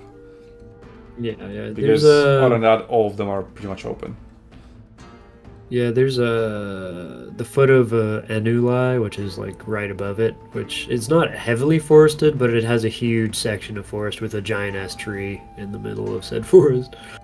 And it's kind of cool. I mean, if you want to play forest, there's a forest for that for sure. I mean, that map is also in our rotation, but I guess it just wasn't up here. Yep.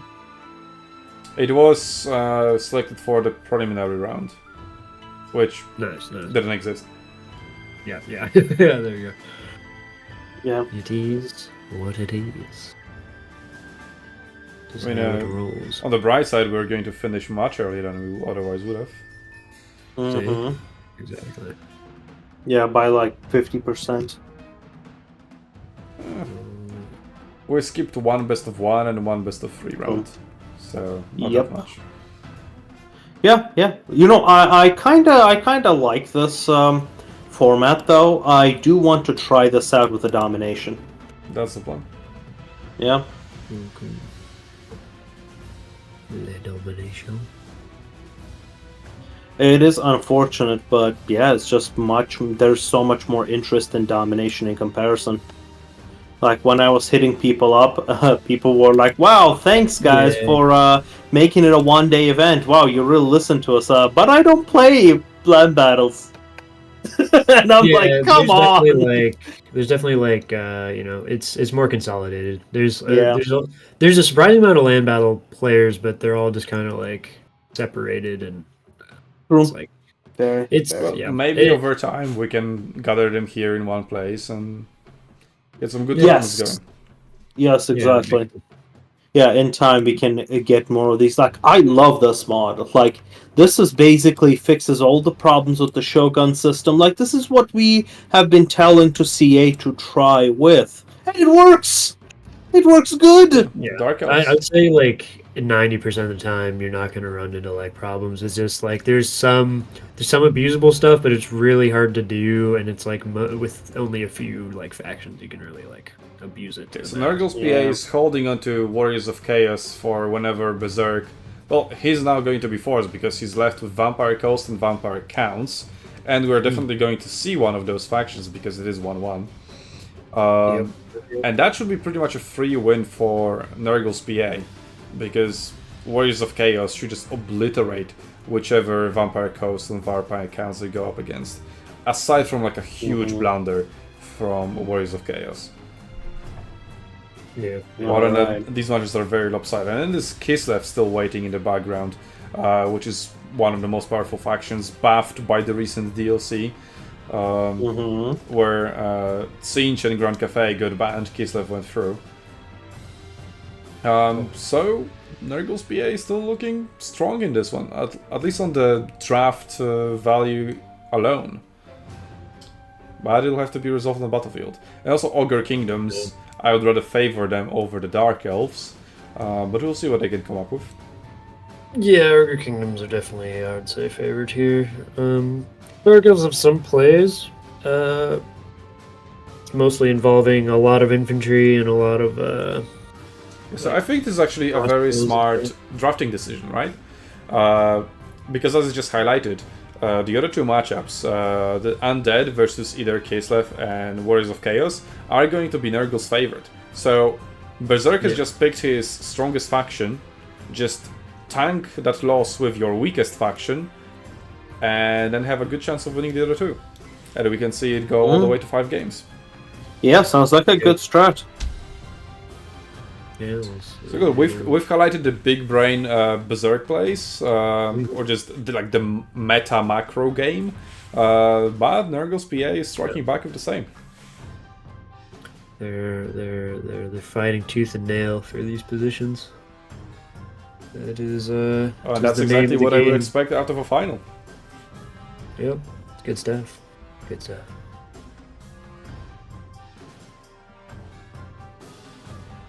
I like the little crown and death for each of the things in the faction picker. That's cool. Makes it nice and easy. Nice and easy. Yeah, I mean, unless Dark Elves pull, they have to pull a very specific build in order to, make this work a lot of the time. Well, go on and entertain us. We have the time to listen. So, I mean, basically you want a lot of infantry, a lot of infantry. The reason being is that, that first front line, no matter basically what it is just going to get crumped by the Ogre front line, because they will throw missiles with the trappers, and then they will cycle charge with ogres or with just regular bulls, and they will kill a majority. That combo kills a majority of mid-tier infantry across the board in the game. We've got the catapult, only 1 unit of lead belchers, and 2 units of, I forgot how they were called. The better cavalry. Oh yeah. Okay, so 4 Cold One Knights or Cold One Riders, so anti-large armor piercing, 2 Manticores. Not so sure about that one. Artillery, and then Dread Spears, just cheap anti-large, fine, and a cavalry, maybe to mop up some Noblars.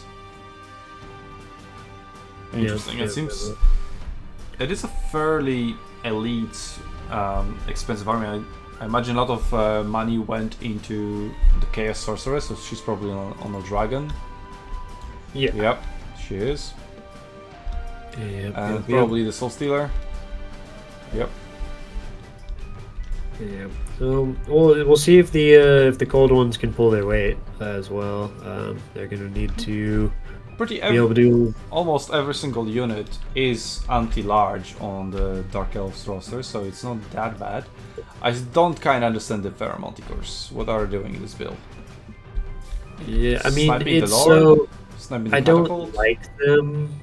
I understand some of the reason. The reasoning is that it's hard to beat ogres in a straight melee fight. So if you can terror out them and then try to gang up on the other part of the line, it could be beneficial. Because I mean, when I tell you I think the morale is decent for ogres though.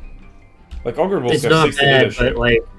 but sometimes it's worth just trying to break them rather than straight fight them, because the thing with the ogres and what makes them, in my opinion, for land battles the second best faction in the game, is that trapper plus bull straight up will anything below elite infantry and even some elite infantry will just die to that combo. Just I mean, it's ridiculous, because you'll throw in you'll maximize your shots right up until the point where they're engaging you, and then you just countercharge behind them with the bulls, and because of the ogre charge, they're not going to take a lot of damage on the charge, and they're just going to be in a lot of pain. And then you can cycle charge if you have the micro for it, and it's a no fun situation. But this is a very interesting ogre build because it has a lot of elite stuff. So you have 2 of the Crusher Cav, I believe, or at least Mourn Fangs. One of them's Mourn Fangs,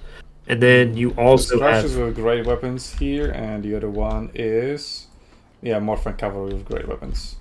So you also have the Lead Belchers, plus that not the artillery super elite, but it does take money away from your front line. If the most terrifying, they're going to be super effective against the dragon and manticores. Yeah, it'll be nice. But the most like just brutal like strategy ogres have to offer is just going wide. So I will say there is like a higher chance maybe for Dark Elves to get an edge here, and not like it's just anyway a done deal in either side. But Who's I would say operating this catapult though? It's being pulled by a bison or whatever. Where are the Noblars that are supposed to operate it? I don't know where the Noblars are. They're seemingly missing. Makes sense. Yeah, I don't know. They're MIA. I guess the catapult will just the Just Rhinox itself. by itself. Yeah, will just operate the. Well, yeah, it's already aiming on the Cold One Knights. Yep. Bolters should have a good counterplan to this once again. The range. Well, at least there is quite a lot of tree cover, so maybe the projectiles get stuck on trees. Yeah. They're doing good if they screen themselves in the little forest. And I think the scrap launcher does have a pretty good arc, so as long as you can see those spearmen approaching, you can probably shoot them over the hill. Yeah, the hill will also get in the way of the lead belchers, so they either stand on top of the hill or, while they're non-stop stand on top of the hill, the dragon and other good targets show up for them. Speaking of them, where are they? No, they're here.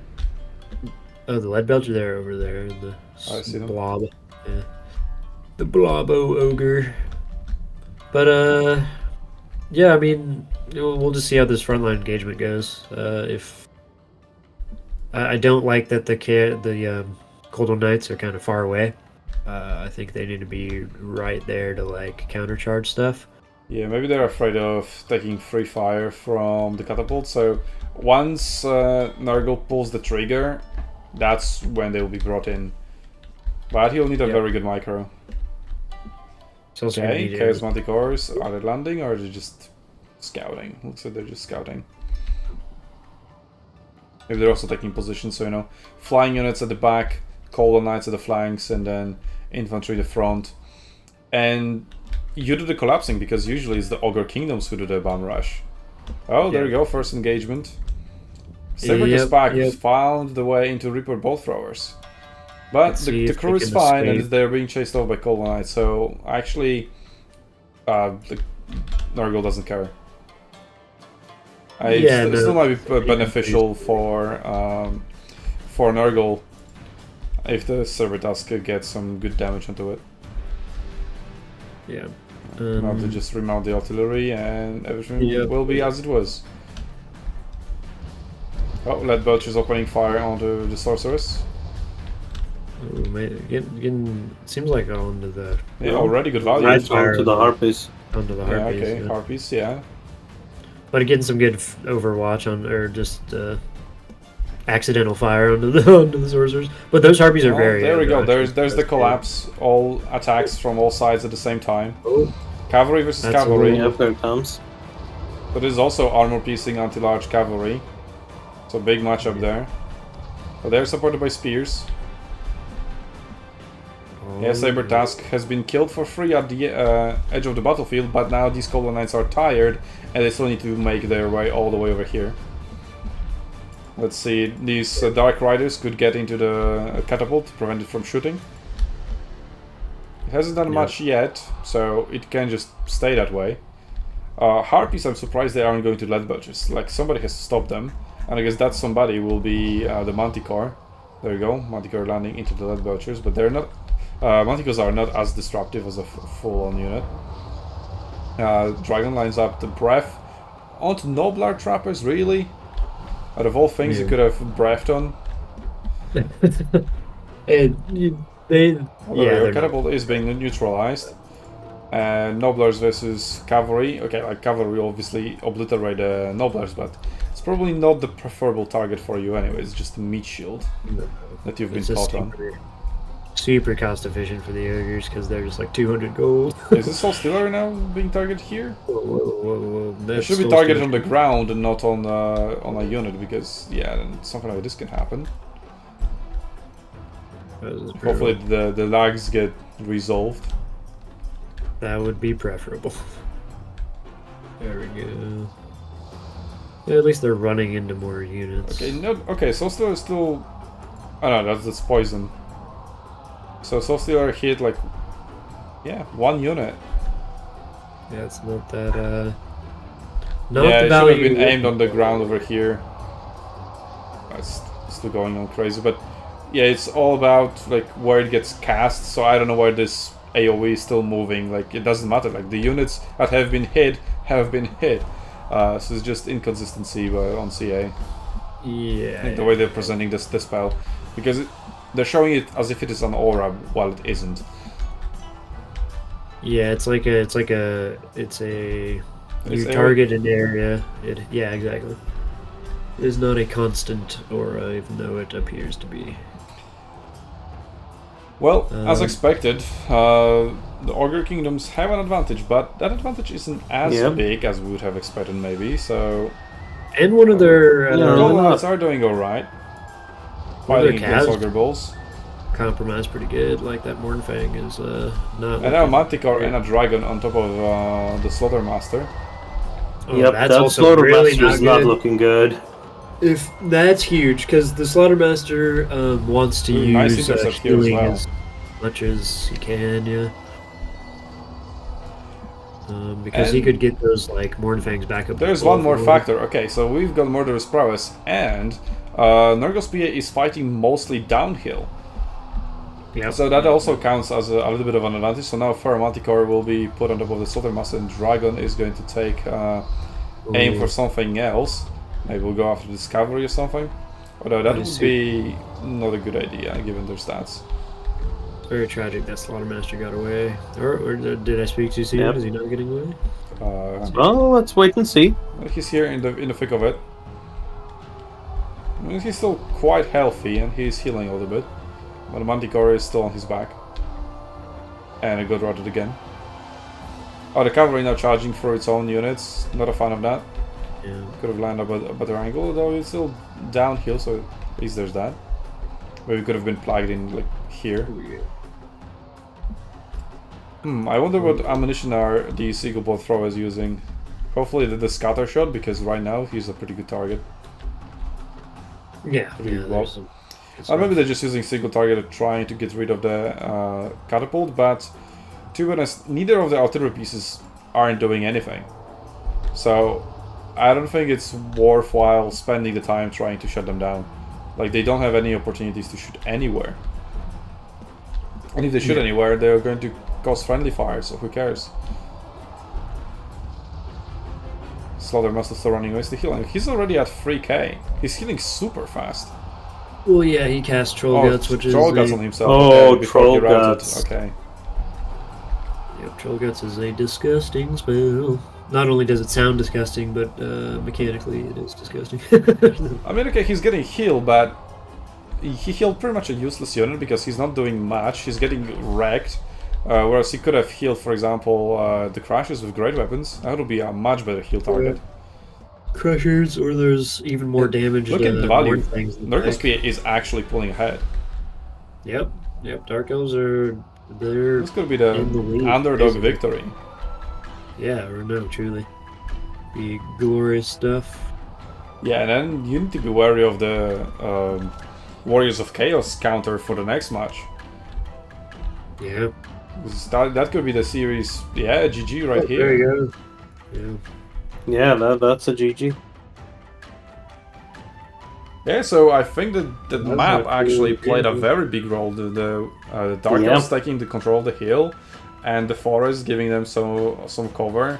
That was really crucial. And the overall collapse, like, yeah, the flying units from the back, Cold One Riders from the flanks, and infantry from the front. That was really well executed this time around. Oh yeah, and they kept their artillery online the entire time, which was excellent. I don't know how much value it got, but The artillery? No, artillery did absolutely nothing on both sides. See? 27. Artillery was crap. useless. Yeah, it was useless pretty much. Man, that is tragic. His bolt throwers don't have that crazy of an arc, so I don't know how they're. Yeah. Rip. Alright, Ogre Kingdom's loss. Oh yeah. Now we're going to And now that is a very much an uphill battle for Berserk. Let's see if he can pull through. Yeah, let's see. But it could have very easily been 3-0. Like, Demons of Chaos started very well for Berserk, and then he just kind of threw it away for free. And then Ogre Kingdoms was a favorable matchup, but this mostly just came down to skill, and Nurgle's PA just outplayed Berserk on this one. So Yeah. that is fair and square. But the Demons of Chaos loss, I would be salty if I was Berserk for that. I mean, he has nobody other than himself to blame, really. Pretty much. But he might be beating himself over for that later on.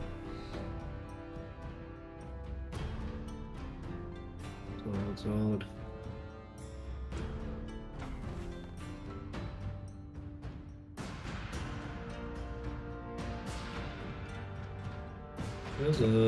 So what's the Nurgle's next time match? to pick. Now it's Nurgle picks first now.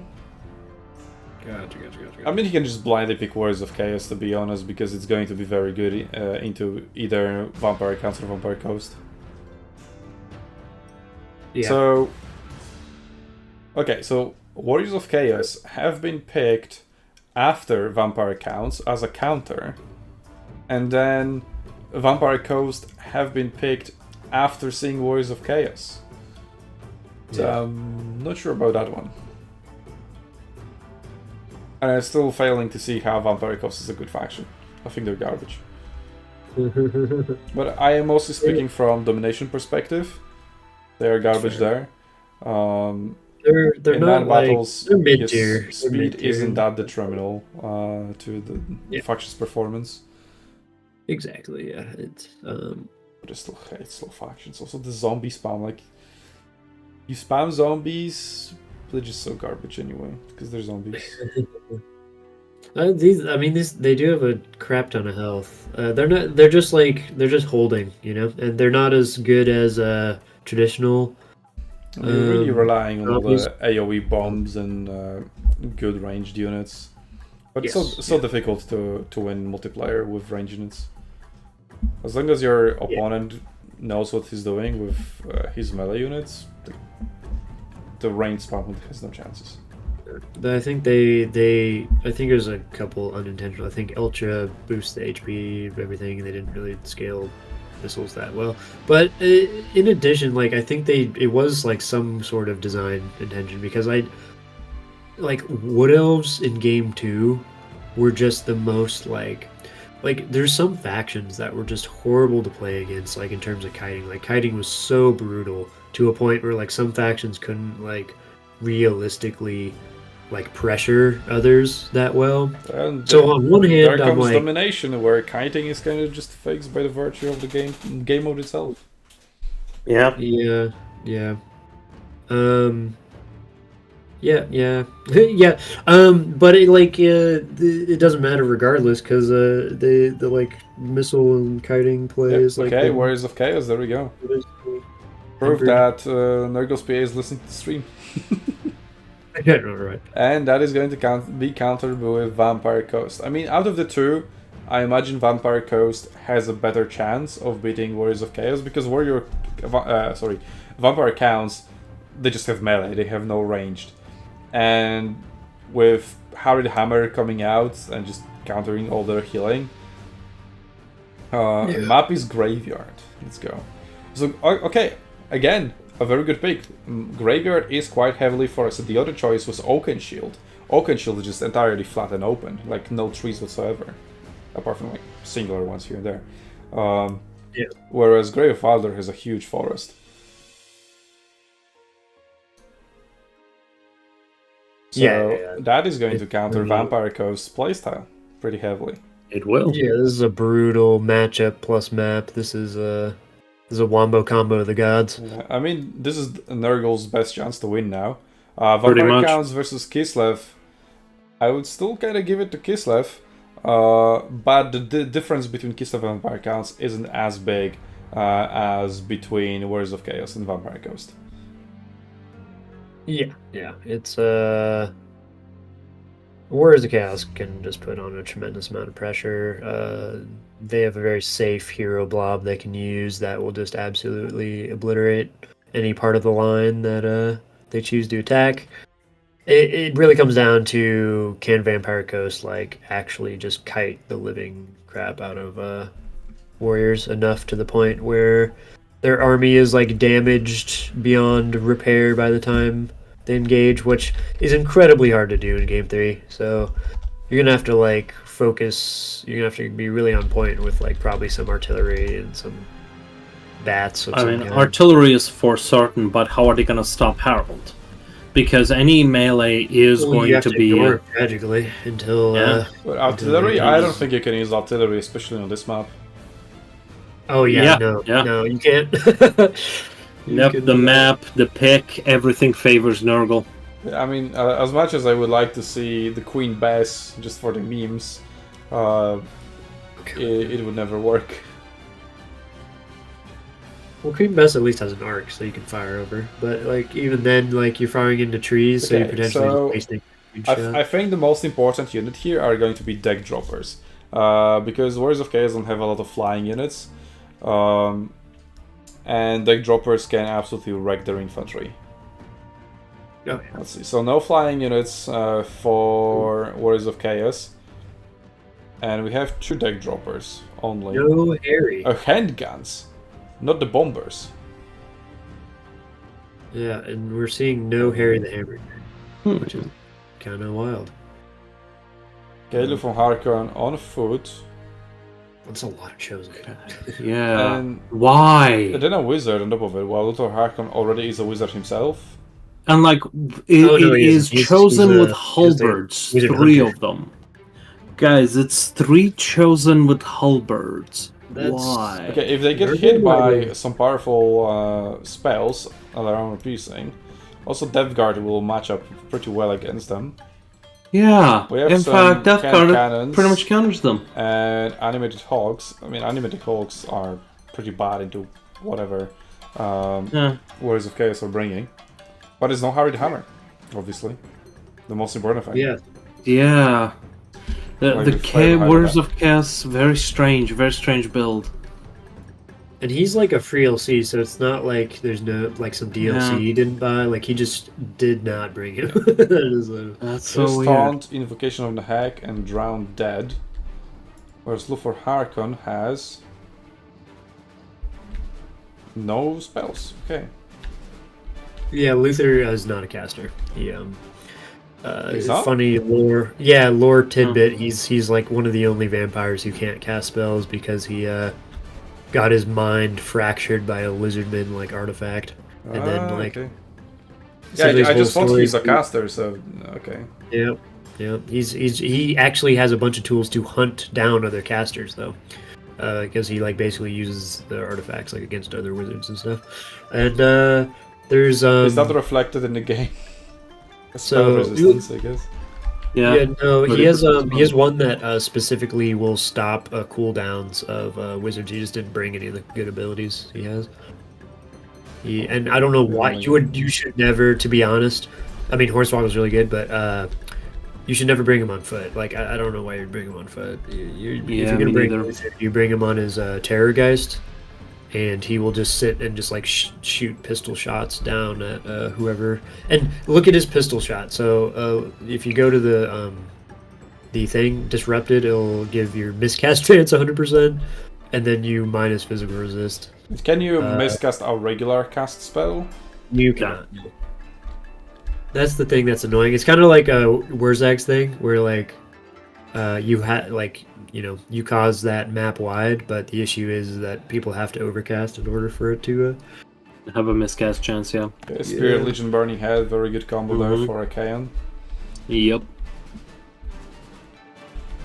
I mean, yeah, Burning Head Yeah. across the massive lines of zombies, I guess you will have plenty of targets.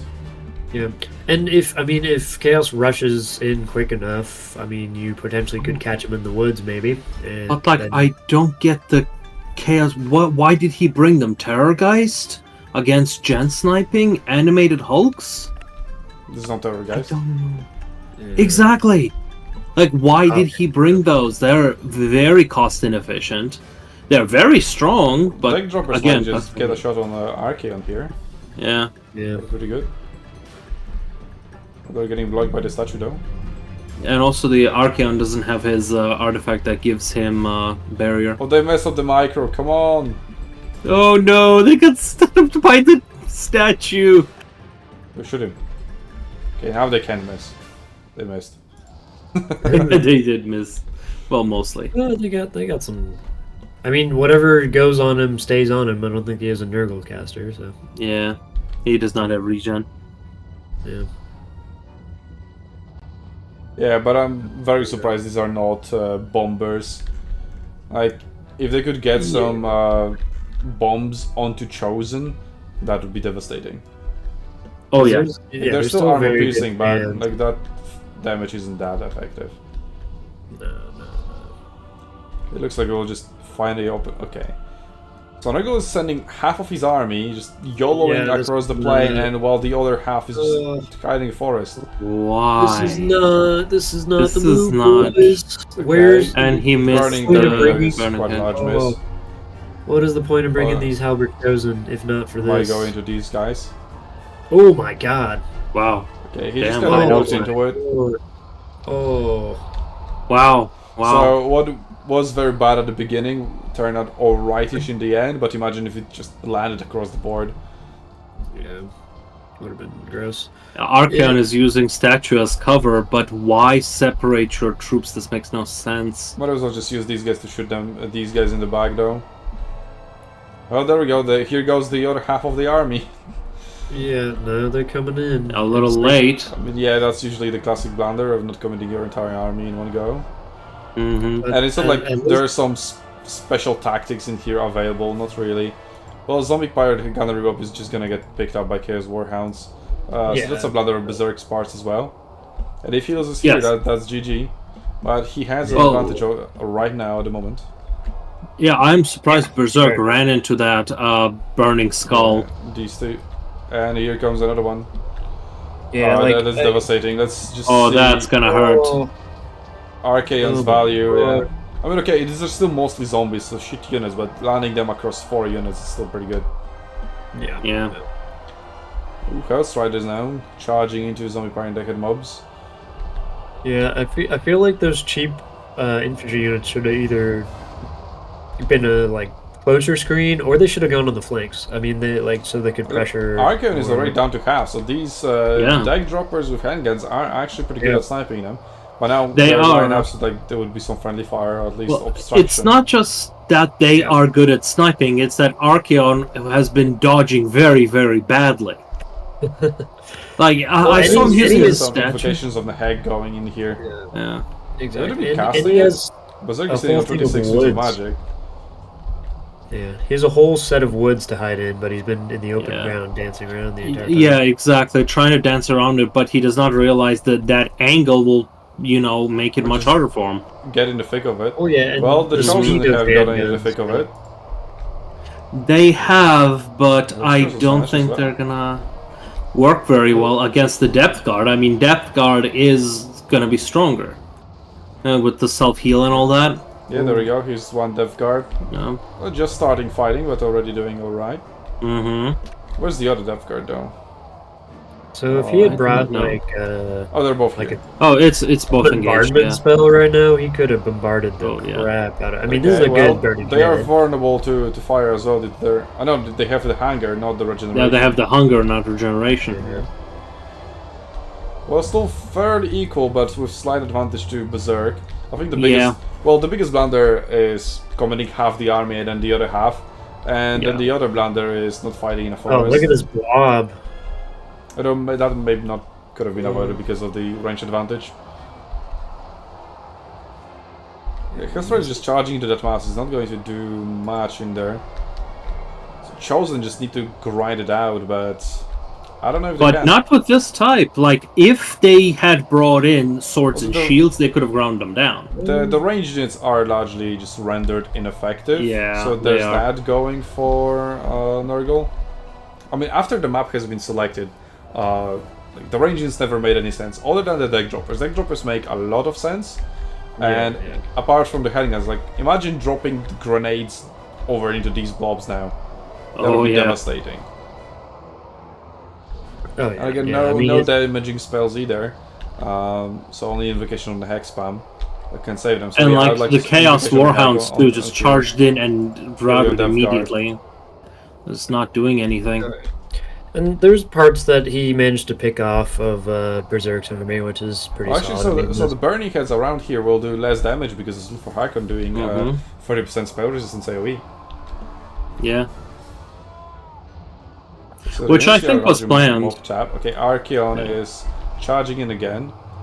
He has still 33 winds of magic left, and there goes another burning head.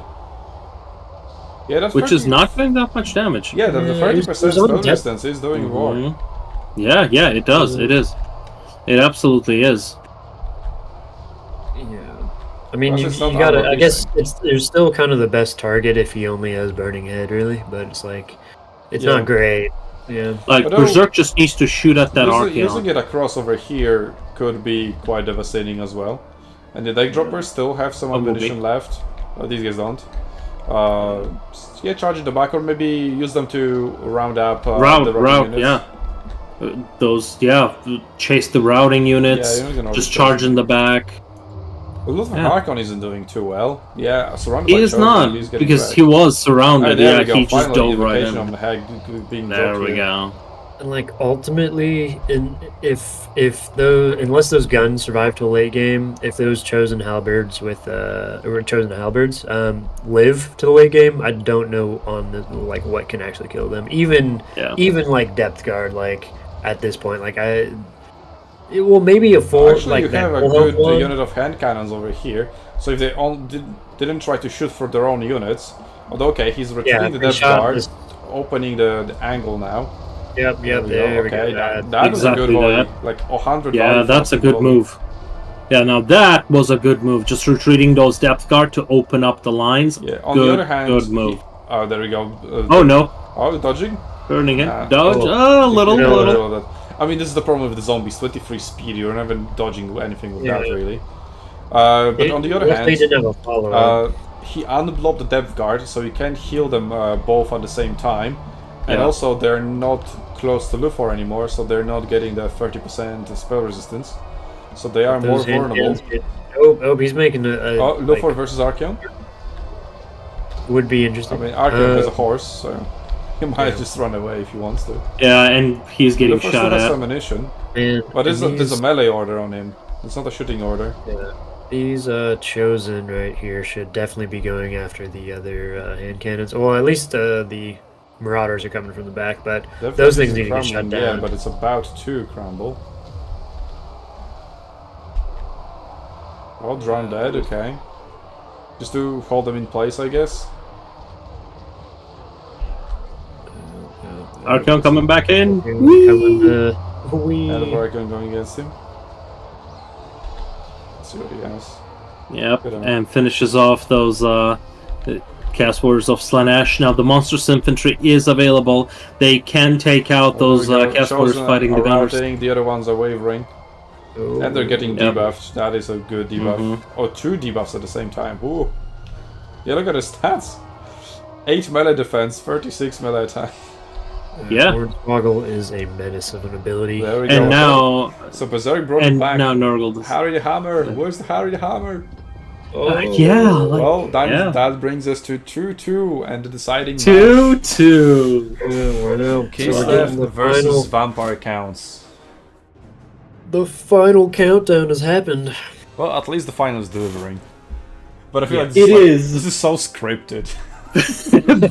but yes, it does feel scripted because both sides are making such obvious, glaring mistakes that are complementing one another. You can't make this stuff up. Hey, game fatigue can be a thing too. They've been playing for a number of hours now, and even the most hardy of players can succumb to mistakes after playing a long tournament. Okay, not so to we're give down to Oak Shield, Vampire Counts versus Kislev. So let's just get it going. So VC versus Kislev. fucking shield. Go. Final match. Final match.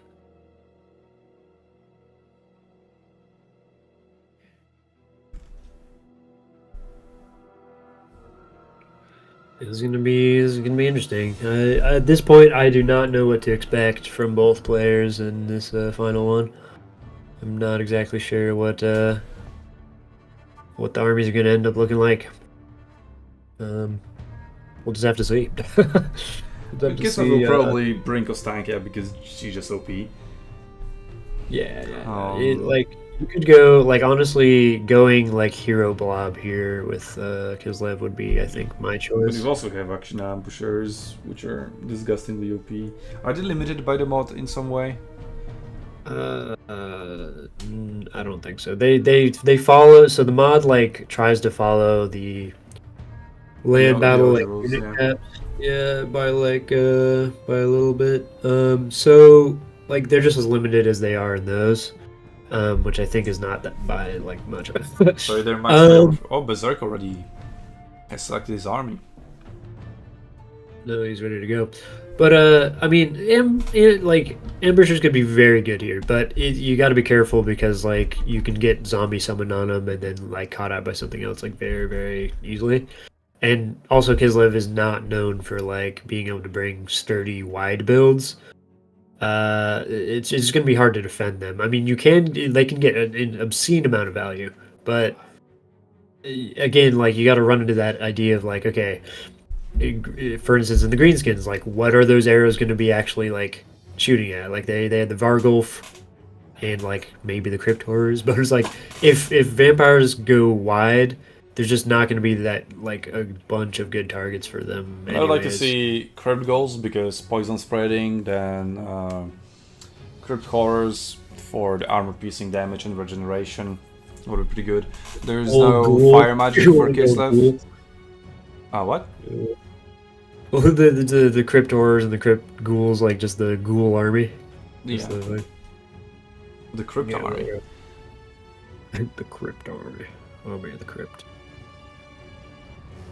Yep. But Kislev has the Warbear Riders that were very effective in the yesterday's tournament. Yeah, they can be very good. They're weird. They like they'll just stomp on like stuff that's like higher model count than them, like regular cavalry. They just obliterate. Vampire counts don't have good anti-large capabilities. Yeah. Like even like the Blood Knights do not trade well in bears. If they bring bears, the Blood Knights will suffer basically. But we've seen Blood Knights versus Orc Boys, and Orc Boys won. Whereas Blood Knights cost like what, 1.7? Is that? Yeah, super expensive. Yep. Yeah, they're. I mean, they have the hunger, so they heal passively, but they're just so bad. Yeah, that's 0.1% a second. Yeah, I know. Yeah. I mean, if they had better stats, so they could use the healing for longer. I mean, that would make sense. Yeah. I mean, yeah, they cost like 1.7 and they fire like, I don't know, 1.2 at best. Yeah, and now they're just like super outclassed by a lot of Cav because like there used to be some like reasons that like they were non-AP. Yeah, I remember when they were introduced in Warhammer 1 as part of one of the patches. I was like, whoa, these guys are OP, super good. And now, no. Yeah, they're it's a different story these days. They've definitely suffered, and it's like their counterparts are just way better than them now too. Like Grail Knights, obscenely strong compared to them now. Like the Grail Knights are just like with their lady buffs or like Grail Knights are actually a very good unit to compare to. They cost 1.8, right? So just slightly more expensive. Yeah, slightly more expensive for infinitely better. Yeah. But just stats and damage that they have, and yeah, they don't have healing, but they have 15% damage resistance, which I would take any day over the 0.1 heal per second. Yes, it's it's a ward save, which means just any type of damage, no matter what, is negated by 50, which is really good. So going back to our script, Like, we've got the perfect underdog story, whoever the underdog is at the moment.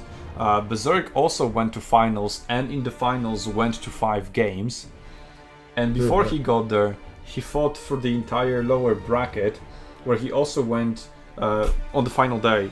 He fought 3 best of 5s, and Jesus. 2 of them went to 5 games, 1 of them went to 4. This guy. And now we had the Nurgle Bretonnia playstyle obliterating Chaos Dwarfs as the opening. Then we had the Demons of Chaos throw, which It was a throw. Somehow they were favorites against. I mean, in the matchup, like, you would favor Norsca, but then, as it turned out, the battlefield Demons of Chaos were favored, and then they threw. Then the other way around, or no, the same way around. Ogre Kingdoms again. Yeah, so it's kind of different, but Ogre Kingdoms favored, but Dark Elves won against them through just better micro. And now Warriors of Chaos, they were just gonna bring Harry the Hammer and it's GG. But no. No. Uno reverse card yet again. Yeah. This is Assume the opposite. This is just the Uno reverse card, but what are we assuming now? Heinrich Kemmler, okay. And a Mortis engine. Huh. Triple Mother of Stanka. Blood Knights. They're not Blood Knights, what are they called? Black Knights. Black Knights, okay, yeah. Vargeist, only 1 Crypt core. Double White King. This is very common in Domination because of their breath ability. It's super good. Another Corpse card on top of the already existing Mortis engine. And then just Skeleton Zombie spam for the front line. Oh yeah. The Skeleton Spearmen have shield, so they can soak up the initial volleys from Armored Khazars. Yeah. Yeah, this is gonna be an interesting one. I don't actually. So, what do we know about Mother Ostankia in battle? She rides I've a never chariot, seen her in battle. shoots people with Goulash, and she's OP. Let's look at it. Missile she strength basically- 555. I've heard It's a 3 number of projectiles. You will see rumors soon enough. Don't worry. Okay, so Yeah, she brought the Things in the Woods, the Regiment of Renown, and also the Off-Brother of Thor, the Regiment of Renown for Warbear Riders. So we've got both of the large units, and also the Incarnate Elemental Beasts. There we go. What does he have? He has Incarnate Flock of Doom, so Mortis Flock engine of effect Doom. around himself as well. Oh wow. And Okay. That's gonna be very interesting. 2 and more a Ascension Patriarch effects. to heal them. Sounds about right. That's gross. On top of Ostankia's already. This is degenerate. healing ability. Oh yeah, Ostankia also has a healing ability, right? Oh my god, she has heal too? Well, let's see. Did he bring it? He did not. No. Oh god. I mean, yeah, okay. I remember looking into Ostankia, and I also concluded that the healing ability of Ostankia is kind of garbage. Like, it's just not worth it. It's not a lot. Like people see it and they're like, "Oh, she has healing, gross," but like it's actually not that much. Like it's really, it's actually kind of tame. Like it's just. Yeah, No, it's like super tame. It's like super underwhelming. And I'm not speaking like from battle experience perspective. I just looked at the raw stats and no, the stats are just garbage. And I was like, am I missing something here? But thanks Nurgle's PA for confirming my theory of that ability sucks. Yeah, another case of the Lord being designed for a campaign. Yeah. And she just has a weird amount. It's kind of like with Echoed Hellbrass, right? So Echoed Hellbrass in campaign has an upgrade that makes his heal AoE, but in multiplayer he has just the basic version, which is just healing himself, which makes him suck. But if he had an AoE heal, he'll be super good, just like Felix. Yeah. Quite so. Okay, the White Kings, they do have the Scapscraft, the OP Breath, so that should be able to clear quite a lot of the infantry. It isn't armor piercing, and the Kislev's forces are quite well armored. So with armored Khazars here, and then armored Khazars with great weapons. Yeah, so all of them 80 armor. But not many units, so just 7. And a big entity blob. Yep. And we got the bears. So, I mean, I think So it. they're actually doing like the Death Star build against the OG Death Star builders. Yeah. And is that 2 whites? I see. Yeah. So it's like, I mean, the issue for vampires is they need to get rid of Ostankia and, I mean, honestly, both the incarnate, and the Blood Knights are bears not going to kind of have many good targets for themselves, and they. Oh yeah, Berserk is Black free Knights of can't those. even. They can't even compete with the bears, so they just have to kind of drag their attention away, and then I think you need to eliminate. I think it's the just gonna rush infantry. forward and start harassing, so vampires need to close the distance very quickly. Yep. So that's about it. Well, if you haven't seen Arcleon Ostankia in action, you're about to see her. She is quite Looking forward to it. quite disgusting. Yeah, Hermes. Naturally, as it is from the pay-to-win Okay. DLC. Luckily for Berserk, he isn't presenting any very good targets for Stankia. The best target probably are the Black Knights, but Black Knights on the other hand are kind of useless in this matchup versus the specific build that Nurgle's brought. Okay, Yeah. our shots went into high-end camber, so yeah, she's not going to be effective against equal entities. Oh, here's the spirit bear. Watch for this. Boom. Oh, she Oh, missed. and it. Also, That did not do aimed much on damage. So what was that? It- It was this missile, right? Spirit Bear. Yeah, it actually does a lot, and she didn't. I mean, he used it because it goes on cooldown and can be used Yeah. repeatedly. But you want to use it more so when you're in a blob. She becomes really gross when you blob around her, because what ends up happening is her passive missile would. Oh my Jesus! Yeah, look at that. Her passive missile will deal good damage in AoE around it, and then the spirit bear, if you target something super close to her, it's basically an auto hit. And that thing, if it hits a blob of infantry, is disgusting. It'll tear them a new one. In addition, she just has good AoE damage as Actually, well. the White Kings could just go onto Ostankia right now. But they Yeah, they are could. on foot. Yeah, they could probably catch her. She isn't armored, so she can be dealt good damage too. Yeah, so White Kings are just gonna commit. Yeah, they're very good at tanking damage. Silver shield, 90 armor. Yeah, they're pretty good. And Cameron's then actually not disrupting. letting Ostankia go, but he's not a melee fighter. He needs to be careful. And here goes the big entity blob. I don't think he has the cloak, does he? Or does he have the cloak? Cloak of. Okay, physical zombie resist- summoned here. Okay, interesting choice. Yeah. Yeah, that's strange. I don't really Yeah, let's need- see what spells Clemmer has.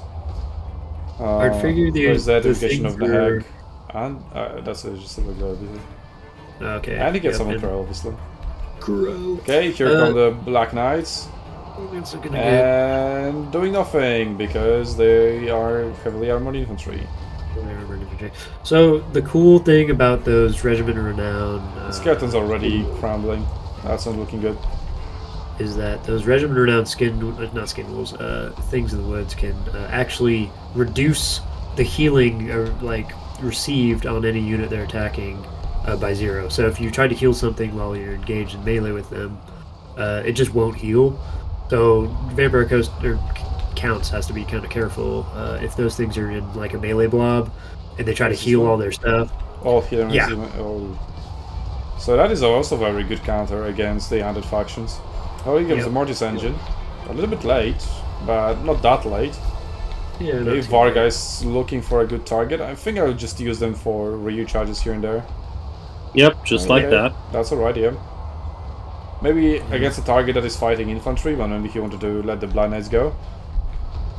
Okay, so they're wavering, so that's gonna trigger the Buy Our Blood ability. Now you can just disengage and maybe go after something else. Maybe charge these guys to prevent them from shooting. Those armored Cossars should really shoot that. Oh, message. it should be a good charge. Kinda slowed by its own unit. Yeah, but Yeah, still decent. In terms They of can value, it is pretty much even still. Just Yeah. healing blob versus healing blob, but this blob has the anti-healing unit. Yeah. Which is That is hilarious. mega disgusting.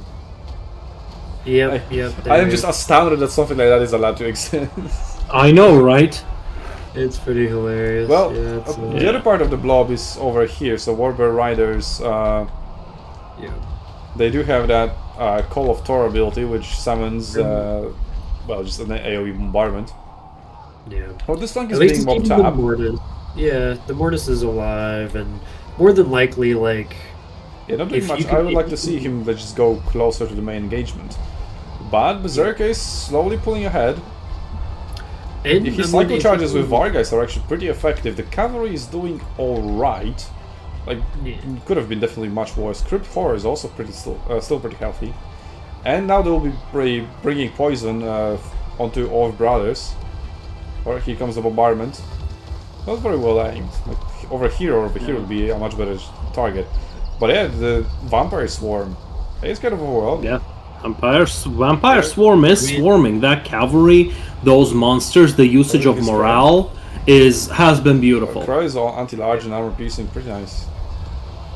Like, I have Oh, to yeah, say, no, Berserk he's, played really well to his advantages, which is the terror and fear. Yeah, the White Kings have used their breath spells, Mm-hmm. and value on them is pretty good. 801. Yeah. What was the other one? 600. Pretty good. Yep. Oh, yeah. And yeah, Ostanka got shut down, so she couldn't use her chariot shooting that much. If She's just she now uses permanently that, stuck in melee, so yeah, that's a huge value reduction on her as well. And Berserk is pulling ahead 1,000. They're, you know, Yep, and it's only going to grow as they mop up And more and more Warbear units. We are Riders. going to see blobs, and Mortis Engine is going to do great work over there. yeah, So the Warbear bears- is the getting bears stuck are in the isolated. blob of zombies, and Skeleton Spearman is very effective against them. Very.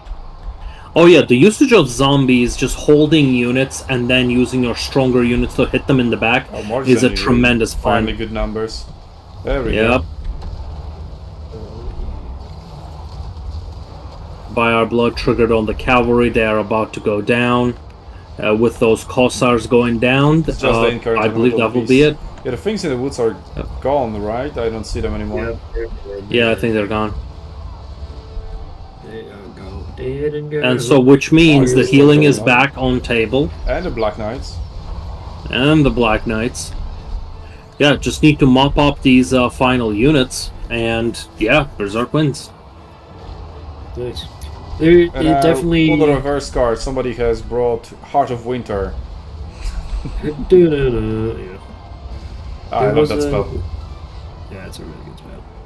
I was expecting like almost like Heart of Winter, not Heart of Winter, but yeah, I mean, Stonky is pretty good. Yeah, I actually, like it. think I- of it, right? Like, you expect a big ass blob from vampire counts, and this is like the best anti-blob spell in the game.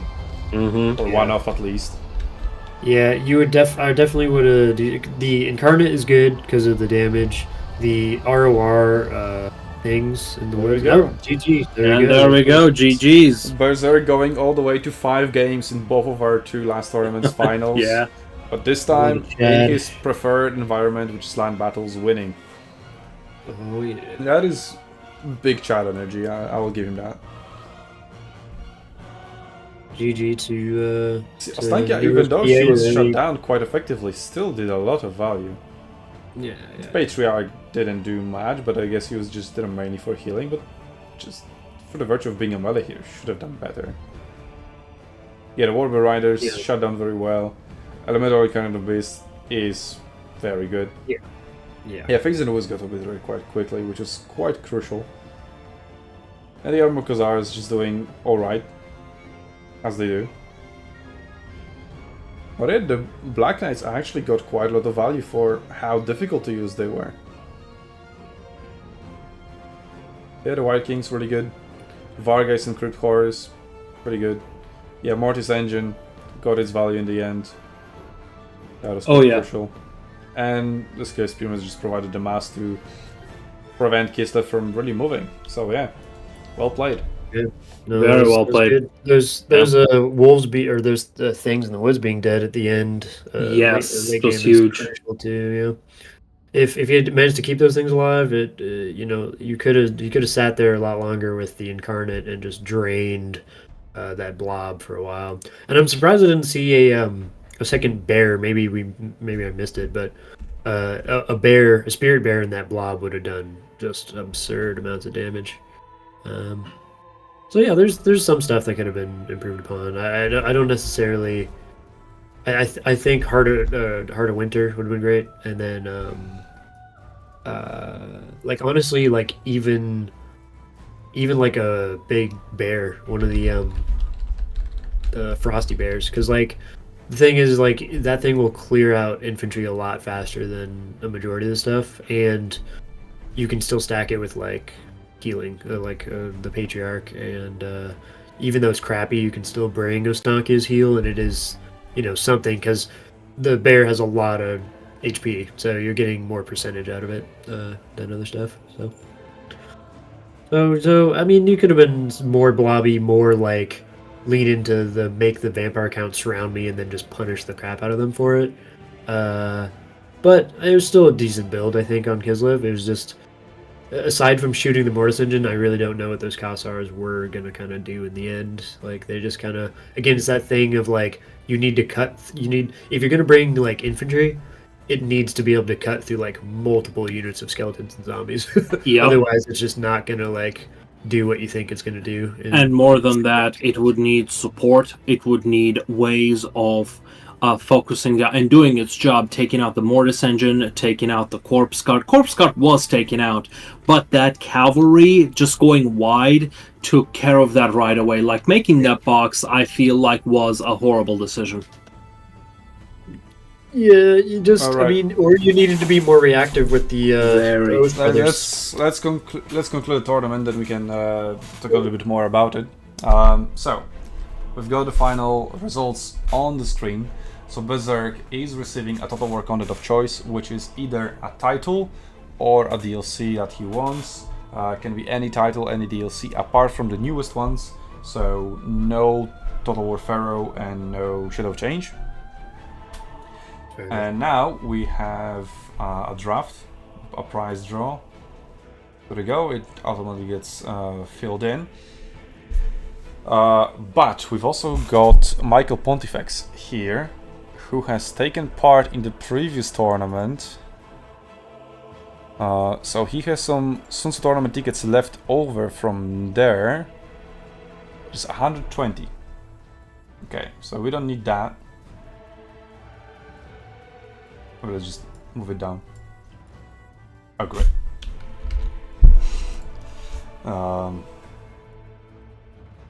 Okay, so I just need to do this. I mean, this is irrelevant anyway. It's just like for you to visualize what the chances to win are. And Michael Pontifex is going to have plus 120 tickets here. So, whatever. Whatever. Michael Pontifex goes here. So we have 100. So I have 1150 tickets in play. So I'm gonna go. Also, the giveaway to the stream viewers is also about to conclude after this. Oh, go. yeah. No, not here. Here. Random number generator. There we go. So we're drafting a number between 1 and 1150. Yeah, buy your tickets in the chat now while you still can, as I'm about to conclude it. Okay. And now we'll see what number we land on and who gets that. 255.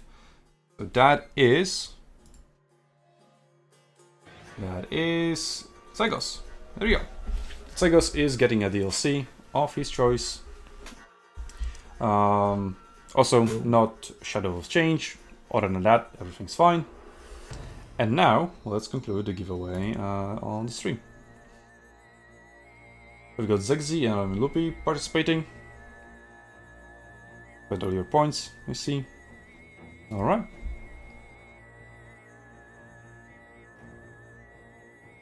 Patrick Buder says, I don't want to be in the prize of Don't Draw Me. I don't know who Patrick Buder is because there's nobody like that participating, so I assume you are an alter ego of one of our participants. But how the hell am I supposed to know which one? Okay, closing the giveaway and picking the winner. And there we go, Audio Milupi. Thanks for being active in the chat. Best place to collect your reward, just join our Discord. Link is in the description. Or is it? Oh, I can't put links in the description because I don't have channel history or something. But I can put it in the chat. I can do this. Oh, this should work. Should work. Come on. Surprise. There we go. Wait, that's the wrong. Oh, there we go. Yeah, SUNTZU Tournaments links. Yeah, there we go. Yeah, so join our Discord. Wait, did the message go through? Like, it went through on the bot console, but it didn't go through like on my extension. Give me a sec. Where's my thing? Oh, it didn't go through. What the hell?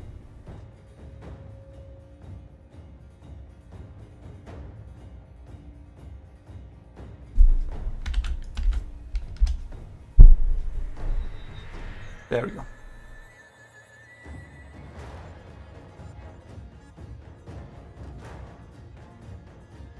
You can change the YouTube name though.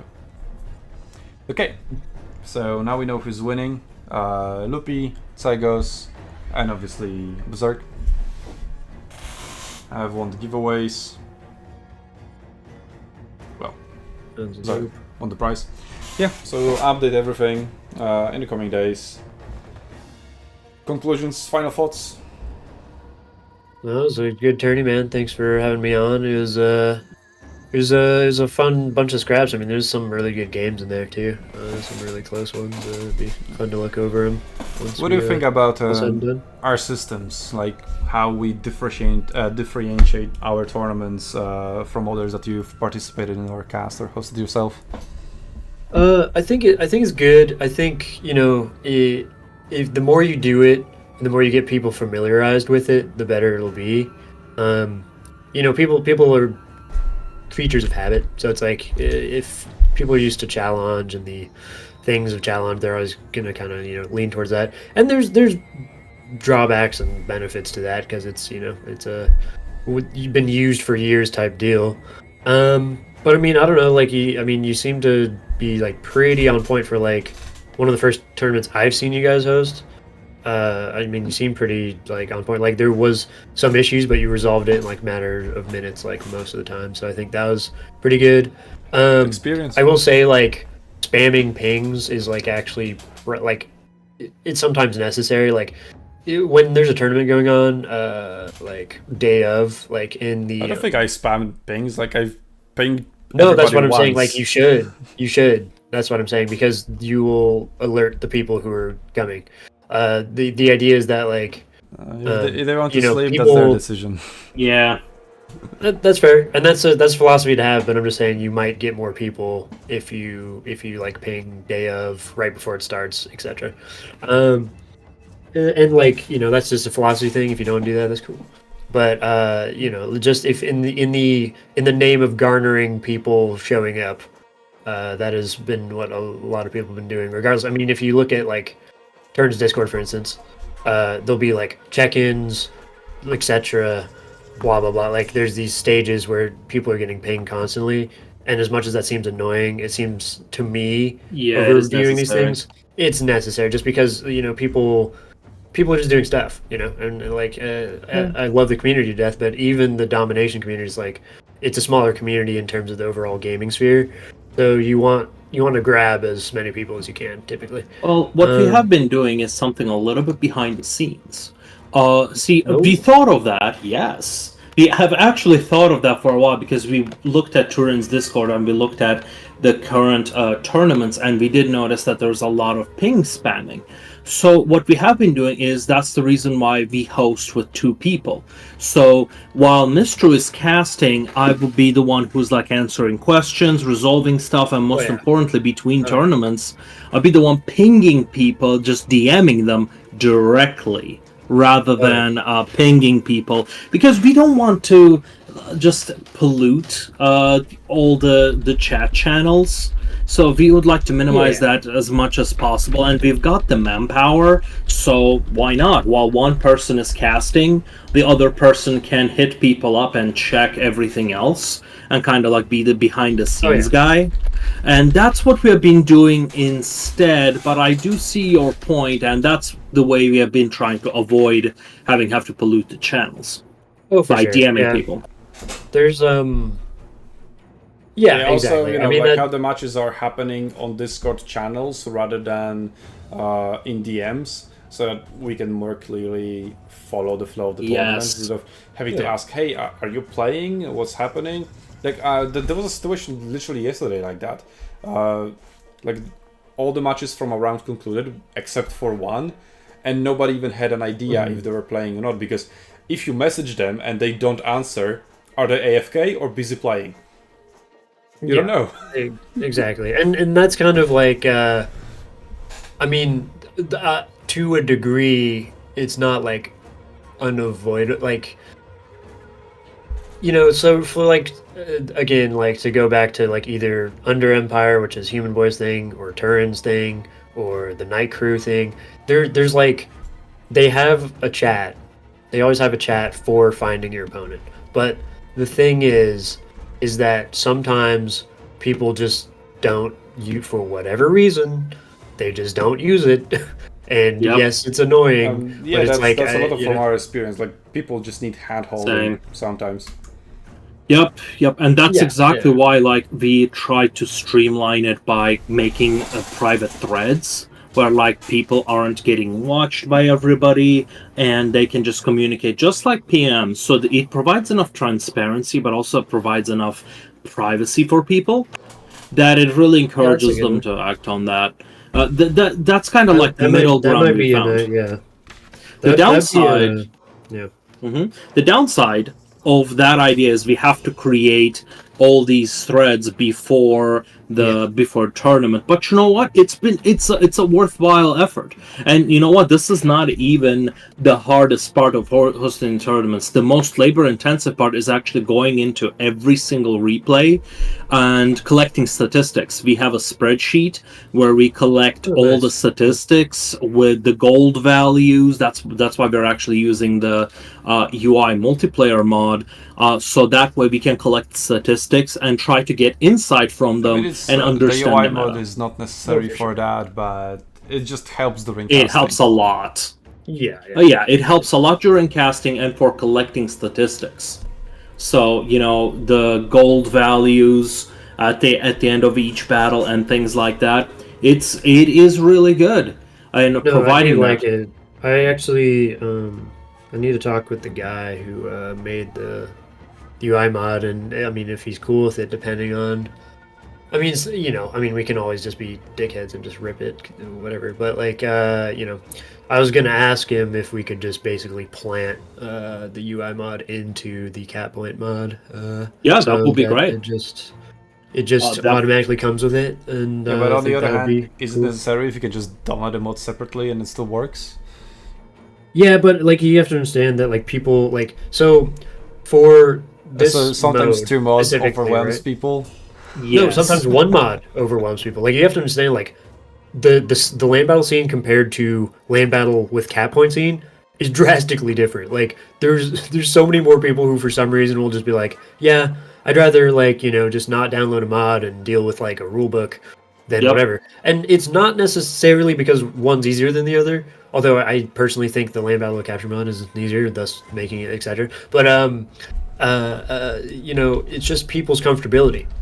And with like a player base as, you know, like as veteraned up currently as land battle and like, well, not so much Dom's much newer, even though there's some very old players in there. Not old, but just like veteran players in there.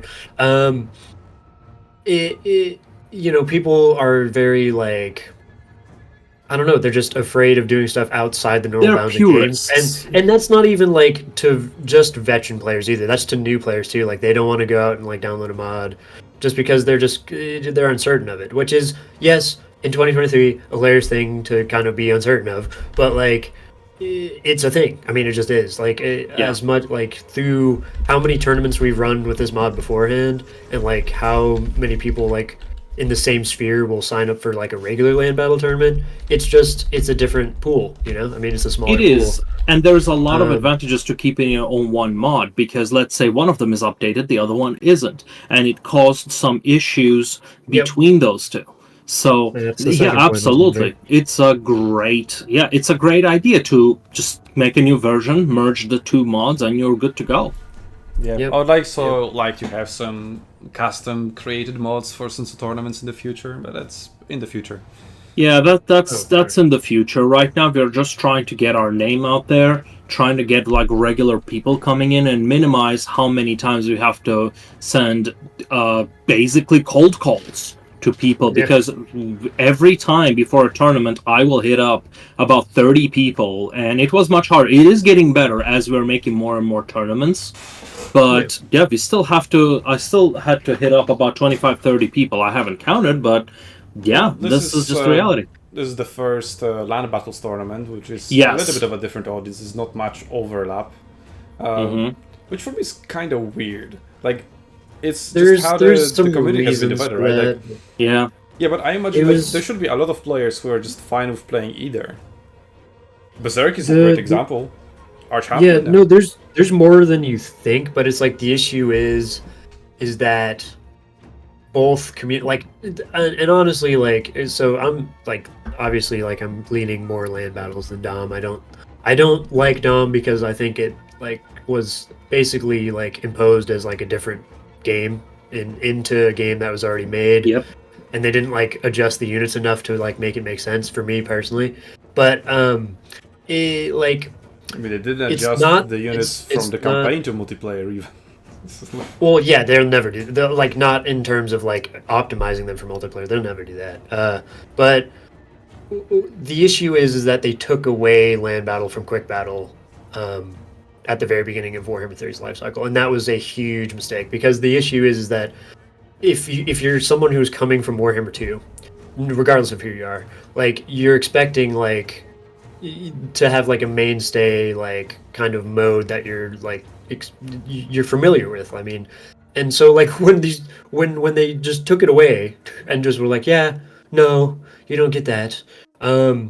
It put a lot of bad taste in like a lot of the community's mouth because at that time, a huge majority of the Guess what? In the- Shogun 2, you the could have just community- pick whichever battle types you wanted to play, and in Yep. matchmaking would find what you wanted for you.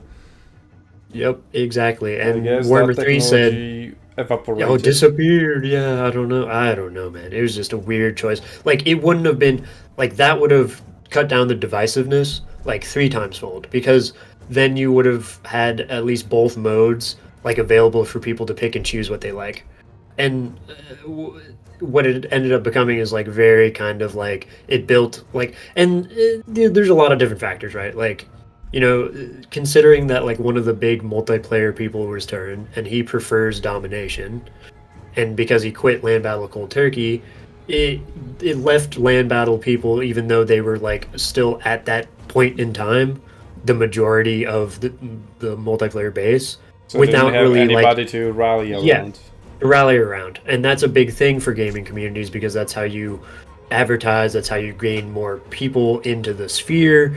It's a whole like a dichotomy, and it's just like that combination of stuff made it like it's not necessarily that like land battle people are toxic, but they have a lot of people have a very toxic attitude towards domination and towards like all these other things because they kind of got the shaft at the beginning of the game, like more so than the rest of the base. And trust me, everybody got shafted because like Warhammer 3 was a shit show when it released. So like it was like fully aware of everybody that. got shafted, but then land battle got just punted into the corner and just like kicked multiple times. Like Yeah. it was so, you know, I guess it's like just with context you have to kind of understand that it's and I think it's I think both modes have a lot of like benefits to them. I think honestly, like as of now, domination is the only one that like competitively is like viable in terms of like you're not going to have these huge tournaments and have like big rules arguments. Do I think domination appeals enough to the like overarching Total War fan base? I don't know. I mean, It's wait, hard to wait. tell because So just look at this well, tournament, because right? Like you've got very easy to follow rules here. Like, okay, you've got those fruit rules, but just install the mod and the rules are for you, and that's all you had to do, really. yeah. I mean, And honestly, the only the other hope rules are just draft. the hope for the mod, the initial idea for the mod was that one, you know, me and Umize are like both like Umize is both a domination and a land battle fan.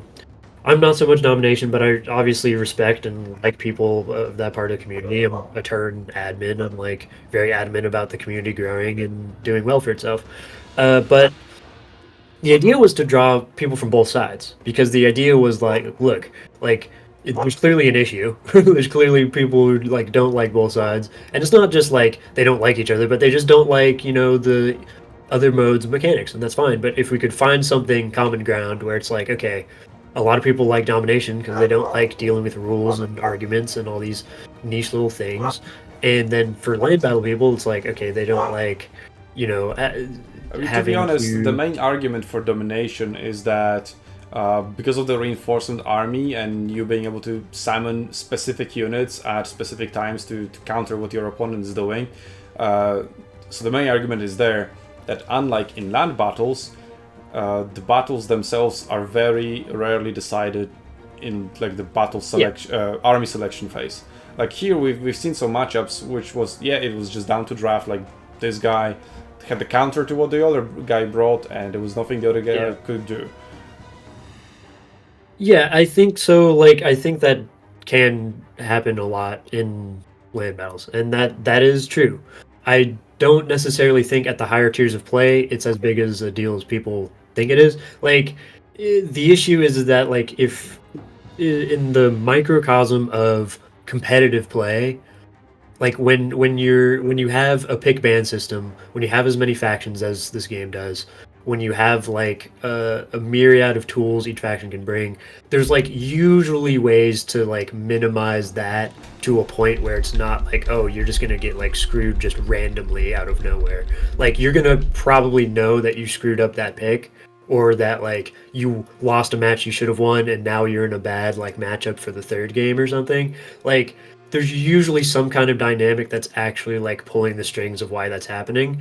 In like terms of like easy, like for casual play, domination kills it because it's like, yeah, you can just bring whatever hard counters, your thing that you brought, and then ipso facto you just keep doing that on repeat until you get an edge and you're dominating and you have all the points. But like at the end of the day, I don't think it's like very like that dissimilar. Like in competitive, in casual, I agree that it is very easy for people to just get picked, like counterpicked, like, and they don't understand why they got counterpicked, and then they lose, and they're just like, okay. And I also agree in quick battle, it can happen very easily. Like land battle, quick battle, yeah, like, but you're also kind of signing up just to play a game, like just a quick, easy game.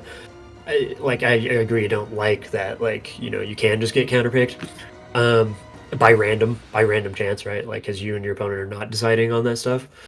But in a competitive format, I don't necessarily like agree that it's like a total like that's the main reason why.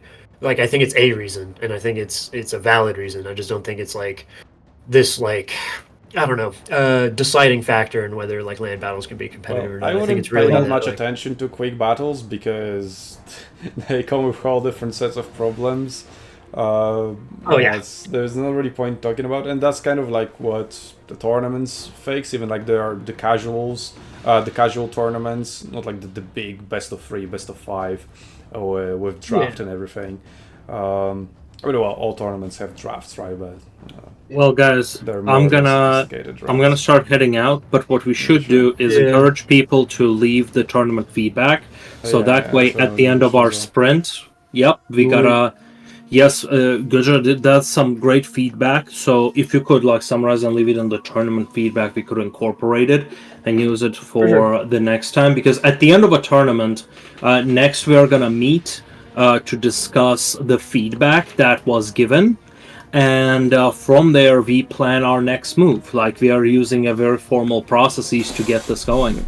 And this is our third tournament, and every single tournament was different than the previous one. Yes. Because of the feedback. Yes, it was. And you know what? I do Unlike think CA, it is improving. we are very receptive to feedback. Oh, totally. Nice. Yeah, and like unlike CA, we are using time-tested processes rather than bullshit make up as we go along. Just roll d20. Roll d20. Yes, roll I d20. got one. Whoops. Yeah. Oops, the game's gonna be shit.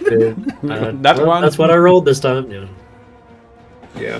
Thanks for having me on, guys. It was a really fun tournament. It was great having you, and if you want to come in next time, I think we had a great dynamic.